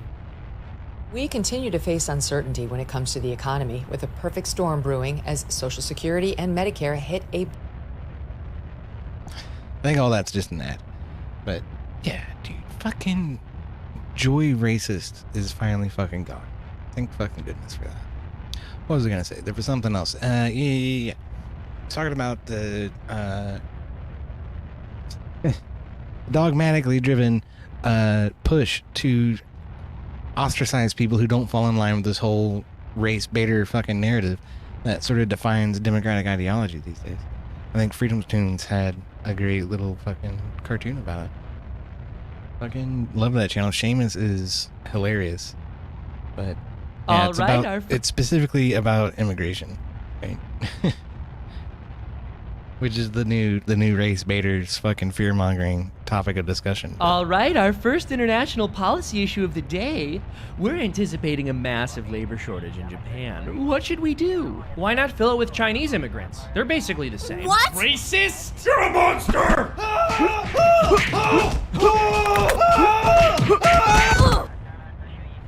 Puerto Rico could use some more workers. How do we handle that? Oh, I know. Let's put a bunch of Mexicans there. Dude, well, they're basically the same. Bastard! Racist! You are Hitler!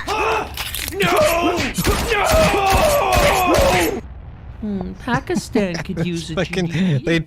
they tore his right arm off the first time, and then they tore his left arm off the second time. And they're beating him with it. Pakistan could use a GDP increase. What should we do? Don't! Let's fill it with Indians. They're basically the same. How dare you? Their culture matters! Demon! No! Back to hell! No! I think I've finally learned my lesson. Good. It's insulting to say that groups that are different are the same. Exactly. Ireland has a labor shortage. Any ideas? Let's send a bunch of Pakistani immigrants there. All humans are basically the same. No, wait. That's offensive. Pakistanis are not the same as Irish people. That erases their culture. What? Racist piece of shit! Wait, what? How? No!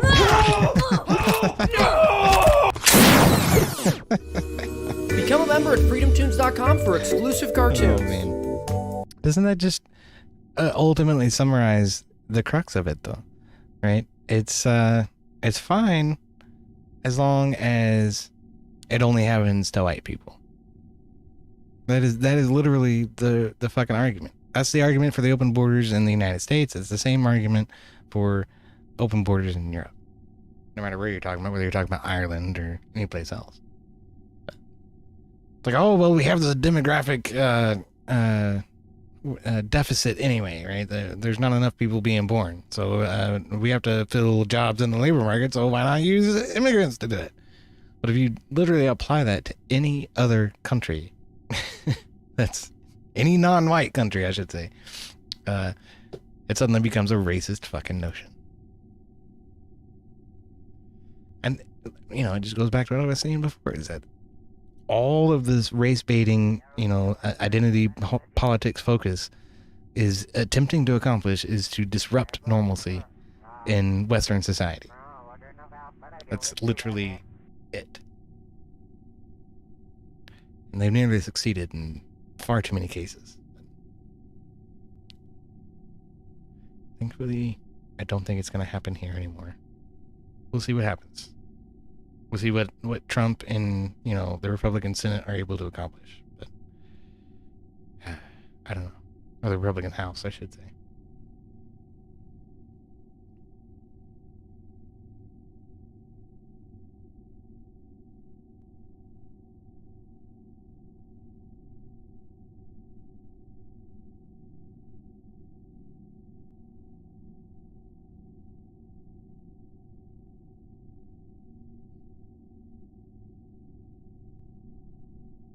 I never used Chatterino.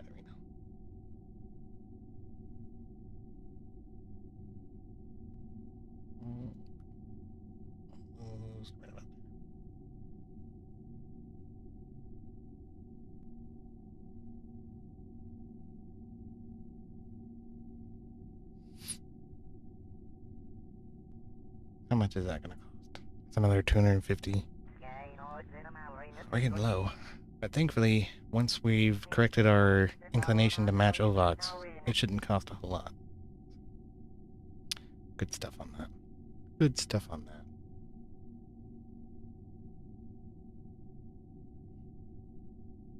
that. Fucking Habitual Line Crosser has another one out too. That guy's pretty funny. But he keeps using the same tired jokes. I don't know. It gets kind of cumbersome after a while.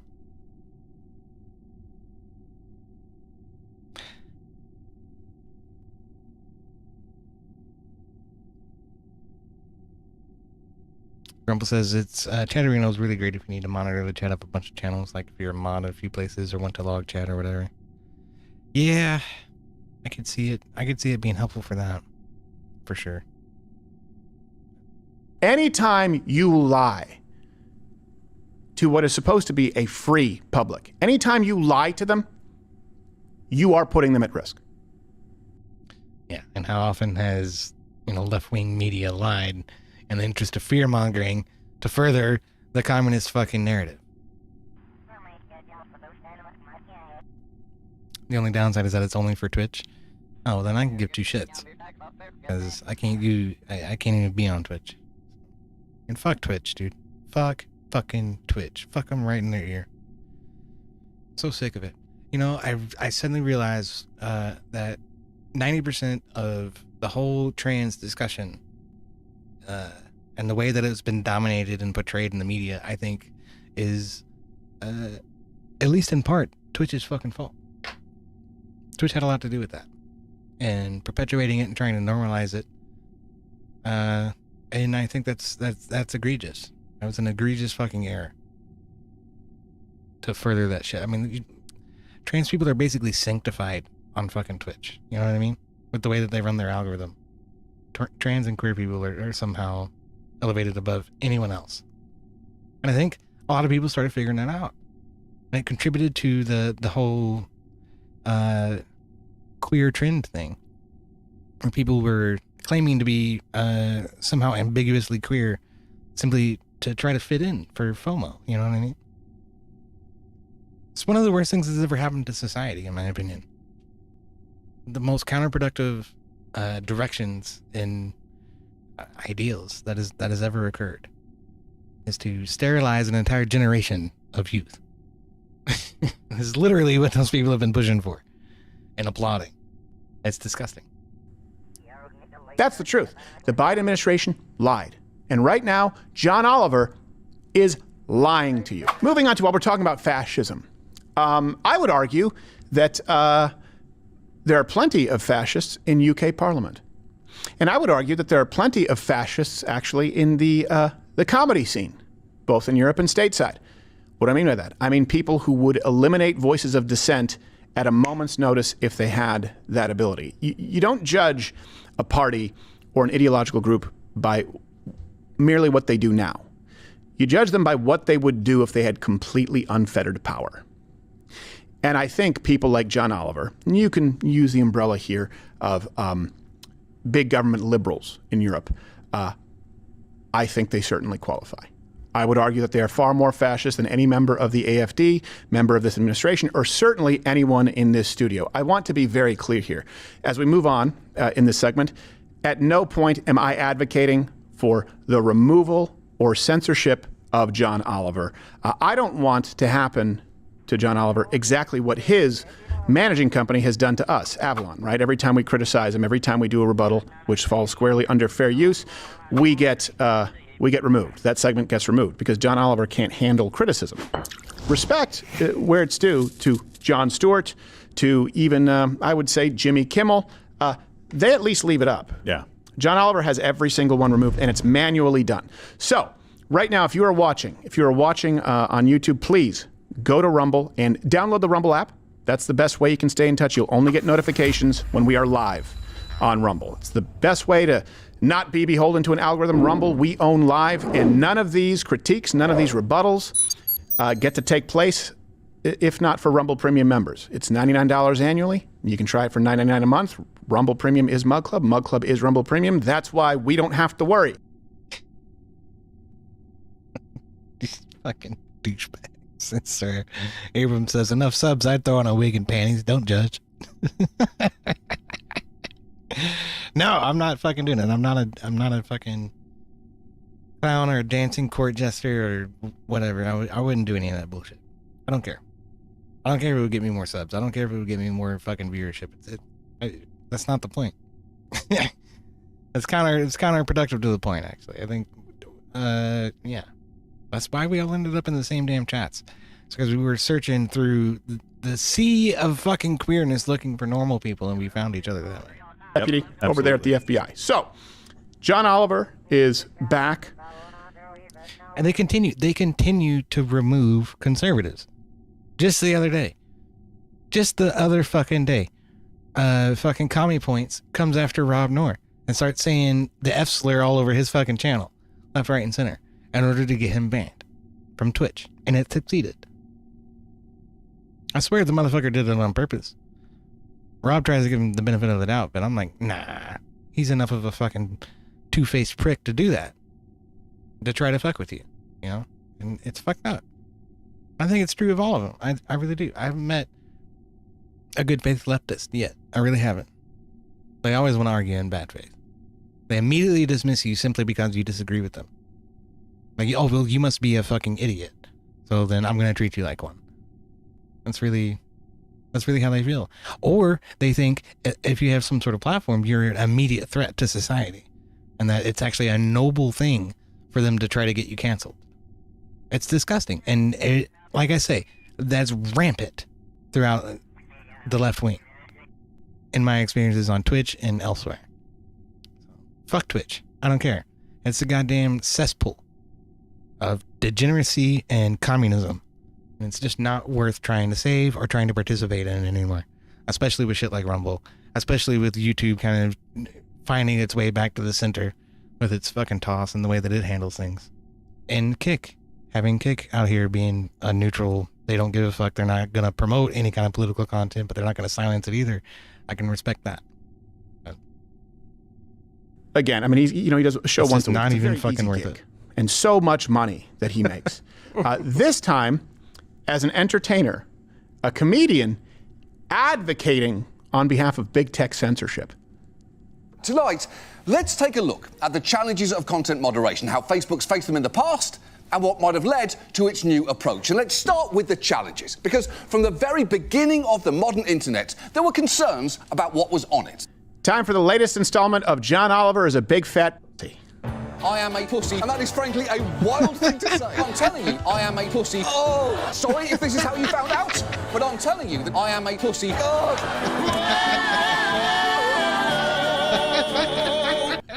Favorite singer ever. It's pretty good. That's fucking And for those of you saying that's ad hominem, yes, it's true because it's true. But let me explain to you the context. I use the term, I do use it as a pejorative. Mm-hmm. And by that, I mean that he embodies all of the negative feminine qualities that one would imagine, just like when you call someone a prick, it's a gendered pejorative, in that he is a gossip and he won't deal with confrontation head on as a man should, and he refuses to not only face criticism or face the people he accuses, but he actually has them removed from the public square. I think that is quite cowardly, and I think it makes him a... Now... What? Some of these clips are going to be shorter because maybe they can argue that the clips are too long. So maybe this will stay on YouTube, right? Right, Avalon, John Oliver, come on, sack up. Here's the first claim that he makes here. All references available, link in the description as we do every single show, something John Oliver may want to consider. Please peruse them. Makes the claim that Section 230 gives platforms the ability to moderate without fear, that's why it exists. But mostly, it allows them to moderate without fear, which is good. Because as scholars will tell you, content moderation is absolutely key to making the internet bearable. Okay, here's the truth. That's the exact opposite of what 230 was designed to do. 230 was meant to promote speech, not to censor it. 230 allows these big platforms, big tech platforms, to be treated as de facto utility companies. For example, like public utilities, like your phone service. Verizon or AT&T, if you guys don't have Pure Talk yet, or T-Mobile, they can't remove you, they can't deny you service if you say, hey, I hope the AfD wins the election in Germany, even if they don't like your opinion. Why? Because that would be a violation of them being a public utility. They are not a publisher like New York Times who can moderate not only the comments, but whoever actually publishes content on their platform. And they're liable for it. YouTube, Google, X, they were being treated far more like a public utility. That's what 230 was designed to do, which means that comes with the responsibilities of not censoring speech. So Congress explicitly stated in Section 230, the internet offers a forum for a true diversity of political discourse, unique opportunities for cultural development, and myriad avenues for intellectual activity. Here's the really scary truth is that the left misinterprets that very narrow window of content moderation that is permitted through Section 230, and that's what they focus on. So there's a very narrow window. In other words, to say, yeah, so 230 means that you can't moderate content, that you can't censor content outside of these bounds of the law, right? And they go, well, see, that means that we actually have the right, they should be censoring content. No, that's like saying, hey, hold on a second. Yeah, of course, everyone has to be allowed unless someone's committing a crime. So no one's allowed. No, but that's not the point. Section 230 specifically limits what platforms can moderate without becoming publishers, which means they are not, once they're a publisher, they're not protected from liability. Right. 230 protects them from liability if some, let's say, Nazi posts a comment that actually is Nazi-like. In other words, YouTube can't be liable for that. Why? Because they're a public utility. They're not censoring. So it's not their responsibility if it is used as a utility. Now, if they censor too much, that means they are effectively communicating a point of view. Yeah. Which means they're a publisher, like the New York Times, like Washington Post. Yeah. So, which means they're liable. A limitation of what they can moderate. To content, limited. That is, quote, fucking all of this shit that I'm talking about with Twitch. Fucking leaning on one particular way and letting radical fucking activists go around and cancel people that they don't fucking like is acting as a publisher under the guise of acting as an innocent content moderator, where their fucking terms of service change every 10 minutes anyway. So how the fuck are you supposed to keep up with what they deem is bannable and unbannable? The whole thing is just a gimmickified fucking Ponzi scheme. It's a, what do you call it? A 3-cup game. And all it's designed to result in is the silencing of right-leaning voices. Fuck Twitch. obscene, lewd, lascivious, filthy, excessively violent, harassing, or otherwise objectionable. That's the catch-all category that the left uses, the otherwise objectionable. But it's very clear that otherwise objectionable must relate to the words that directly precede it. So let me give you an example. Opinions, for example, on politics, or even opinions that you may not like on vaccines, are not obscene, they are not lewd, they are not lascivious, filthy, or excessively violent.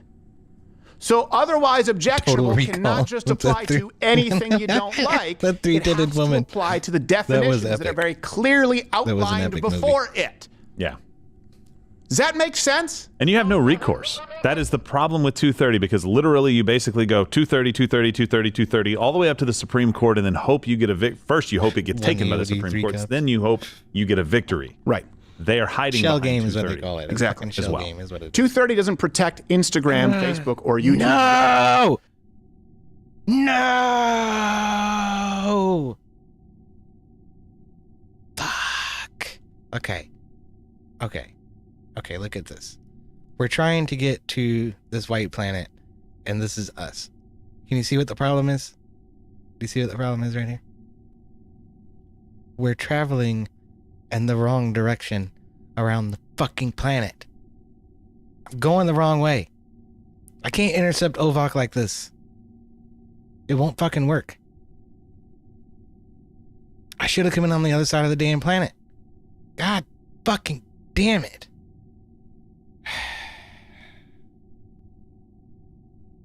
I don't think I have the Delta V to fix this either.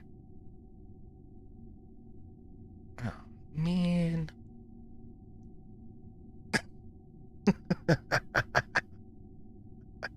Fuck.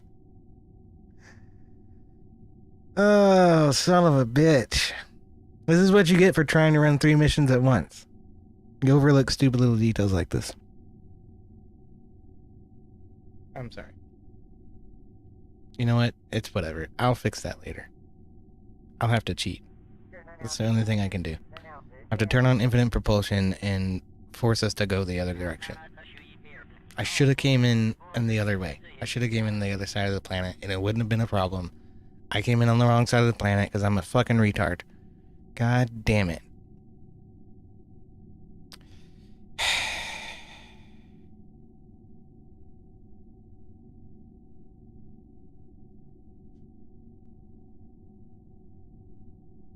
A lot of Delta V to capture in a retrograde. I know, and I don't have a lot. I have about 500. That's not anywhere near enough.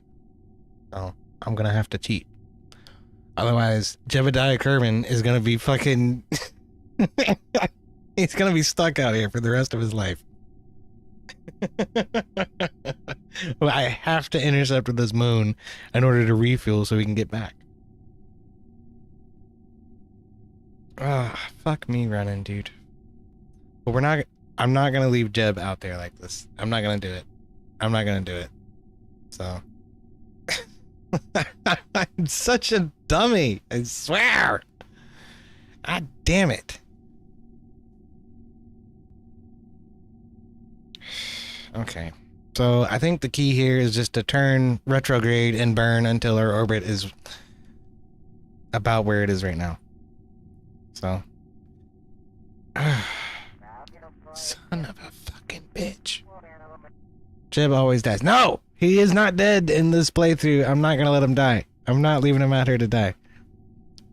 For those of you who don't know, Jebediah Kerman is the original pilot. You start with a crew of 1 pilot, 1 scientist, and 1 engineer. And another pilot. I think you do get a girl pilot from the start, Valentina. But Jeb and Valentina are your original pilots. And I have not had a single well, I've not had anyone from the original crew die yet. And I'm not going to let Jeb die. So, I'm not doing it. God, it sucks. I hate it, but I'm going to have to cheat. I don't care. Okay. So then, in theory, I just push until the orbits go in the right direction. And we stay as poised on retrograde as we can. So, let's do it.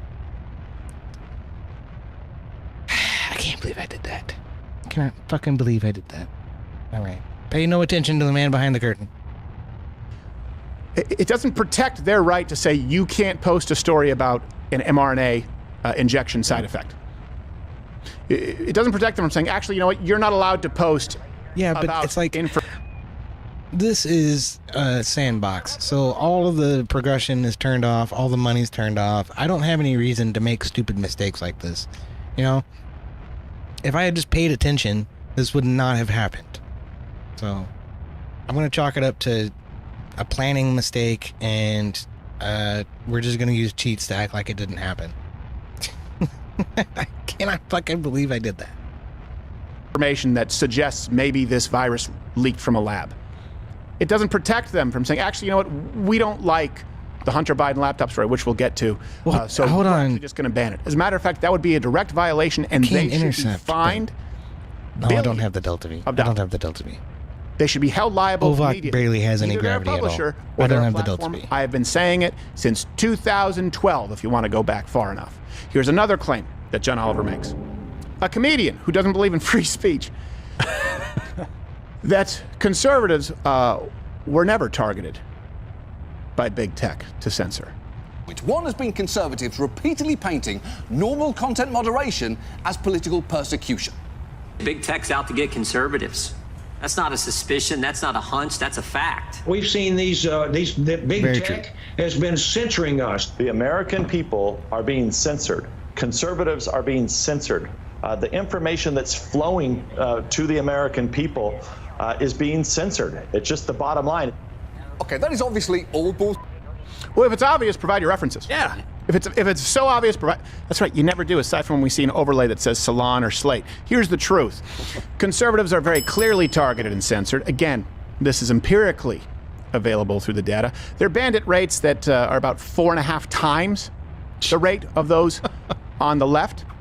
Okay, let me give you some quick examples. President Trump banned from Twitter, Facebook in 2021. 2022, you had Dan Bongino banned from YouTube, now going to be deputy over there at the FBI. Let's just give you some examples with us, right? The Twitter files named us as a platform, as a profile that was to be censored, throttled on their platform. Obviously, these Twitter files revealed censorship against the 2020 election, questioning it, the COVID lockdowns, the COVID vaccines. In 2019, we were at the center of the Vox apocalypse, where it was proven that we didn't violate any policies, but we were just demonetized, which is why we need your support over there at Rumble Premium, because we don't make any ad dollars on YouTube. Do you think that that might be some kind of censorship if you allow people to espouse outright communist views on YouTube and be monetized, but you demonetize, ergo throttle, shadow ban a channel that expresses, I don't know, pro-life views, that there are only two genders, those kinds of views, that maybe it wasn't the most free and fair election of all time, those kinds of views?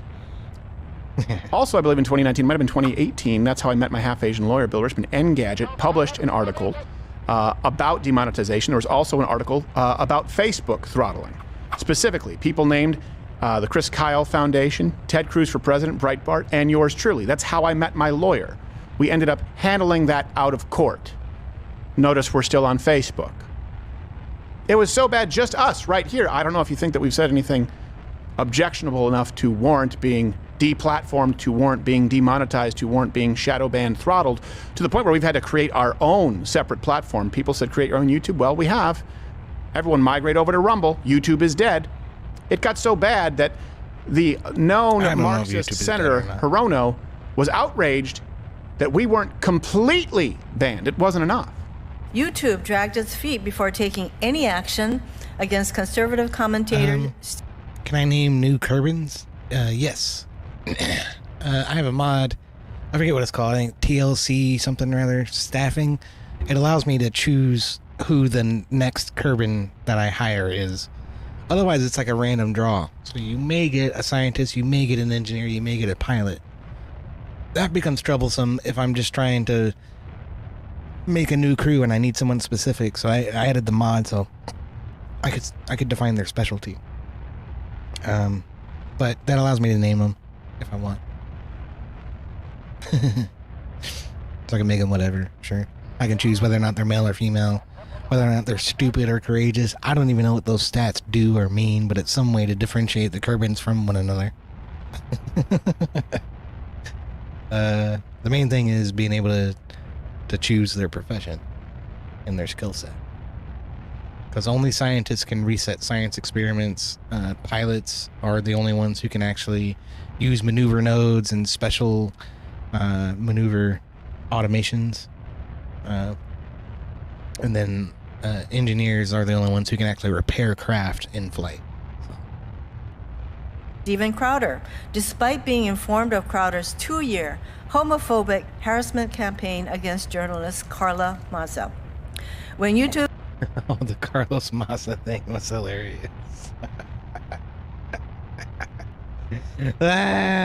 Fucking Hirono.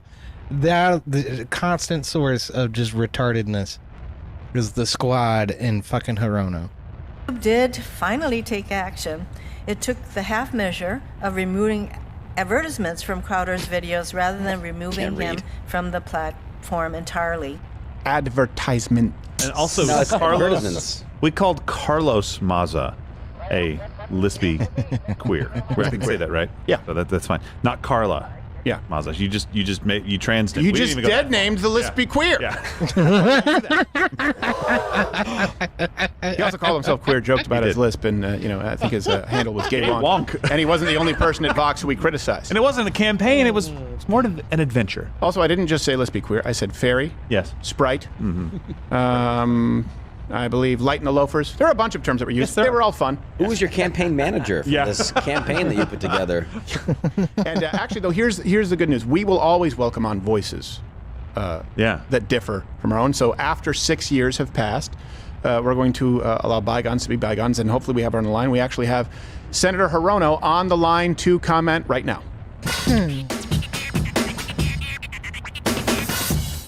Senator Hirono, welcome back to the show. Oh, shit. Hello, Steven. Oh, shit. Now, before we begin, I want to remind you that this conversation is on the record. Okay. And I will hold you accountable. Well, I expect no less from you. I wanted to talk with you today about how you encouraged the outright censorship ban on me 6 years ago. Well, maybe we can get together sometime and, discuss things further.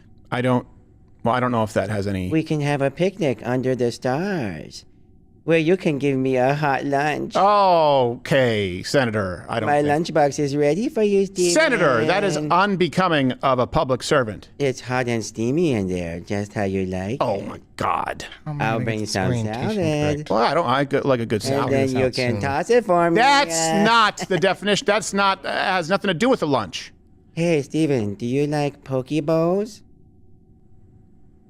Actually, yeah. I mean, I'm not sure how to answer it, but I do, actually. I'm not hearing an answer to my question. Okay, yes. Poke bowls are delightful. I'm a fan. I'll let you poke my bowl, Steven. Senator, that is completely inappropriate. You can be my bucking bronco. No. Would you like to give me a Cleveland Steven? This has nothing to do with what we're discussing. Stop. And then you can finish with a dirty... I don't want to do that. No, Tim, cut it. Steven, I'm horny.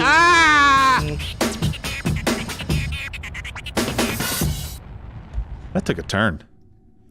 He's a saucy mix. We're headed in the wrong direction. The next claim that John Oliver makes, and they love to do this. They try and steer into it to cut it off at the pass, right? Conservatives are not being censored. They are. The Hunter Biden laptop was inconsequential. No, it wasn't. So he tries to say the Hunter Biden laptop was actually never censored. You dreamt that. Back in 2020, while Trump was president, social media sites got a warning from the FBI to look out for hack and leak operations before the election. Then, in October, the New York Mark Times Zuckerberg admitted to it. They claimed belonged to Hunter Biden, which had been given to them by Steve Bannon and Rudy Giuliani. Facebook and Twitter were wary of the story. Twitter briefly didn't allow people to post links to it, and Facebook allowed the story to be seen and shared, but limited the article's reach, only to remove that restriction soon after. Just that wordplay. Here's the truth. It was real, it was authentic, and it would have made a difference in the 2020 election. They were wary of the article. Okay, why? Well, because the FBI reached out to them. They allowed it to be posted, but they reduced its reach. Okay, so it doesn't exist. Just think about that for a second. Yeah, threatened to shut them down. The use of force was threatened. That is incredibly simply by the important FBI contacting. As far as information to the American public.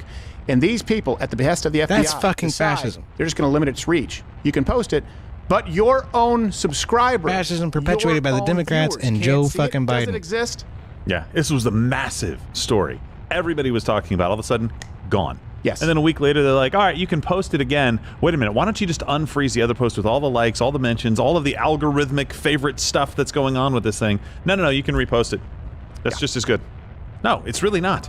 The reason that it wasn't being allowed to spread was because the FBI, for example, met at least 5 times with Google alone prior to the 2020 election. 5 times the FBI met with them. While the FBI had the laptop and they knew that it was legit. Yep. They had already procured the laptop. It had already been authenticated. They knew that it was real, and they met 5 times just with Google. I'm willing to bet dozens of times with the heads of big tech to ensure that it wasn't allowed to be a story that the American public knew about. By the way, this is the laptop that Mayor Giuliani authenticated for the first time, showed it to the world live on our show. Have you seen the pictures? This guy. That's true. I remember that. The crack pipe? I saw that. John Wright, I have. Oh, wow. Does he at least look like cool? Unfortunately, I can't show them to you right now, but this is the hard drive they're on right there. Gosh. Oh, my word. And Mark I didn't know what I was looking at. I had a tiny monitor. I'm like, okay. John Wright, I do. And people now saying about Mark Zuckerberg, they're saying, oh, well, he's just doing this now. He's trying to appease the people in power. Well, okay, sure. But if he's trying to appease the current administration in power by saying, we are not going to censor opposing points of view on Facebook anymore, that's different from him having to appease those in power under the Biden administration. And he admitted to doing that. He admitted to being pressured by Biden to censor content as it related to COVID, as it related to elections, and he apologized for it. In other words, the pressure being applied is not for the same reason. One applied pressure to censor. One has applied pressure to no longer censor. Can you spot the difference as far as how relevant this was? Again, no one could reach it at that time, and everyone thought, for a good period of time, what he omits, people thought it was a hoax. Right? People thought that the story was a hoax. Yeah. It was Russian disinformation. That's what our intelligence agencies said. If they knew at that time, during the election, that it was real, that it was Hunter Biden's laptop, that the content in there was authentic, 17% of Biden voters would have changed their vote or not voted, and that changes the outcome of the 2020 election. It's not that it's the only example. It's the only example where the left was caught irrefutably, and we know that just that one example would have changed the outcome, changed the course of American history. That's why we point to it, because you'll dismiss everything else. Say, that's clearly bullshit as far as censorship of conservatives, 4.5 times the rate. As far as demonetization, as far as throttling, Twitter files, Facebook leaks. You'll dismiss it. This is one you can't dismiss. So what they do is they skim past it. Yeah. Here's another claim that he makes. And this one's just, he doesn't really have a basis for it, and I'll get to why, but that conservatives actually need to be censored because they're more likely to spread misinformation. First, to the extent their posts do get flagged more, that's probably because conservatives tend to be more likely to spread political misinformation, according to numerous empirical studies. Okay, here's the truth. But my study, bro. Now, I'll start with the exact same study that Oliver cited. Now, he doesn't publicly post them, so we have to go find them. It says, it is not yet known whether conservatives are more prone to spread misinformation across virtually all situations. Well, that's his own study. But that doesn't make it obvious. Right. I didn't read to page 2, Stephen. I can't be bothered to read what my intern sent me. Other studies, meaning all other studies, show that sources of misinformation come from both the left and the right at similar rates. Here's the other thing that he's not mentioning to you. Those who determine what is and what is not misinformation, the fact-checking sites, we now know are radically left. And they don't rate leftist misinformation as misinformation at all. Politico, Washington Post, AP, Reuters. Keep in mind, these are the same places. User notes are changing that. Who didn't rate it as misinformation when those on the left were saying Ilhan Omar didn't marry her brother. They had the marriage certificate. They didn't rate Russia collusion as disinformation. You know what? Perfect example, Hunter Biden laptop. It was never rated misinformation, at least not initially, when the story emerged that it was Russian disinformation. That was, in fact, misinformation. Mm-hmm. It was a real laptop. Yeah. Or how about all the bullshit about criminal activity of the Biden family? The left said it's. I was going to say the fucking lab leak These theory. fact-checking sites. That's another great example Label of that it. misinformation. So the fact that we have any studies that They show labeled all that with propaganda and calling it misinformation, and lo and behold, surprising years to me later we because find out, who's that's going to actually the call most the left on likely misinformation. That's Who's actually the going most to likely conduct cause. that study? They define it. That's my problem with hate speech, misinformation, disinformation. They define what that is and then go, see, you fit in the definition. Of course I do. Right. You drew me into it. Like you drew the circle around us and said, that is misinformation and disinformation. And by the way, you forgot 2022, not even being able to cover the midterms because YouTube kicked us off. That's right. YouTube, sorry. YouTube kicked us off. We weren't, biggest election stream of all time, we weren't able to cover it. Yeah. I believe that because you quoted the CDC. But probably. That was one of them? No, that was one of them. But Carrie Lake was the one, I think she was talking about her own election, which she ended up winning, the runoff. Yeah, Or not that's the right. runoff, but the primary. Right. Yeah. By the way, as far as misinformation, references available, this very program was rated as completely untrustworthy, not because of facts, but because of jokes. Inclination's Look at gonna where be we off are. again. We are worse misinformation than Russia today. Yeah, they're like, no, they said they had Mazie Hirono on the show, but I think it was a guy. Yes. We reached out to them. They said, well, the insults actually make it less trustworthy. Humor. They're like, Really? So that's what justifies it. Okay, well, here's another fact check. You fascist cock. How about that? There we go. Oh, we just moved closer to misinformation, even though we're the only ones who actually provide the information publicly available. Yep, we make jokes. There's ad hominem. It's childish. We insult. Guess what? We also hold all of our information out for everyone to see. Go check the ones today. Largely leftist sources. Just as left as John Oliver to make our point. Here's another claim that he makes, as though it's relevant. He says, well, it doesn't matter because there are 3 times as many conservative influencers as liberal ones. 3 times as many explicitly conservative news influencers as liberal ones on the site. Okay, here's the truth. Yeah, that's in spite of the left, not because of it. Sure, we're here, but we weren't here for the 2022 election, and we have been demonetized, unlike those on the left. So those on the left, like yourself, are favored in the algorithms. We're technically allowed to be here when we're not suspended, but we're just demonetized and shadow banned, which, is what you call fairness. And by the way, the reason that conservatives moved online early on, it's the same reason that the only way that you know about Monica Lewinsky and Bill Clinton is because of Matt Drudge, the Drudge Report. Yeah. All the other major publications, mainstream publications, had that. They had that information. They had access to it. They punted it. Matt Drudge didn't. Okay? That's the only reason you know about that story. Because he went online. Because no one would cover it on ABC, NBC, CBS, CNN. The Drudge Report kind of sold out big time, touch though. it. So conservatives, They're knowing kinda they trash wouldn't now. get a fair shake in legacy media, immediately jumped on online Was a content. good source The same back in the reason day, that though. Joe Rogan created Back his when podcast. Alex Jones was anti-fucking Bush and anti-conservative, and everybody fucking forgets that ever happened. Yep. Online.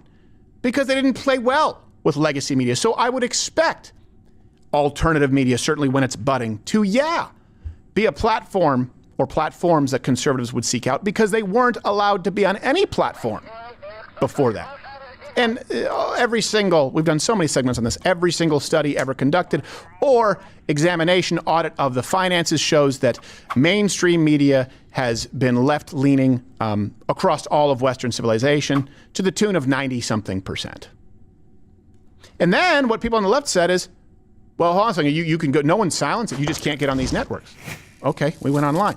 Okay, now we're going right. No one's saying you can't. No one's saying you can't be online. You just can't be on YouTube. You can't be on and then I Facebook, can you can't turn be on off X. Infinite. Go and make your own internet. Well, we did. We did. And then Truth Social gets banned by governments. And then Rumble gets banned by governments. Yep. We migrated from YouTube, never should have had to Rumble. And then governments still try to ban Rumble. And not just governments, but Diageo and advertising agencies say, hey, Rumble, unless you remove Louder with Crowder, we will never advertise. We will render your entire company financially insolvent. Does that actually sound like go and make your own platform? They constantly move the goalposts. Yeah. The only thing that's consistent is they don't want voices with which they disagree. Exactly. They don't have control of the space. That's what they want. You're Right. right. We created it because they owned all of media. All of it. All of the pillars of media were owned by the left. All right, we're going to go over here. You're just mad that we went to the medium that more people watched than you. Right. You're pissed off that we saw where the puck was going, like you like to say, and we went there and did a better job than you guys. All we're saying is don't screw it up. It's fine. Come in here and have your bad ideas so that we can point and laugh at it. John Oliver, never go away. Please don't go away. Please, fantastic to debunk you. I still miss the days of Samantha Bee. You do? No. It was fun. Oh. Laziest woman in show business. Sorry, I mean beautiful and brave. Where's the Let's Be Queer women? Here's Where's the Let's Be claim that John Oliver makes.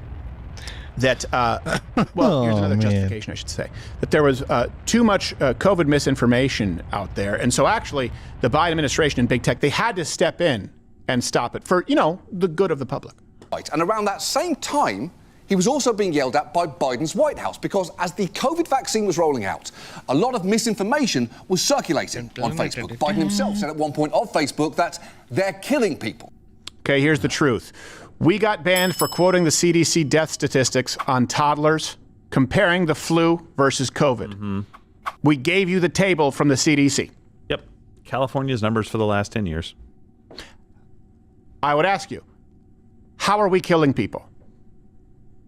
How are we killing people in saying that far more children, I believe under the age of 5, die from the flu every year than total have ever died from COVID? How are we killing people? I would argue that you are putting people at risk by lying to them for political expediency. So he says Biden was concerned about people dying. Okay, we quoted the CDC, we were removed, suspended.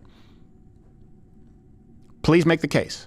There are hundreds more like them. How about a governor and doctors from some of the best medical institutions around the world, Governor DeSantis, being removed from YouTube just for talking about it? Right. Do you remember that? Yep. Well, here's the other truth, is that the Biden administration launched an unprecedented, in the United States, massive online censorship campaign, even creating a department. The only reason that department didn't last more than, I believe, 3 months is because people on alternative platforms were able to cover the corruption of the department. They even included the kind of content that needed to be censored. Any evidence that the government may have mishandled the epidemic. I don't know if you know this, more COVID deaths under Biden than Donald Trump. How many lives did he save? He came in starting on third base. Already had the vaccine, the mRNA injection. Already had the lockdowns, the flattening of the curve. Already had all of the information. We'd already done the social distancing. People were wearing masks. Support of the media? Yeah. How did Biden end up with more deaths under his watch? Can you explain that one to me if he was so busy saving lives? Hey, maybe because at that point in time, information that actually could help people, like, I don't know, the death tables from the CDC were being censored. Think about it. Hold on a minute. This is the issue, is when you censor based on political expediency, guess what? You do so and you have to place it behind this veneer of public safety. You actually put the public at risk. Anytime you lie to what is supposed to be a free public, anytime you lie to them, you are putting them at risk. That's the truth. The Biden administration lied. And right now, John Oliver is lying to you. And he won't allow himself to ever be called on those lies. This is not ignorance. This is proactive lying. I would argue this borders on propaganda. He will never put himself in the arena to defend the lies because, as we have said, John Oliver is a big old pussy. I am a pussy, and that is frankly a wild thing to say. I'm telling you, I am a pussy. Oh, sorry if this is how you found out, but I'm telling you that I am a pussy.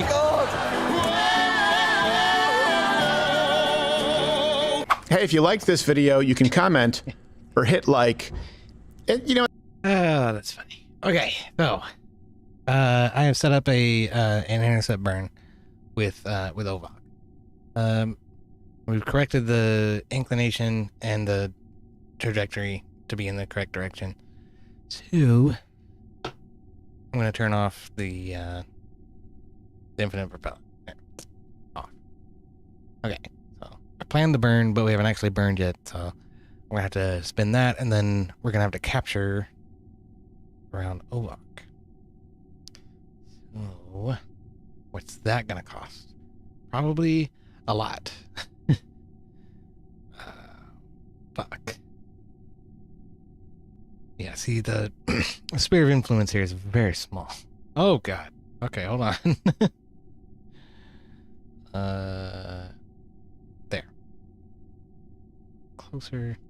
A little closer. That's too close. There. Okay, hold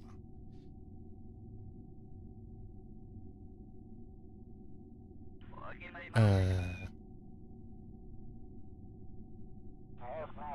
There. Right about there. What's that? 37. Oh, that's not too bad. Okay, cool. I can live with that. We have to do an inclination correction to match up with the station, and then burn to meet the station, which should not cost a lot once we're in orbit of OVOC. All right, good. So, this burn is 28. It says it wants 4 seconds for that burn.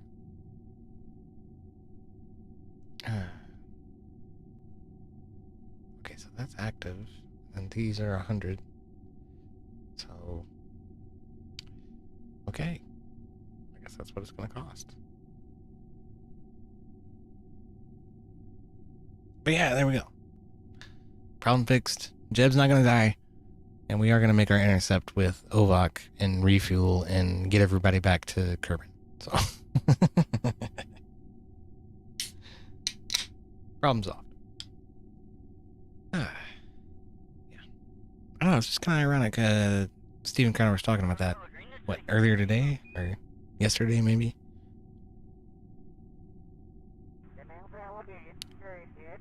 It's an ongoing issue. It's fucking Democrats censoring the opposition. That's why they, they can't allow freedom of thought because their ideals suck. And if they allowed their concepts of, identity politics to be challenged in the free market of ideals, the crucible of open debate, they would fail. As they did this past election. Cheers to that. Cheers to that, I say. There's hope for humanity after all. At least a little bit.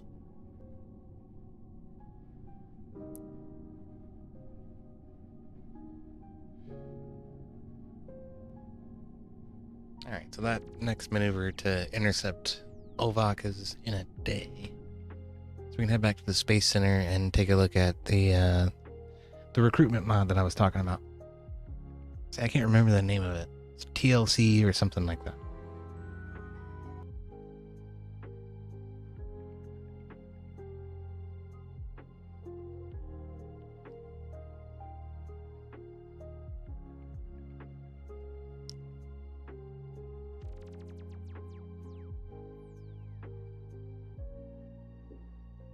This is the problem with trying to stream Kerbal Space Program, though. It takes forever for anything to actually happen. And when it finally does, it's kind of over within a few minutes. It's like crashing the transfer vehicle on Tecto.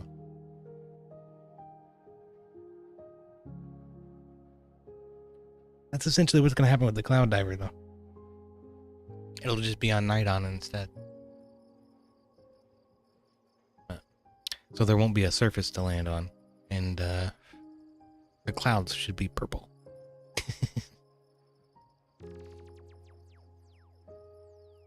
I am thoroughly impressed with this volumetric cloud mod, though. It's really cool. Hard to see them at night, but anyway, we head over to the astronaut complex, I believe. Yeah, there we are. The Reed Panda Placement Services Center. So, yeah, I think it's TRPC or something. TRPS. Maybe. I don't know. Yeah, they could be male, female, or I can set it to random. Pilot, engineer, scientist. I can hire, 25 at once if I want. And it picks out names by default. If I just pick one, I should be able to change it. Yeah. So. Yeah. I'll call this one Dingleberry Kerman.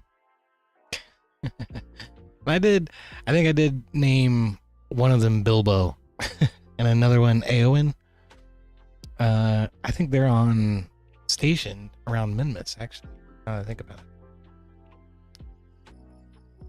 So.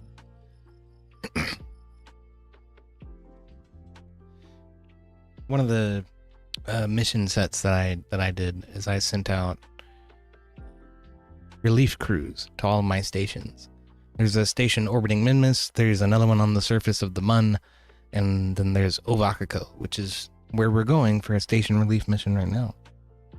But Grumple Kerman? Yeah, I can name him Grumple Kerman if I want.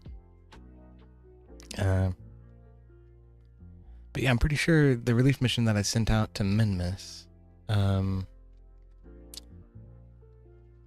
had some Lord of the Rings named dudes on it. Either this one or the one that's on the surface of the Mun. I can't remember which. Or maybe they may be the current crew of Ovakiko. We'll check. Plus, one thing you can observe is the sort of iterative development that I've been through in order to decide what these stations and these deep space exploration vehicles should look like. Because all that has just been me sort of learning the space station parts and the different fuel types and stuff. Chris, it says there's a mod that automatically names them with your Twitch viewers. I don't know if it works for Kick though. Yeah, there's one where you can just feed it a CSV and it'll name them off that CSV. Which, you know, you could use Patreon subscribers or whatever for that.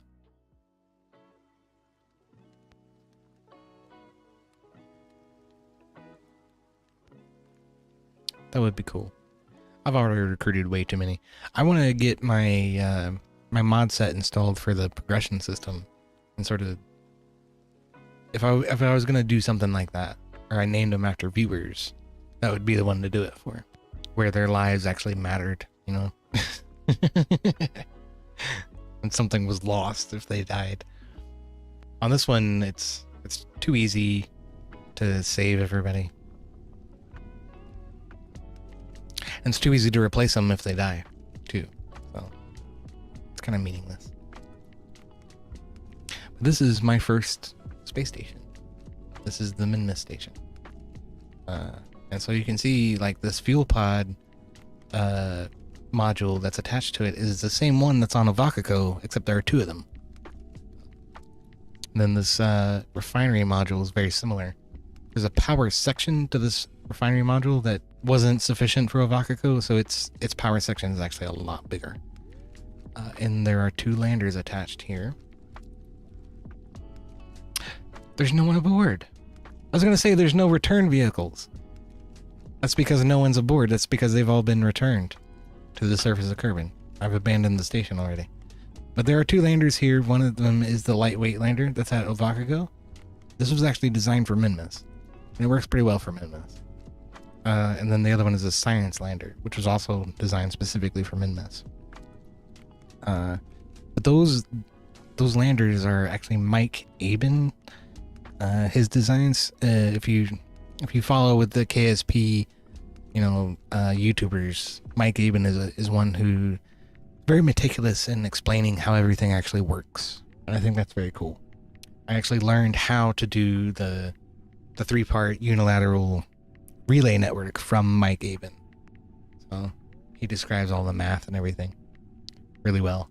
And so he designed these two landers. And so I sort of just adopted those from his designs. They work really well. Very helpful. Also, my Kerbin return vehicle, which is designed to return from the surface of Kerbin, or rather the moon, the Mun. That's also a Mike Aben design. But the big lander I designed, the one that I actually use for OFOC, and the lander that's on the EoDSA Mark II is one that I designed. And these space stations I sort of designed myself. But yeah, that motherfucker's empty. I guess I'm done with Minmus. I have put 3 flags on the surface of Minmus, different landing points as a rover. We've been to all the biomes and stuff. There's not a lot to see there. Minmus is pretty drab and desolate. It does have these frozen lakes, which are kind of cool, and very low gravity, which is fun. But otherwise, kind of boring. All right, let's head out to the Mun and see who's on the surface of the Mun. So, come down here to the Mun. It has one of those unilateral networks too. But here's our surface station over here. If we go up here and I just focus on surface stations, that's the only surface station I actually have. So, switch to.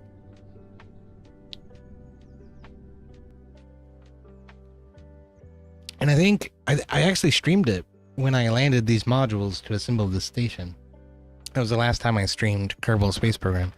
It's been like a year ago now, but that just goes to show you how long I've been working on this playthrough. And getting all this stuff into orbit and into place and screwing around with it. I'm just now getting to the point where I'm visiting the outer planets. So that's why I feel like an interstellar mod is really just over the top. I mean, there's so much that you can do just in the default, Kerbal Space Program system, that adding just the outer planets gives it essentially a whole nother dimension of the game. It's essentially a DLC that about doubles the amount of content in the game. It's really cool.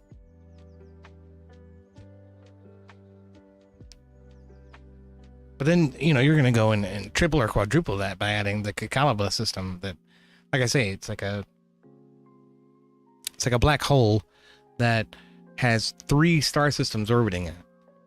One of those star systems is like a binary system. That shit's nuts.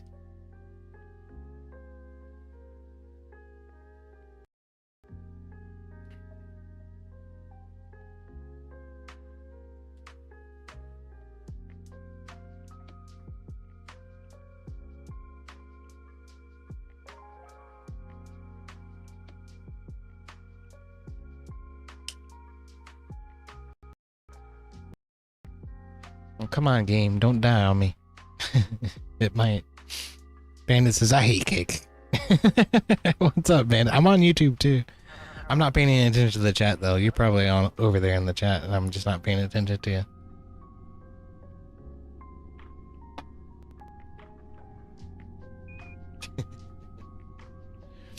I'm sorry. I've got the kick chat is integrated into my OBS, but the rest of them are not. There it is. All right.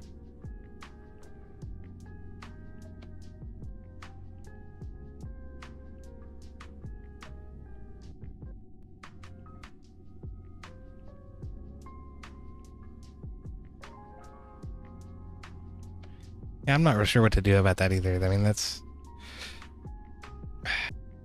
Are we alive? Is it alive? Yeah, it is. All right. Twisted says, my ex-wife has a large black hole between her legs. Very funny. But you can see here, there's this lander over here is that is the KRV. That's the curve and return vehicle. And then attached to the station is this, I call this the moon truck. And half the payload of the moon truck is designed to get it down to the surface and then hook it up to the station. And the station actually mines and refines ore into fuel, and it sucks up the fuel as half the payload. So half of it's payload, half of it is fuel that it needs to get into orbit and to come back. And then I put it on wheels because I find it incredibly difficult to land on a docking port. I think that's nearly impossible. So instead, the goal is to land the moon truck somewhere nearby, and then I roll it over here using the wheels, and it connects from that. So, it's kind of a gangly sort of thing. It's very top heavy. Very possible to tip it over, but it works. The engines are up here up top, so the exhaust doesn't damage anything, and the wheels work. But yeah, this is not the crew I thought it was. It's Steldoc, Melly, and Rayrod. Those are the only people here. I don't know how Steldoc ended up with purple hair and Rayrod ended up with red hair. I think that might be part of my staffing mod that I added. It's just as a random characteristic trait that changes about them. Their appearances are normally not that varied. So that's kind of cool. Still, we haven't found Bilbo in Eowyn. So I guess they're on Ovakiko. So they're the ones we're trying to relieve right now.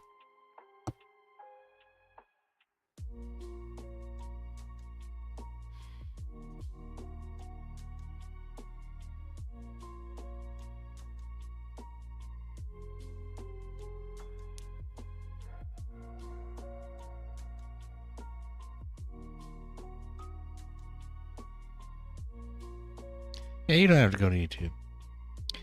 It's just a matter of posterity, really, that I put this anywhere at all. I spent a lot of, like I say, I've been working on this one playthrough for a long time. I spent a lot of time designing all this stuff and putting it up in orbit, putting it on the surface of the moon, and yada yada yada. Trying to, I don't know, just tell the universe that I have done this.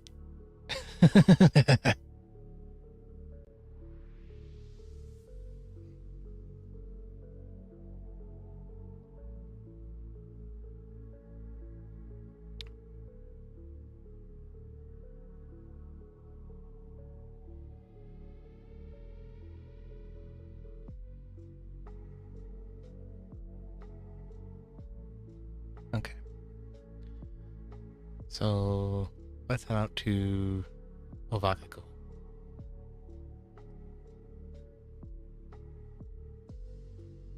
There we go.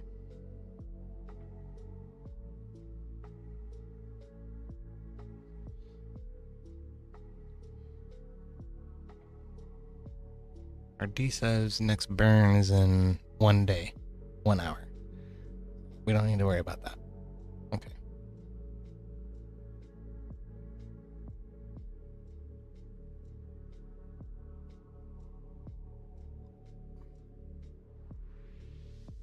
Curveballs, libs in space. Apparently, yeah.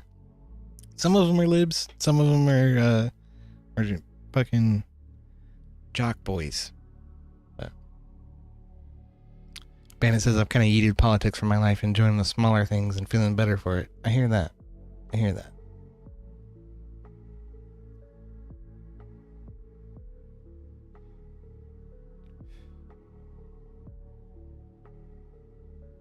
I don't know. You know, I think it's incumbent upon us to take a victory lap every now and then, though. Republicans suck so much at winning.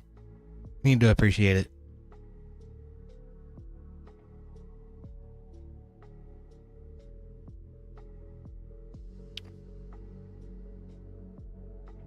Because we know what the fucking Dems did. They all rallied behind a mindless, zombified fucking puppet. And they screamed to the skies that somehow they were being just and fucking worthwhile while they tried to demolish the United States.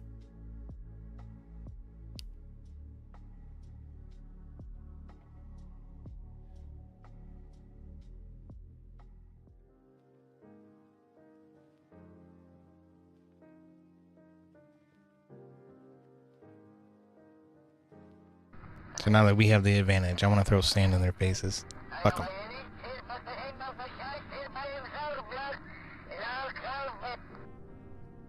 Okay. Yes, there is Eowyn. Eowyn has black hair, which is not correct. Eowyn's supposed to have blonde hair, but Dudeman has like a little goatee. Look at him. That's cool. He's also old. This is another one where the mission time is over 140 years. So this station has technically been in orbit for 140 years, which is obviously insane. My frame rate is trash right now. But I was gonna go inside the spacecraft. I don't know if we can do that or not without the damn thing crashing. There's Bilbo. All right, we're gonna Bilbo Kerbin. We have Eowyn, Gregman, Carini, and Dudeman.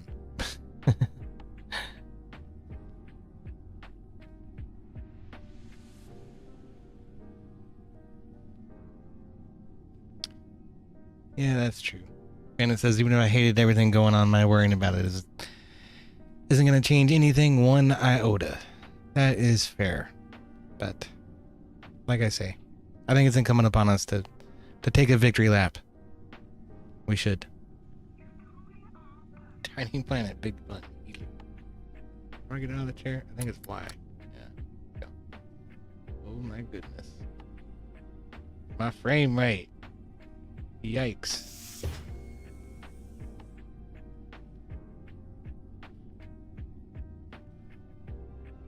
Oh man. I don't know. This is not working out so great. On board the D-Subs, it's a little better. But I do have free IVA installed. And I'll tell you, when I'm not streaming and running a bunch of YouTube shit in the background and 3 different creator dashboards, it runs smooth. This is bad. This is real bad.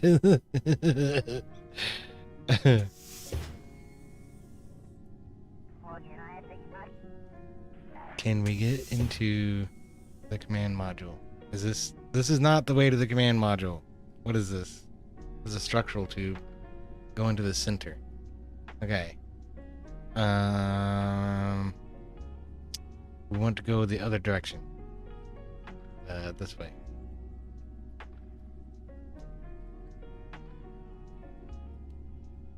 I want to see Dudeman with his fucking goatee. That's funny.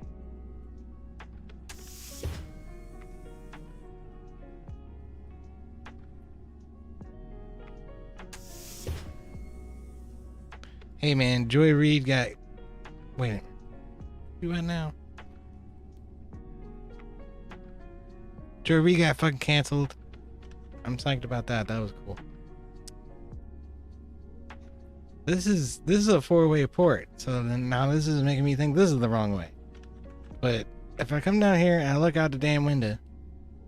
Hold on now. Oh, whoa, look out, look out. Oh, I'm drunk. I'm a little drunk. Yeah, we look out the window. We're headed toward the middle of the station, right? That's the direction we're going in. But then there's a 4-port hatch up there. I don't remember putting that there.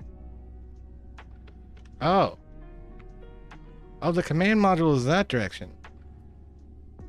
It's on top of that thing. Oh, we need to go this way until we get to a 4-port hatch and turn right. Okay. Well, in that case, we go through this structure. Oh, my frame rate. It is so bad. It is so bad right now.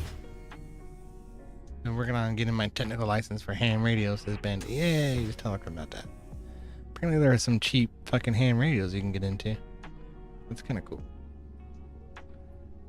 Now I think I know what was happening. The other 4-port unit that we were at is for the hatches on the endpoint. Here's our grav module. We can actually go inside of the rotating hatch right there and experience gravity. But getting out of that is sometimes a pain in the ass.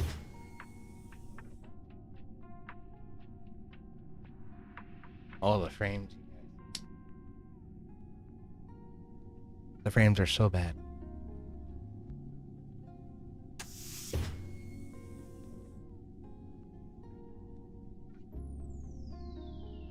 Oh no.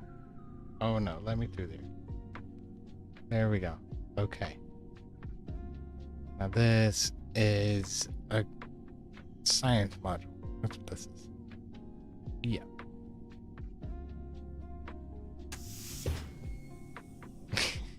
And it says April giving directions. I haven't seen April today. Oh my god. Okay. Oh. Okay. This is the command center. Oh my goodness. Then this should lead us towards the observation deck.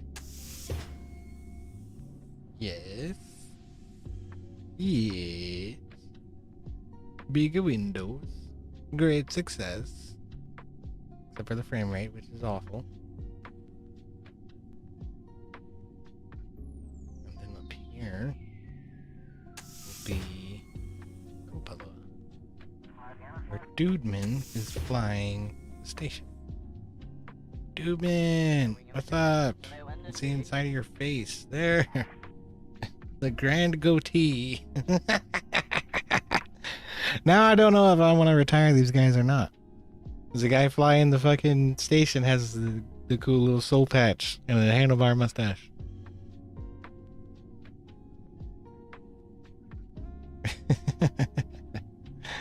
Now I think if I hit Y, it takes me back to my chair. Or is it C? I think it's C. Yes, that takes me back to my seat. Okay, now if I hit C again, it takes me out. And then if I right click, I get my mouse back. Alright, there we go. Oh, shit, fire. Frame rate be damned. Alright. Yeah, my computer has never really liked Ovakaco. It has too many parts. And then the artificial gravity module doesn't help because it's rotating all the time. But that's still cool.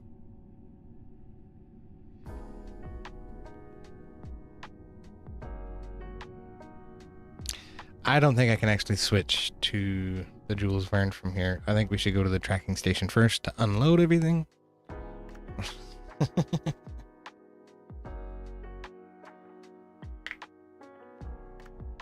Bandit says, on the cheap Chinese radios that are easy entry, I have quite a few of them. I know, you showed me that fucking picture. You got like a dozen of them. That's crazy.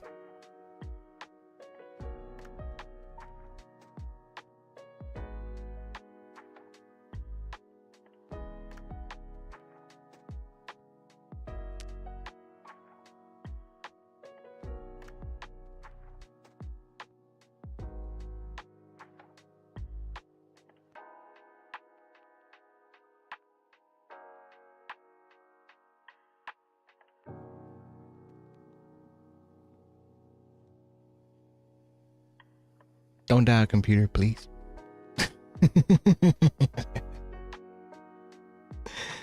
I literally think that to myself sometimes. Oh, there we go. We're back. Okay, that's much better.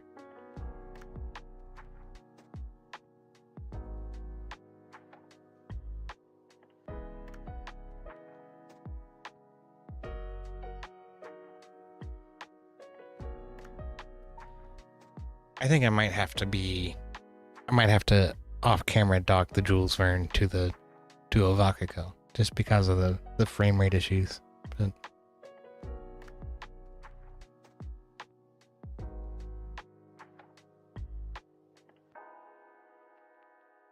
it is seriously suffering, man.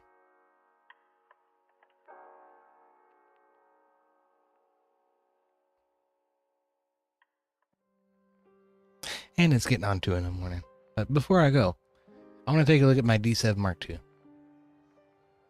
We didn't get a chance to dive into Nidon's clouds this time around, but we'll save that for next time. We did get a chance to dive into Tecto's clouds, though. That was cool.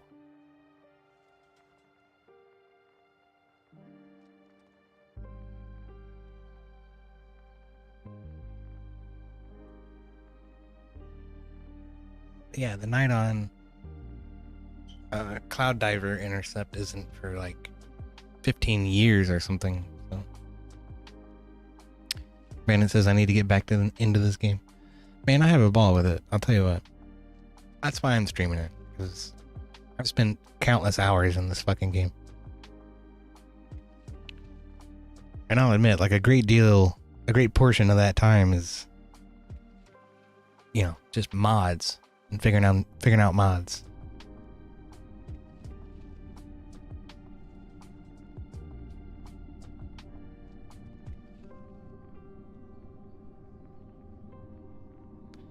But yeah, here you go, Twisted. This is my Mark II.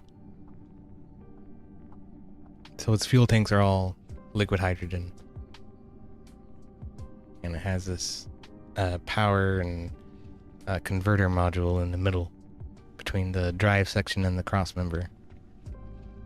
And it still has the wing docking ports, but there's one underneath with a lander now. So this is capable of fueling itself.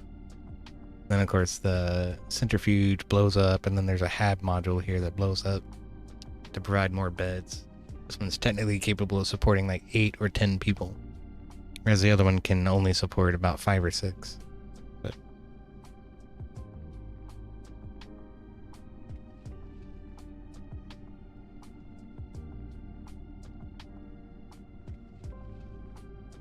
But I successfully took this one out to Earlham and back. So that's why it doesn't have any return modules. Is I deflated everything, turned all the lights off, and sent the Kerbals home, back to Kerbin. But it has like a hydroponics module too. It's just closed up right now. Yeah.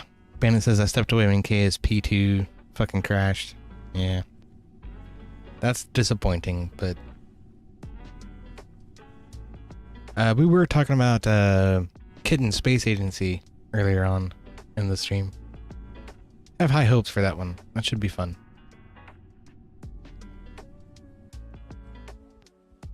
We'll see what happens. Hopefully they get they get all the physics right, and then they try to make it fun after that.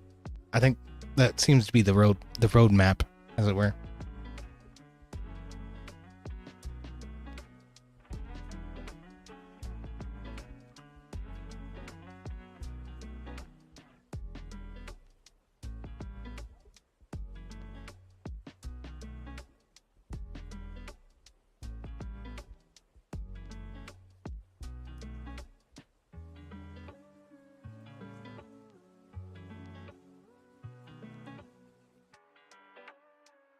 Yeah, KSA does look very promising. Very much so. Super psyched for that. Especially psyched because they have modders from the community actively involved in the development. I think that's going to make a big difference. Hopefully.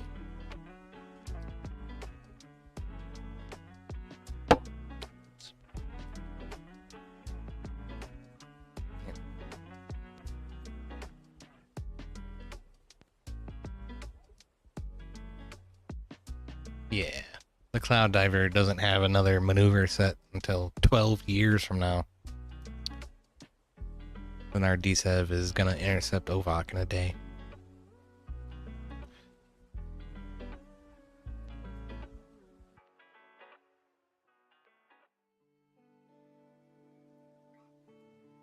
Cool shit, cool shit, cool shit. I do have fun with it.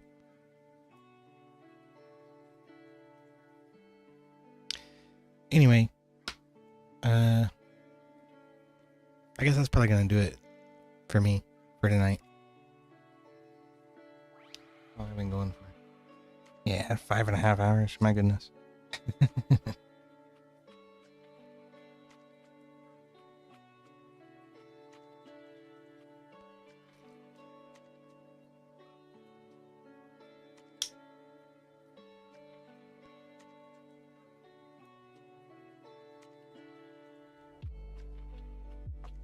There it is.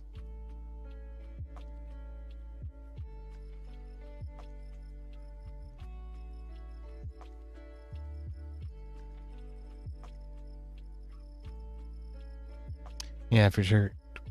Twisted says, yeah, and big KSP players and streamers like EJ and Shadow Zone giving advice from the player's standpoint too.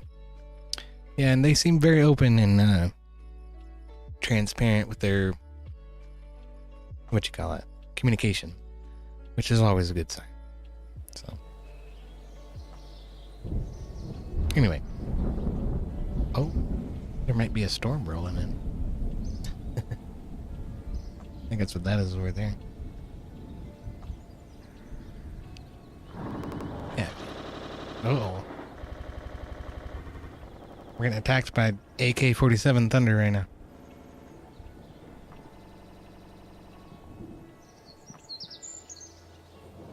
There it is.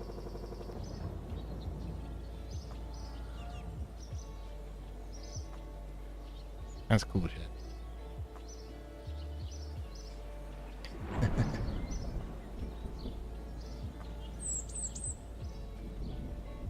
Like, I've seen other people do cloud dives into Nidon and Sarnis and Joule and whatnot. The lightning still happens. I think that's really cool.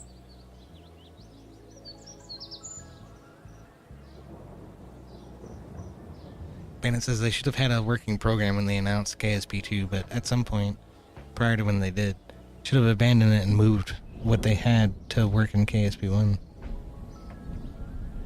Twisted says, what is that cloud? I don't want storms in KSP. This is BlackRock's Patreon version of Eve, the environmental visual enhancements. So, I'll tell you what. We'll launch something really quick. Like I say, I wasn't really planning on a launch, but I can launch what essentially amounts to a sounding rocket.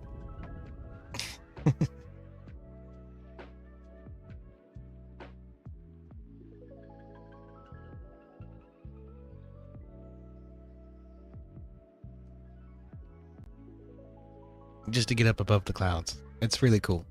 The cloud mod's fantastic.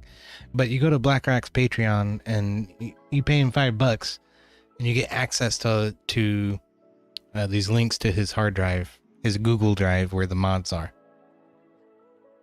So then you can immediately cancel it. It only costs $5. Just look for Eve volumetric clouds. I'll see if I can find it.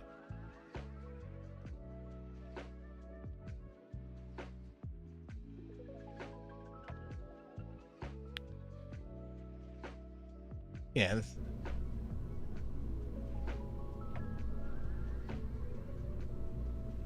He hasn't updated it in a long while, but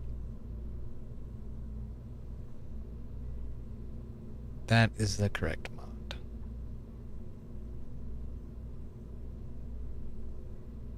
Sure.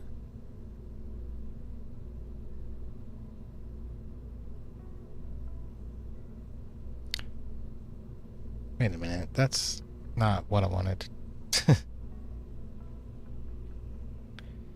That's a transfer vehicle. I want a launch vehicle. What about this one? Okay. Yeah.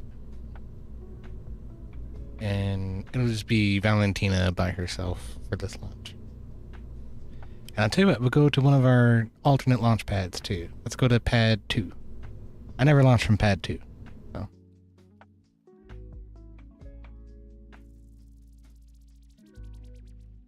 That's good to see you too, Bandit.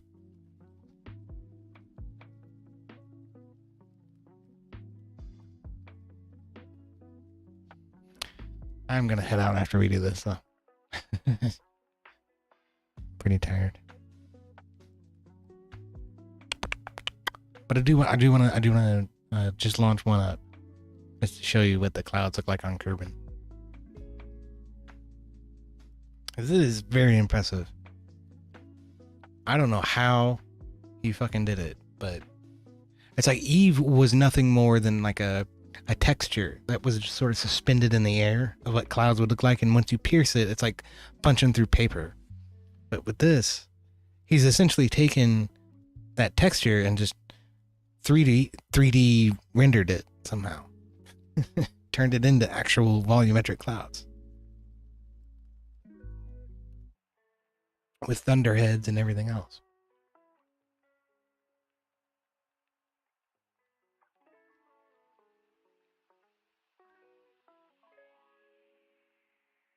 If my computer doesn't die, I'll be able to show you.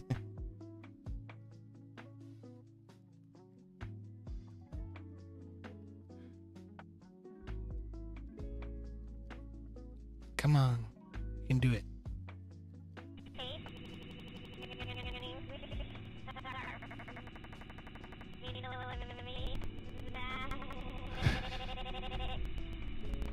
You can do it, I know you can.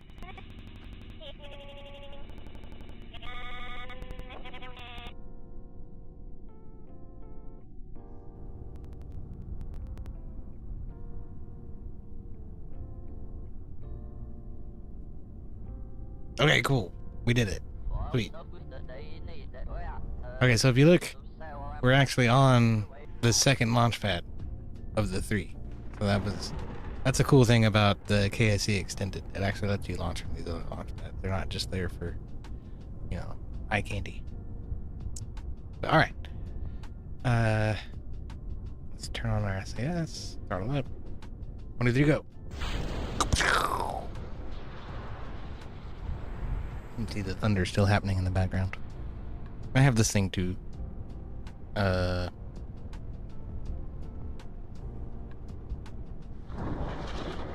it goes.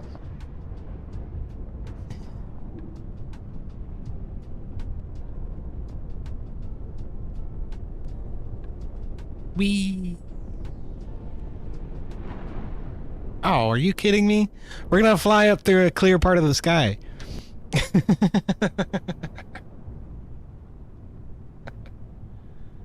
There you go. You can see the thunderheads off in the distance there.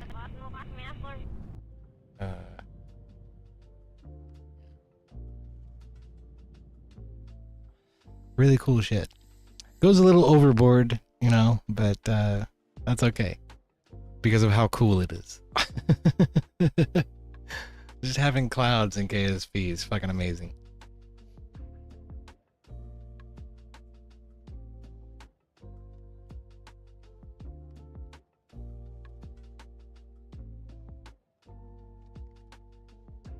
I think that is so cool. It looks very, very realistic, especially if you fly up through clouds. We flew up through a clear section of the sky. Unfortunately, we're absolutely surrounded by clouds, but I didn't fly up through any of them. But you can fly through them, and they have, 3D.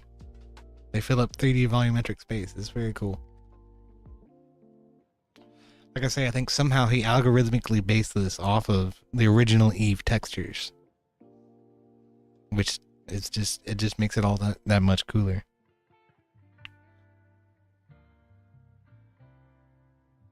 That many thunderheads? I don't know. That seems kind of crazy to me. Like there's 1, 2, 3, 4, 5, 6, 7, 8 within view of where we are. It's kind of nuts. It's very cool. Pretty realistic as to what you would see in Florida with storms in the area. Yeah, I guess that's what this was supposed to be. This is definitely equatorial coastal area for sure. But look at that! Oh, the thunder's still happening over there.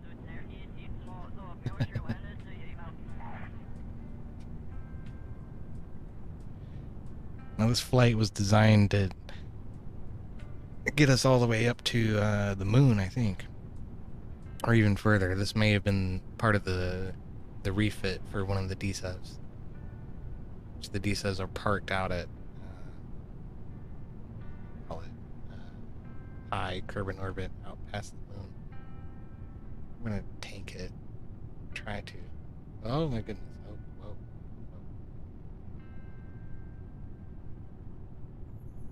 This is about as high as I wanted to get.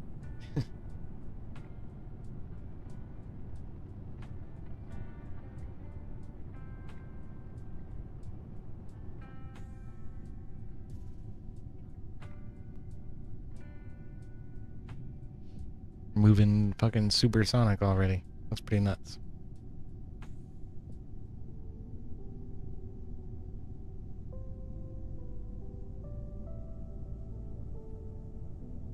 I tell you what we'll do.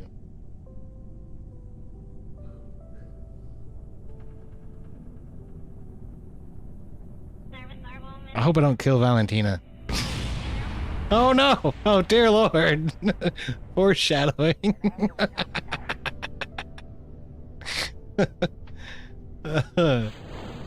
Oh goodness. There we go. And yeah. Oh dear Lord. Oh, this is not how this was supposed to go. That's okay. She's gonna make it, everybody. She's gonna make it. We're gonna be okay. Just as I said, also remember from your altitude. They may look close, but they would be hundreds of miles apart from one side to the other. That's true. That's very true. Yeah, check this out. This is cool.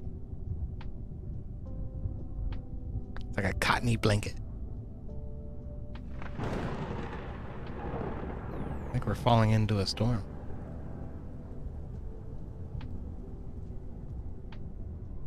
Oh, look at that. Oh, shit.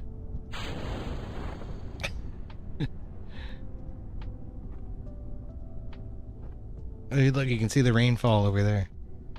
That's fucking cool as hell.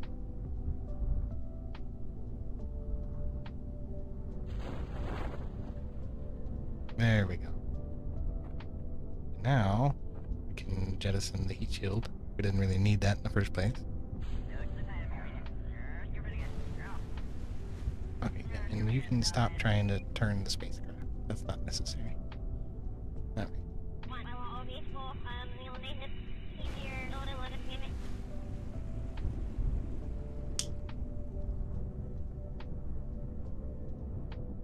But yeah, that's one I highly recommend. It's well worth $5 because this doesn't just apply to Kerbin. It applies to every single planet in the game, every planet and every moon that has an atmosphere.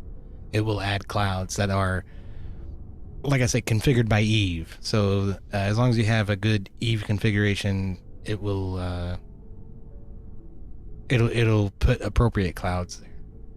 So there are Earth-like clouds on Kerbin, Earth-like clouds on Lathe, very light clouds on Duna, which is Mars, and then you have very, very heavy clouds on Tecto and Eve. And it does the gas giants too, the same way. It's really cool. And all that's just included in the Patreon download. You don't need any special Eve configuration at all. It does outer planets just fine on its own. Actually, no, that's not true. I had to get the Outer Planets visual overhaul, Outer Planets mod visual overhaul to get it the volume, but that visual overhaul is designed to work with volumetric clouds. So yeah, OPMVO for the Outer Planets mod, and then look at the God rays in the water. That's fucking cool. I think the mod Scatterer actually puts the waves in the ocean. Otherwise, the ocean is extremely calm and boring. That is really cool. Hell yeah, man. That makes flying with the gas giants a lot more worth it. Yeah, for sure. I think so. So I'm psyched to learn more about Tecto and try to figure out how to design a lander that can actually get to the surface of Tecto and off of it again. And I'm psyched for this cloud diver. That should be fun. I need to figure out how to make submarines and shit like that. Go to Lathe and go to the bottom of the oceans. We can go to Tecto and go to the bottom of its oceans too. So that's pretty cool shit. But I haven't fucked with any of that. Hold on a minute.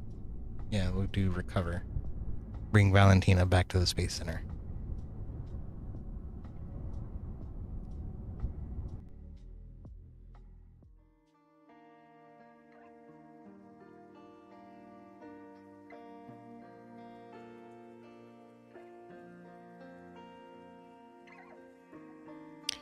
Yeah, man.